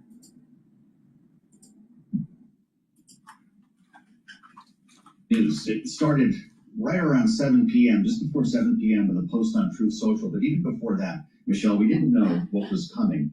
But the President of the United States was handed a note during his Antifa roundtable yesterday by the Secretary of State. Came over there, said something, handed him a note. And the crack AP photographer who was in the room, if you're with us on YouTube, you can see it there, got a picture of this up close. It reads very close. We need you to approve a Truth Social post soon so you can announce a deal first, which of course is the story. The president wants to own that deal he was talking about. It was a ceasefire in Gaza. Well, Secretary Rubio knows his boss well, right? I mean, this Absolutely. is the way we do things in this administration. So it was interesting to see that, but also to kind of anticipate all the ways that this could go from there. And Yes. of course, last night was eventful, but still a lot of questions unanswered. That's right. We could learn more in just a moment. They're bringing reporters into the cabinet room right now at the White House, and we're going to be witnessing at least the start here of the cabinet meeting with President Trump. We'll see how long reporters are in the room. At some point, this will turn to a Q&A session, we suspect, Michelle, which could be interesting and cover a lot of stories even beyond the ceasefire with this now day 9 of the government shutdown. But there are a few things that we know here about this ceasefire that we should not necessarily call a peace deal, as we read from Mark Champion this morning. The semantics here are important, but the fact is the president is expected to travel to Israel this weekend, which gives us a pretty good sense that he likes what's going on here. Netanyahu has signed off, and so has Hamas. We expect all of the Israeli hostages who are alive and the remains of those who are not to be exchanged for some 2,000 Palestinians this weekend. Yeah, and we've been reading the body language of the president lately. It has been positive. It's been positive for some time, and with his meetings with Netanyahu, especially recently, we've been feeling like, perhaps they are closer to something. What that something is and how durable it is a huge question here. And you mentioned the hostages and the prisoner release. That is a big obstacle to still overcome. Yes, but we do have words. We have pledges from both sides, so we'll see where it goes from here. To be clear on the hostage and prisoner exchange, Israel has agreed to release 250 Palestinian prisoners serving life sentences, as well as 1,700 Gazans detained after the October 7 attacks. That's where that roughly 2,000 number comes from, and that will happen in conjunction with the release of hostages. Now, what will take place this weekend is a big question. President Trump is expected to speak, he said, to the Knesset at some point. That might happen on Sunday, and may be directly involved with the transfer of hostages. He might be talking about it right now, Michelle. Let's go to the White House and listen live to President Trump here on Bloomberg. We ended the war in Gaza and really, on a much bigger basis, created peace. And I think it's going to be a lasting peace, hopefully an everlasting peace. Peace in the Middle East. We secured the release of all of the remaining hostages, and they should be released on Monday or Tuesday. Getting them is a complicated process. I'd rather not tell you what they have to do to get them. There are places you don't want to be, but we are getting the hostages back on Tuesday, Monday or Tuesday, and that'll be a day of joy. I'm going to try and make a trip over. We're going to try and get over there, and we're working on the timing, the exact timing. We're going to go to Egypt, where we'll have a signing, an additional signing. We've already had a signing representing me, but we're going to have an official signing. And the amazing thing is all of the countries over there, from Qatar to Saudi Arabia to UAE, to all of them, the rich ones, the less than rich ones, they've all come together, something which is amazing, actually. They've all come together for this, and they're really probably the best relationships they've ever had. So it's been really something incredible that nobody thought it was possible to get it done. And very importantly, the hostages are coming back. As you know, they consider them hostages. They talk about them as hostages, but there are approximately 28 dead people, mostly young, mostly men, but and boys. I mean, boys. The one woman talked about her baby. Her baby's 25 years old, but to her, it's her baby. We're bringing them home. We're getting them to getting everything, and to those parents, the dead young man is just as important as though this person were alive. It's amazing. I've never seen anything quite like it. I've been very much involved. I've never seen anything quite like it. But it's really peace in the Middle East. And you remember October 7th was terrible, but also from the Hamas standpoint, they probably lost 70,000 people. That's big retribution. But at some point, that whole thing has to stop, and we're going to see to it. Gaza is going to be slowly redone. You have tremendous wealth in that part of the world by certain countries, and just a small part of that, what they make will do wonders for Gaza. And I think you'll see some tremendous countries stepping up and putting up a lot of money and taking care of things. But this tremendous spirit like I haven't seen. And even the news, I won't call it fake news for this purpose, because they really were very fair today, I must say, in all cases. But they covered it very well. They covered it very fairly. Everybody loves it. Everybody. People that were never giving us a fair shake, frankly, they can't even believe it. They're so amazed by it. A lot of people are. But it was just everything came together. I think the attack was very important on Iran, because let's say that didn't happen, they'd probably by now have a nuclear weapon, numerous nuclear weapons, and therefore, even if we signed a deal, there'd be a big dark cloud over it, and it wouldn't be the same thing. So Iran's different, but Iran wants to work on peace now. They've informed us, and they've acknowledged that they're totally in favor of this deal. They think it's a great thing. So we appreciate that, and we'll work with Iran. As you know, we have major sanctions on Iran and lots of other things. We'd like to see them be able to rebuild their country too, but they can't have a nuclear weapon. So I want to express my tremendous gratitude to the leaders of Qatar, Egypt, and Turkey for helping us reach this incredible day and for being there. They were there with us all the way. And of course, as you know, Saudi Arabia and Jordan and so many. I will tell you, President Erdogan was personally involved in dealing with Hamas and some of the others. He's been great. They've all been really amazing. Indonesia's been amazing. Indonesia's been fantastic. The whole world has come together for this. People that false peace didn't get along, people that didn't like each other, neighboring countries that frankly didn't like each other, but now it's just this moment in time. So we look forward to welcoming the hostages, like you can't believe, home to their families, and that'll take place early next week. We hope Monday or Tuesday.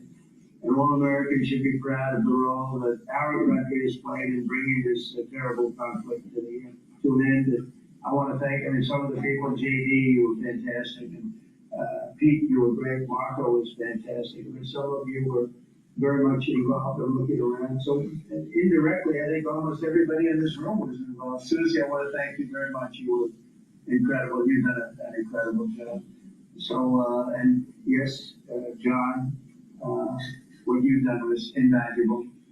CIA, John Whitcliffe, he's done an incredible job. So I want to thank you all, and if I'm missing anybody, I apologize, but you've been amazing. And then you have Steve Witkoff, who worked so hard. And you remember we settled 7, this is number 8, we settled 7 wars or major conflicts, but wars. And this is number 8. And the one that I thought would be maybe the quickest of all would be Russia-Ukraine, and I think that's going to happen too. But in the meantime, they're losing about 7,000 people a week, and that seems pretty bad. They're losing mostly soldiers, young soldiers. They go out to war and they're getting killed. And while it doesn't affect us in a lot of ways, we've got a big ocean in between, you don't want to see that happen. It was a big mistake. That war should have never happened. It would have never happened if I were president. So we're here this morning for a cabinet meeting as my administration continues to deliver for the American people, and despite the radical left lunatics that shut down our government. Democrats they've lost their way. They have no leadership. We don't even know who to deal with over there. At least they know who to deal with. We have no idea who we're dealing with over there. They have no idea what they're doing.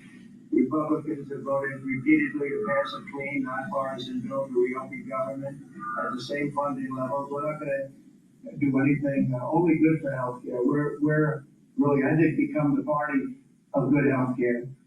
And they keep using healthcare as a cudgel. Want to try and get everyone to think about healthcare. We're the ones that are saving healthcare. In fact, one of the things we're doing is we're going to be reducing the cost of medicines by 100%, 200, 300, 500%, and even more than that, because as you know, we're in the process of favored nations right now. We've exercised a clause because we were subsidizing the entire world. The entire world pays a fraction of what the United States has been paying. And we've already, numerous Pfizer, other companies have already signed, and other countries are a bigger problem because they've been getting a subsidized rate. We've been paying for years. This has gone on for 30 years. We've been reducing the rate of drugs for other countries because we've been paying much more than we're supposed to. And they used all sorts of ideas like research and development. I said, what about Germany? What about these other countries? Aren't they paying? No, we have to pay research and development. It was all nonsense. I couldn't listen to it anymore.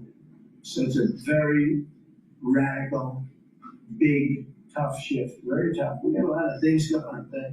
But, and you probably heard me say this in my first term, I think it was my 3rd year, we reduced drugs from the beginning of the year to the end of the year.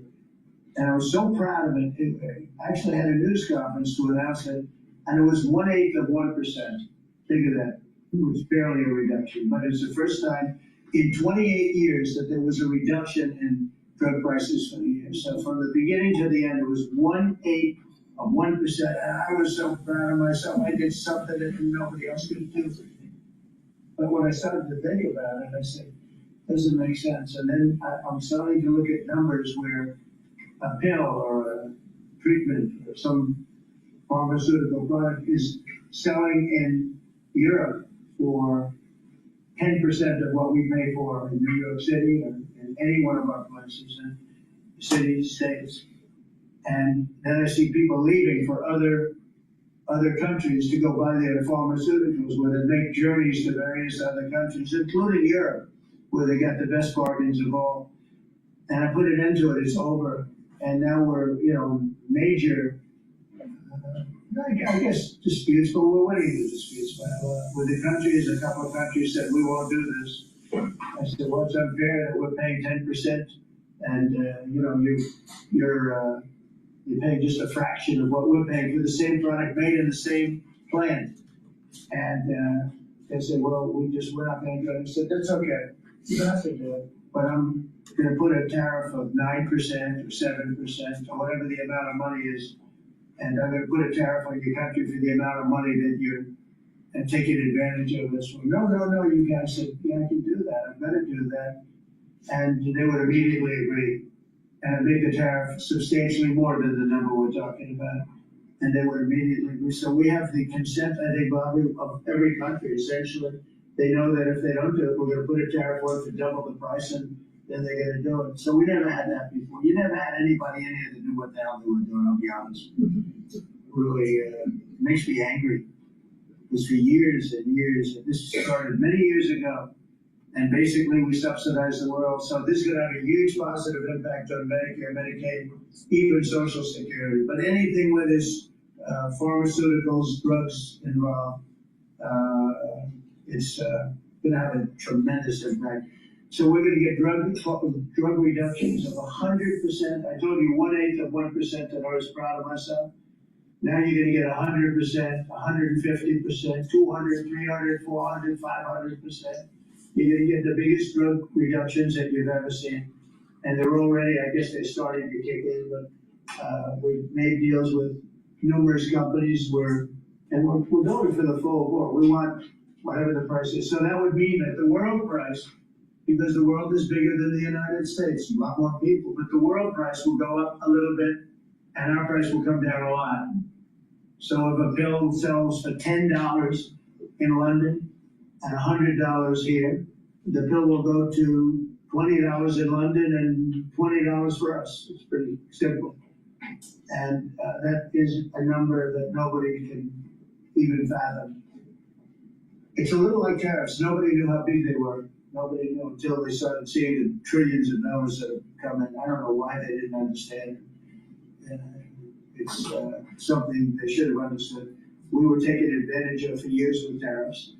And now, I don't want to say we're taking advantage, but we've become a very strong country because of the money that's coming in.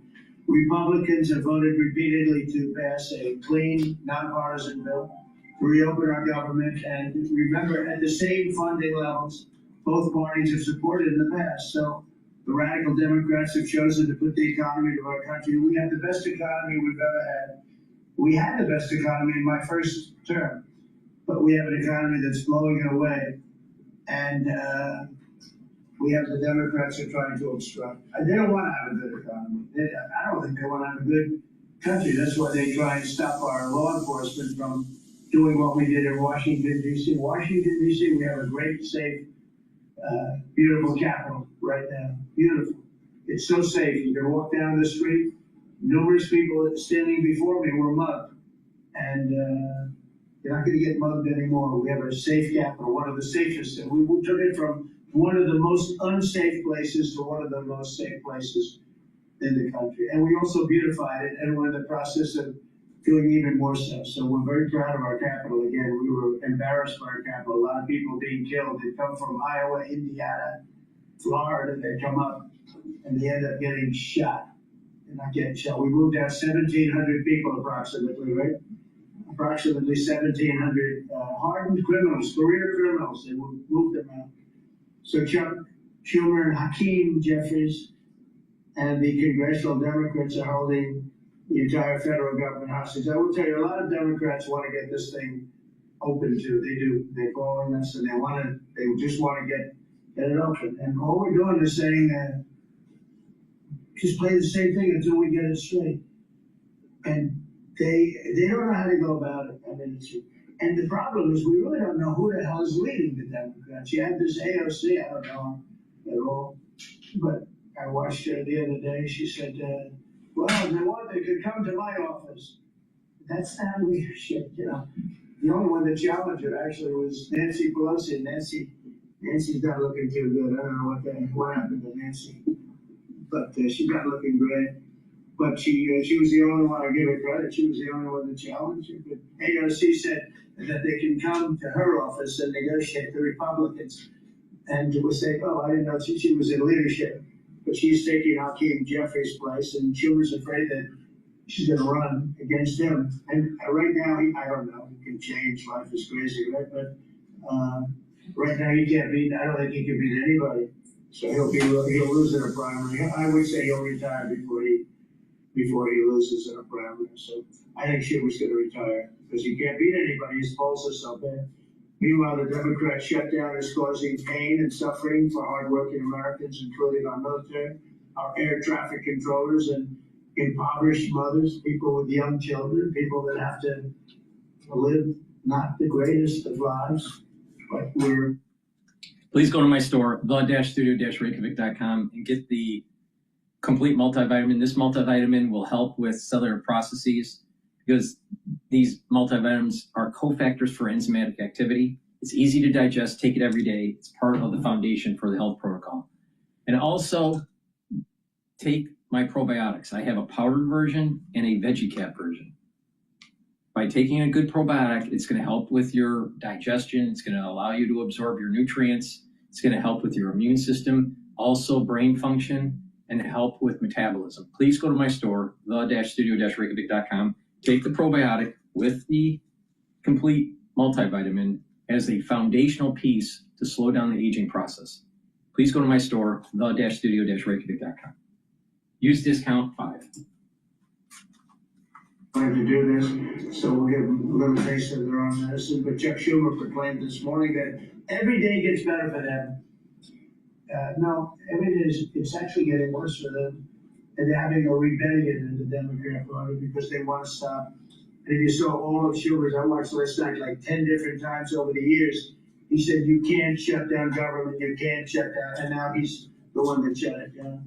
So this is a confession that he's acting not to serve the people, but to serve the partisan interests of his party. And I don't think he served them well because they're way down. Look, they just lost an election in a landslide. You know, it was interesting. I watched Kamala. Who's a sad figure. I watched her the other day saying the election was very close. I said, no, the election was a landslide. We won the popular vote by millions. We won the electoral college by, I think, 312 to 315 to 220 something. But there's another one that we won that's probably, that's why when you see the maps are completely red. It's counties. The counties, we won at 2,505 to 525. So 2,500 to 525. That's called one of the greatest, biggest landslides in history. And that's one that people are using now as a primary. But literally, when you see it colored in, the entire country is red representing Republicans. So, you know, go around, they just lie. And everything's a big lie with them. Well, the other side, and the other thing I don't understand is, Christie, I looked at crime numbers in Chicago, they're through the roof, and I have a governor who stands up every day and tells us how wonderful Chicago is. It's just a lie. It's like a con job. It's like Gavin Newsom. He says how well he's doing in California, and they're doing terribly. The population's getting smaller, people are leaving, and other people are coming in, and, you know, I wouldn't say it's an even trade. While the other side is focused on playing games, the Trump administration is focused on creating jobs, bringing down prices, and we've really brought them down a lot. That's the other thing. We're bringing down prices a lot, and we're bringing down grocery prices, but the big thing is energy. When you bring down energy, everything comes down. and the energy prices are way down. I see we're down to about $61 now a barrel, and what we're gasoline's going to be. I think gasoline's going to be below $2 at some point in the pretty near future. It's very low, much lower than it was under Sleepy Joe. And we're restoring law and order in our country. We're restoring it here, but we're restoring it right now. We're in Memphis. We're going to Chicago. We're going to other cities. Many governors are asking us to, including Democrats are trying to ask. I don't know what the big problem is. If I were a Democrat governor, I'd be saying, whatever you can do to get crime down, I'll take anybody. You can bring them in I don't care who it is. A lot of people said that. They interviewed women, these beautiful women in Chicago, black women with a MAGA hat, a red hat.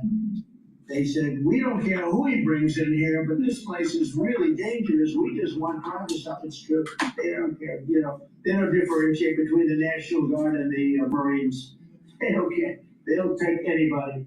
And that's the way it is. I mean, they want what we did in D.C. They want to happen to them. And it's happening in Memphis already. It's good. I see in less than a week, the numbers are really good.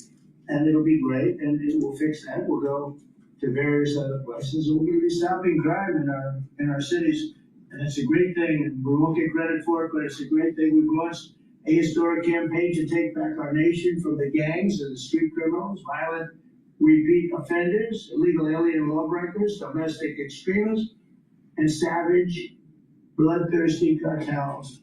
And very little, by the way, is coming in by water. In case you haven't known, the drugs aren't coming in by water. In fact, you can't even find any boats in the water anymore. We had boats that were like a subway train loaded up with drugs.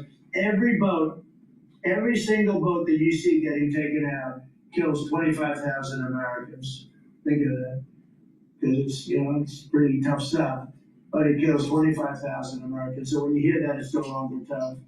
But here in Washington, we've deployed federal law enforcement and National Guard to restore public safety, and we're working to replicate that in numerous places all over the country. And we have a very powerful military. We have a very powerful National Guard. I want to thank the governor of Texas, who has been, as usual, great. Governor Abbott, he gave us 400 troops without even a question. And we have other governors likewise doing what has to be done, because they know we have to confront crime. We're directly confronting the sinister threat of left-wing domestic terrorism and violence, including the terrorist group Antifa. You saw that yesterday. We had a news conference. Antifa's out of control in Portland and other places, but mostly Portland in the case of Antifa. And we had people that were really badly affected by them. It was terrible. So one of those things, but we're knocking the hell out of them. And we're looking for the people that are funding them, and those people are going to be just as guilty as the people that smack people over the head with a baseball bat. And I'd like now to ask Attorney General Bondi and Secretary Noem to discuss this a little bit and tell where we are. And then we'll go around the room. We'll go quickly. We're going to go quickly if we can, because we have a lot of things to do, including I won't be spending that much time here because I'll be leaving fairly soon for the Middle East. And President Trump speaking live to. Please go to my store, the-studio-reykjavik.com, and get the C60. You can get an avocado oil, MCT coconut oil, or extra virgin olive oil. C60 is a carbon molecule, 60 carbons in one molecule. It has to be suspended in a lipid. That's why it's in an oil, for proper absorption. Take a teaspoon a day, preferably on an empty stomach, and that will help you to soak up free radicals. When you do that, your mitochondria health will improve. Stress in the cell will go down. The cell will perform better, and you'll have more ATP, more energy. At the vascular level, it's going to reduce the concentration of oxidized LDL. Oxidized LDL is the first part of plaque formation. So soaking up free radicals at the vascular level, you're reducing plaque formation. And by reducing free radicals at the neural level, your neurons will perform better. Your neuroplasticity will be better. Your thinking will be better and faster. Your memory will be better. the health of the myelin sheath of your neuron will be stronger. So take C60 every day. Take a teaspoon a day, every day. And what you're going to notice is that your energy levels are up, your immune system is getting better, your endocrine system is getting better, your cardiovascular health is getting better, your brain function is getting better. These are all very positive. And over time, this compounding effect over a year, you're physically going to notice that you look younger. Part of that reason is that your immune system is better and your endocrine system is better. Your cardiovascular health is better. You get even further benefits if you couple it with a better lifestyle, proper diet, proper exercise, drinking filtered water, staying away from processed foods, mindfulness, learning new things. These are all positive for slowing down the aging process. And when you do this for a year, you're going to look younger. You're going to be improving your basal layer of your skin. That's the skin cells that are regenerated. And so your body is slowly healing and slowly getting more energy and soaking up those free radicals. Now, if you look at someone that is older, that doesn't do a protocol to soak up free radicals, then you'll notice that they age faster, right? Their energy levels are down. Their immune system isn't robust. You start to see cognitive decline. It's important to soak up free radicals. It's a part of an anti-aging protocol. Bring down inflammation and soak up free radicals. So please go to my store and get the C60. You'll also notice the benefits of this within about 2 months. You'll have more energy and your body just feels like it's in homeostasis. That it's healing. But after a year, you see major improvement. Take a teaspoon a day, every day. I've been taking this since 2016. So please go to my store and get the C60 as part of the anti-aging protocol. So thank you for listening. Again, help support the work by going to my store and getting the great products that I offer. Use discount 5 and you get $5 off any order. In addition, if you like the content that I create and you want to help support, you can also support by donating on my website through Stripe, PayPal, or Buy Me a Coffee. Be a paid member to Patreon or my Substack channel. So there's many ways to help support my work. But I really want you to take these supplements, stack them the way I tell you to, slow down the aging process and get healthy. It's a holistic approach that works. Thank you for listening and have a nice day.